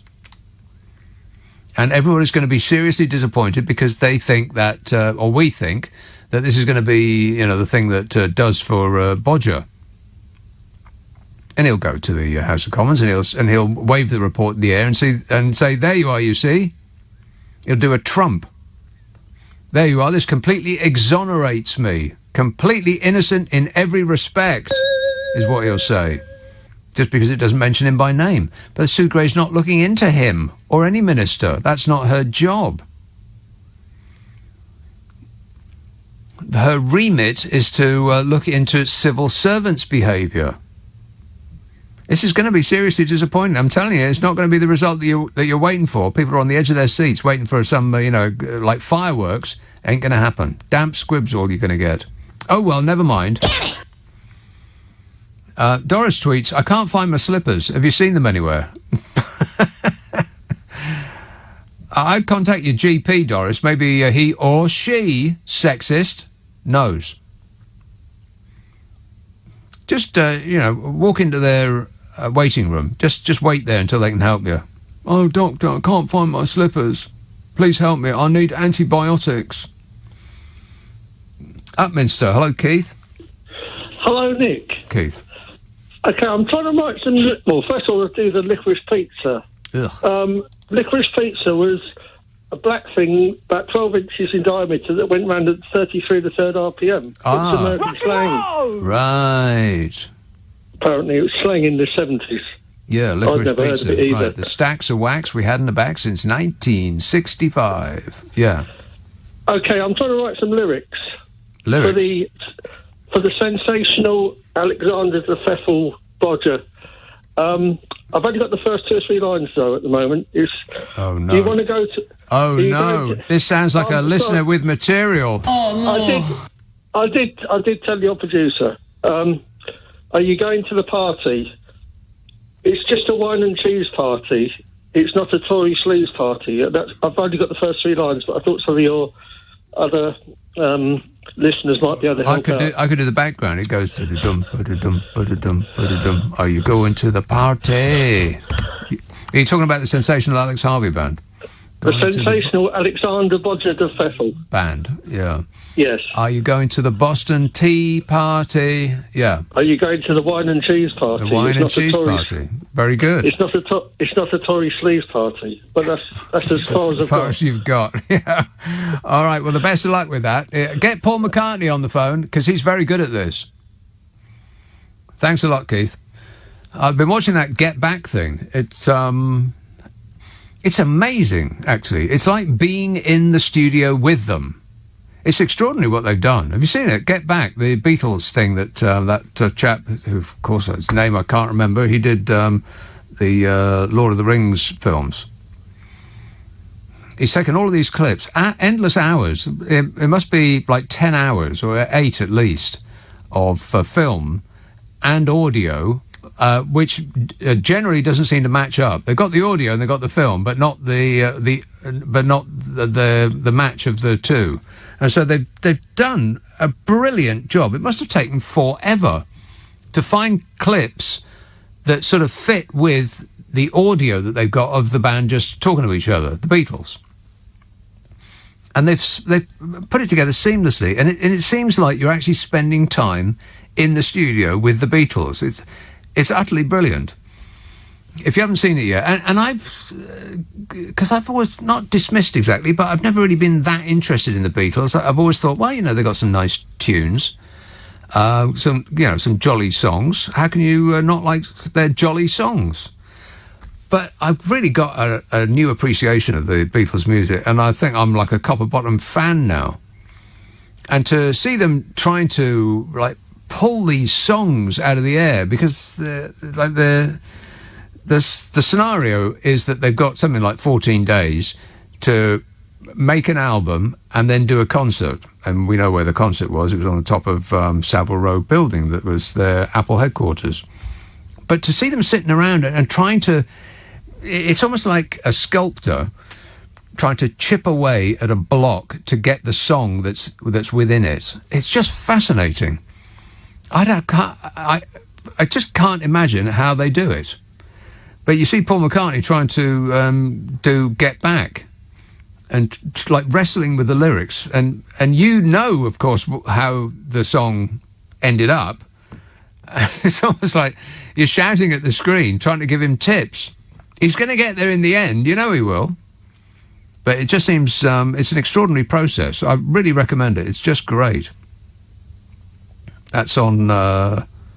it's Netflix, isn't it? Get Back. Very, very good. So much television, so little time. Ray texts, I had an afternoon with Eva when I flew out to Geneva. Name that song. I had an afternoon with Eva when I flew out to Geneva. Well, it rings a bell. I can't pull it out of the air right now. Jen tweets, I prefer walnut whips to Tory whips. Walnut whips to Tory whips. Yeah, me too. Just amazing, the stuff that's happening.